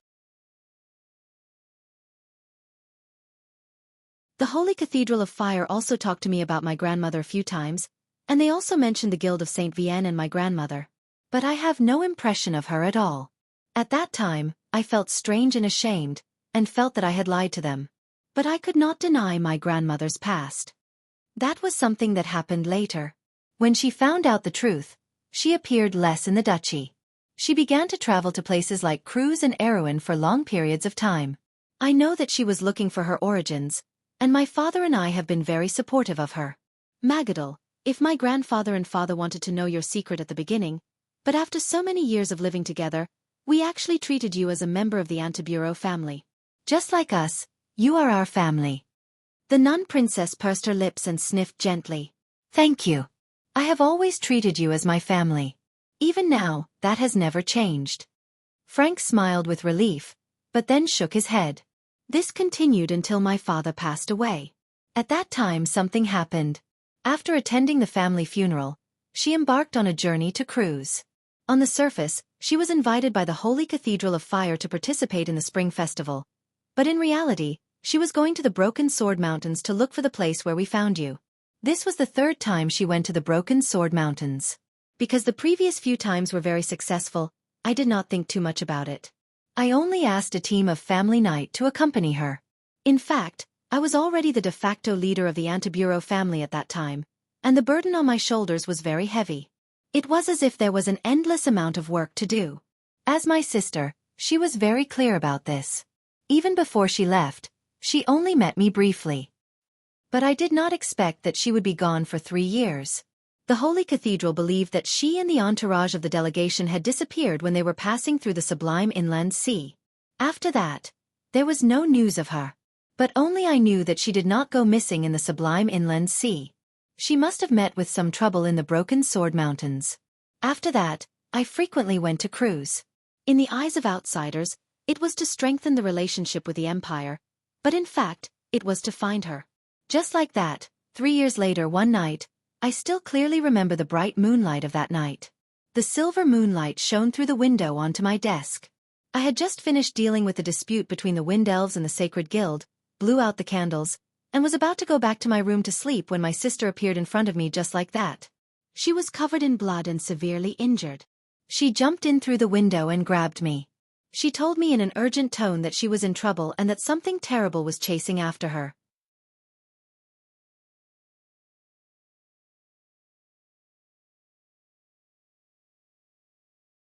Magadal, I followed the request of the second you in the letter and brought you back from the non-existent father of the White Mountain. I allowed you to become a member of the Antibureau family again. From then on, you are Magadal, my granddaughter. Grandfather? The old marshal nodded at her and smiled with relief. The old man raised his head and looked at Brando. Young Master Brando, I am already old. If Magadal was just an ordinary person, I would not make things difficult for you. But I know my son's ability. He may not be stupid, but he is not a smart person either.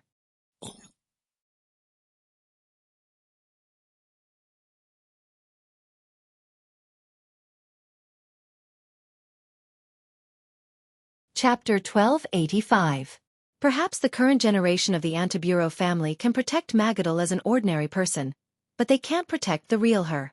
I know that the mystery surrounding her has never dissipated. Perhaps at some point in time, that terrifying thing will come back. If possible, I hope you can help the Antibureau family. I may not have been able to help Mr. Darius back then, but I have always been loyal to the Marshal. I hope you can agree to the request of a dying man like me for the sake of my old face. Grandfather. Princess Magadal whispered, You don't have to do this. Brando looked at the two of them and shook his head. Mr. Brando, my grandfather passed away early, but you are still in the prime of your life. I believe that with your abilities, protecting Magadal will not be a problem. But if that day really comes, I will definitely take action. Not because of your request, but because Princess Magadal is also my friend. Mr. Brando, Magadal looked at him gratefully. Thank you. Your grandfather was just as heroic back then. It's exactly the same. The old marshal sighed. It's no longer appropriate for me to return to Antibureau now. Back then, I wasn't able to follow the marshal. Now that I'm able to serve his descendants who are just as outstanding, perhaps it's a way to make up for my regrets. Brando was stunned for a moment, then suddenly felt as if he had picked up 5 million gold coins on the street. As the saying goes, every veteran of the war was a precious treasure, and Duke Brando was definitely one of the top veterans. In other words, if the Amber Sword was a pay-to-win game, then this marshal would be the legendary MR card with a B+ card, and it would be the best of the best. In the previous world, this card's only regret was that it was not a soft girl. However, Brando did not care about this at the moment. What did it mean to be a former marshal of the Allied forces? Just the title of the White Wolf Sword Saint was enough to smash a hole in the kingdom of Erewhon. It was not that he did not have such thoughts, but no matter what, Brando was still the Grand Duke of the Antibureau Duchy. Not to mention the status of the duchy, as the former head of the Antibureau family, he could be said to be an emperor. How could he become a retainer under Brando? Brando's highest wish was to build a good relationship with the Grand Duke, and strengthen the relationship between Erewhon and the Antiburo family. If possible, it could make the two countries advance and retreat together. That would be the best. After all, it was much easier for small countries to work together to fight against the giants. But now, he suddenly felt as if a ton of meat pie had fallen from the sky and smashed him half to death. It was as if he had just received a complicated main storyline quest, and the system had immediately given him an unprecedented epic reward.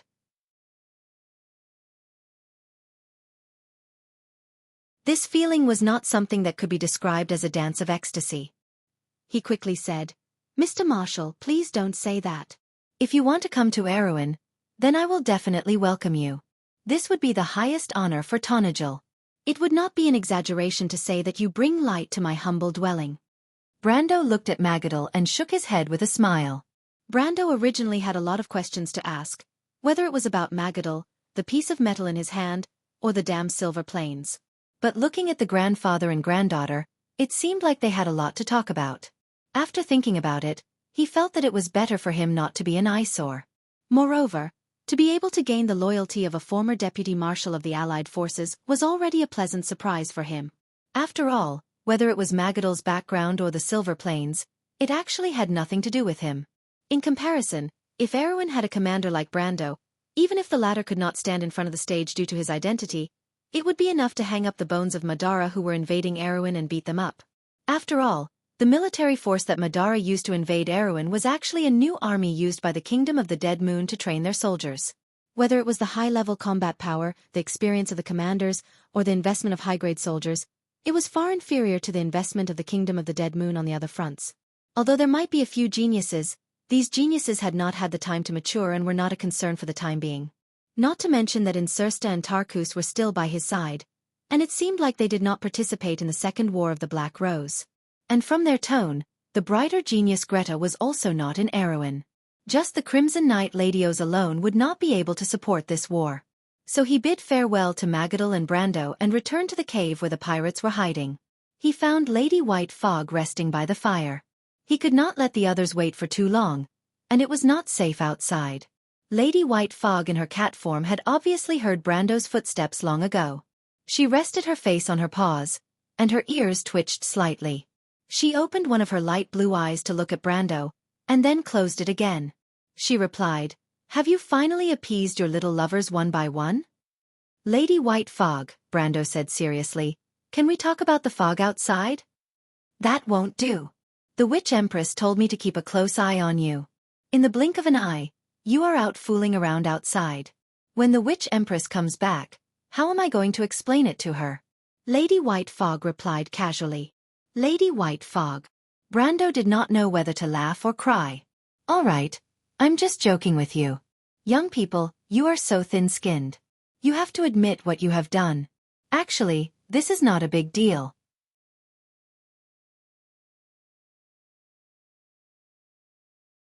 That guy who looks serious on the surface has a few little lovers in private." He thought that the Witch Empress did not know. That guy? Of course it's Odin. Brando suddenly felt cold sweat on his back. He wondered if he would be killed after hearing these ancient secrets. He thought that the Dark Dragon and the Witch Empress would not be so calculative with a junior like him. "But I'm also reminding you to be careful. Don't let your backyard catch fire.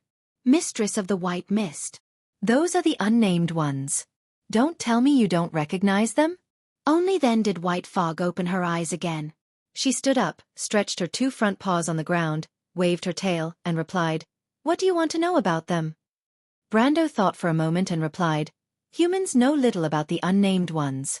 Some scholars think that they travel around Wonde in a fixed route. Based on observations from various places, it seems to be the case.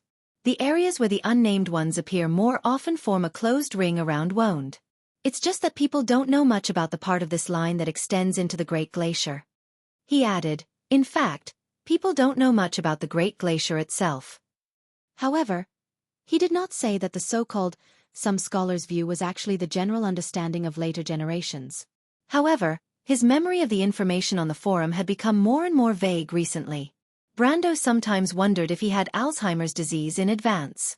However, one thing he at least knew was that until the Year of the Stars, the players knew little about the Great Glacier. It was an area with a higher level than the nine-headed phoenix.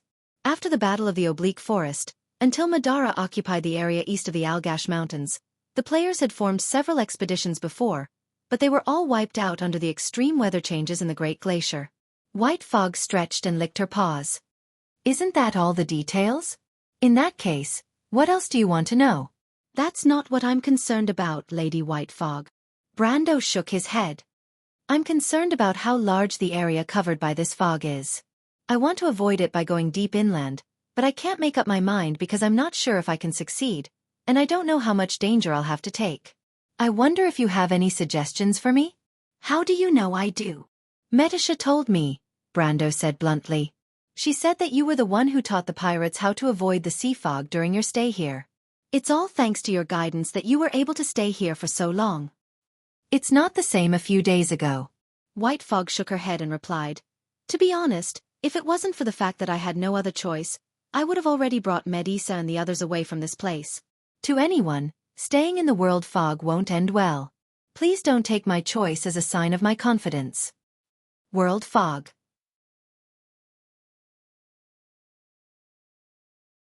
It's just a name. Let's not talk about that for now. However, I do have something to tell you about the movements of the unnamed. I'm all ears, Lady White Fog. This matter may have nothing to do with the fog, but it may have something to do with it. I saw it with my own eyes, but I need further confirmation. As early as a week ago, there was a great battle between the undead and the crystal clusters on the border less than 100 miles south of Sopa Latch. I happened to be there to witness the battle. I saw the undead retreating to the north, and countless crystal clusters coming from the horizon. At that time, I left the battlefield in the opposite direction of the undead army's retreat. I suspect that the appearance of the unnamed may have something to do with this battle. Because of a legend. A legend? You're tuning in to the Wisdom Diary YouTube channel. Don't forget to subscribe and join us on this journey to catch the most captivating stories.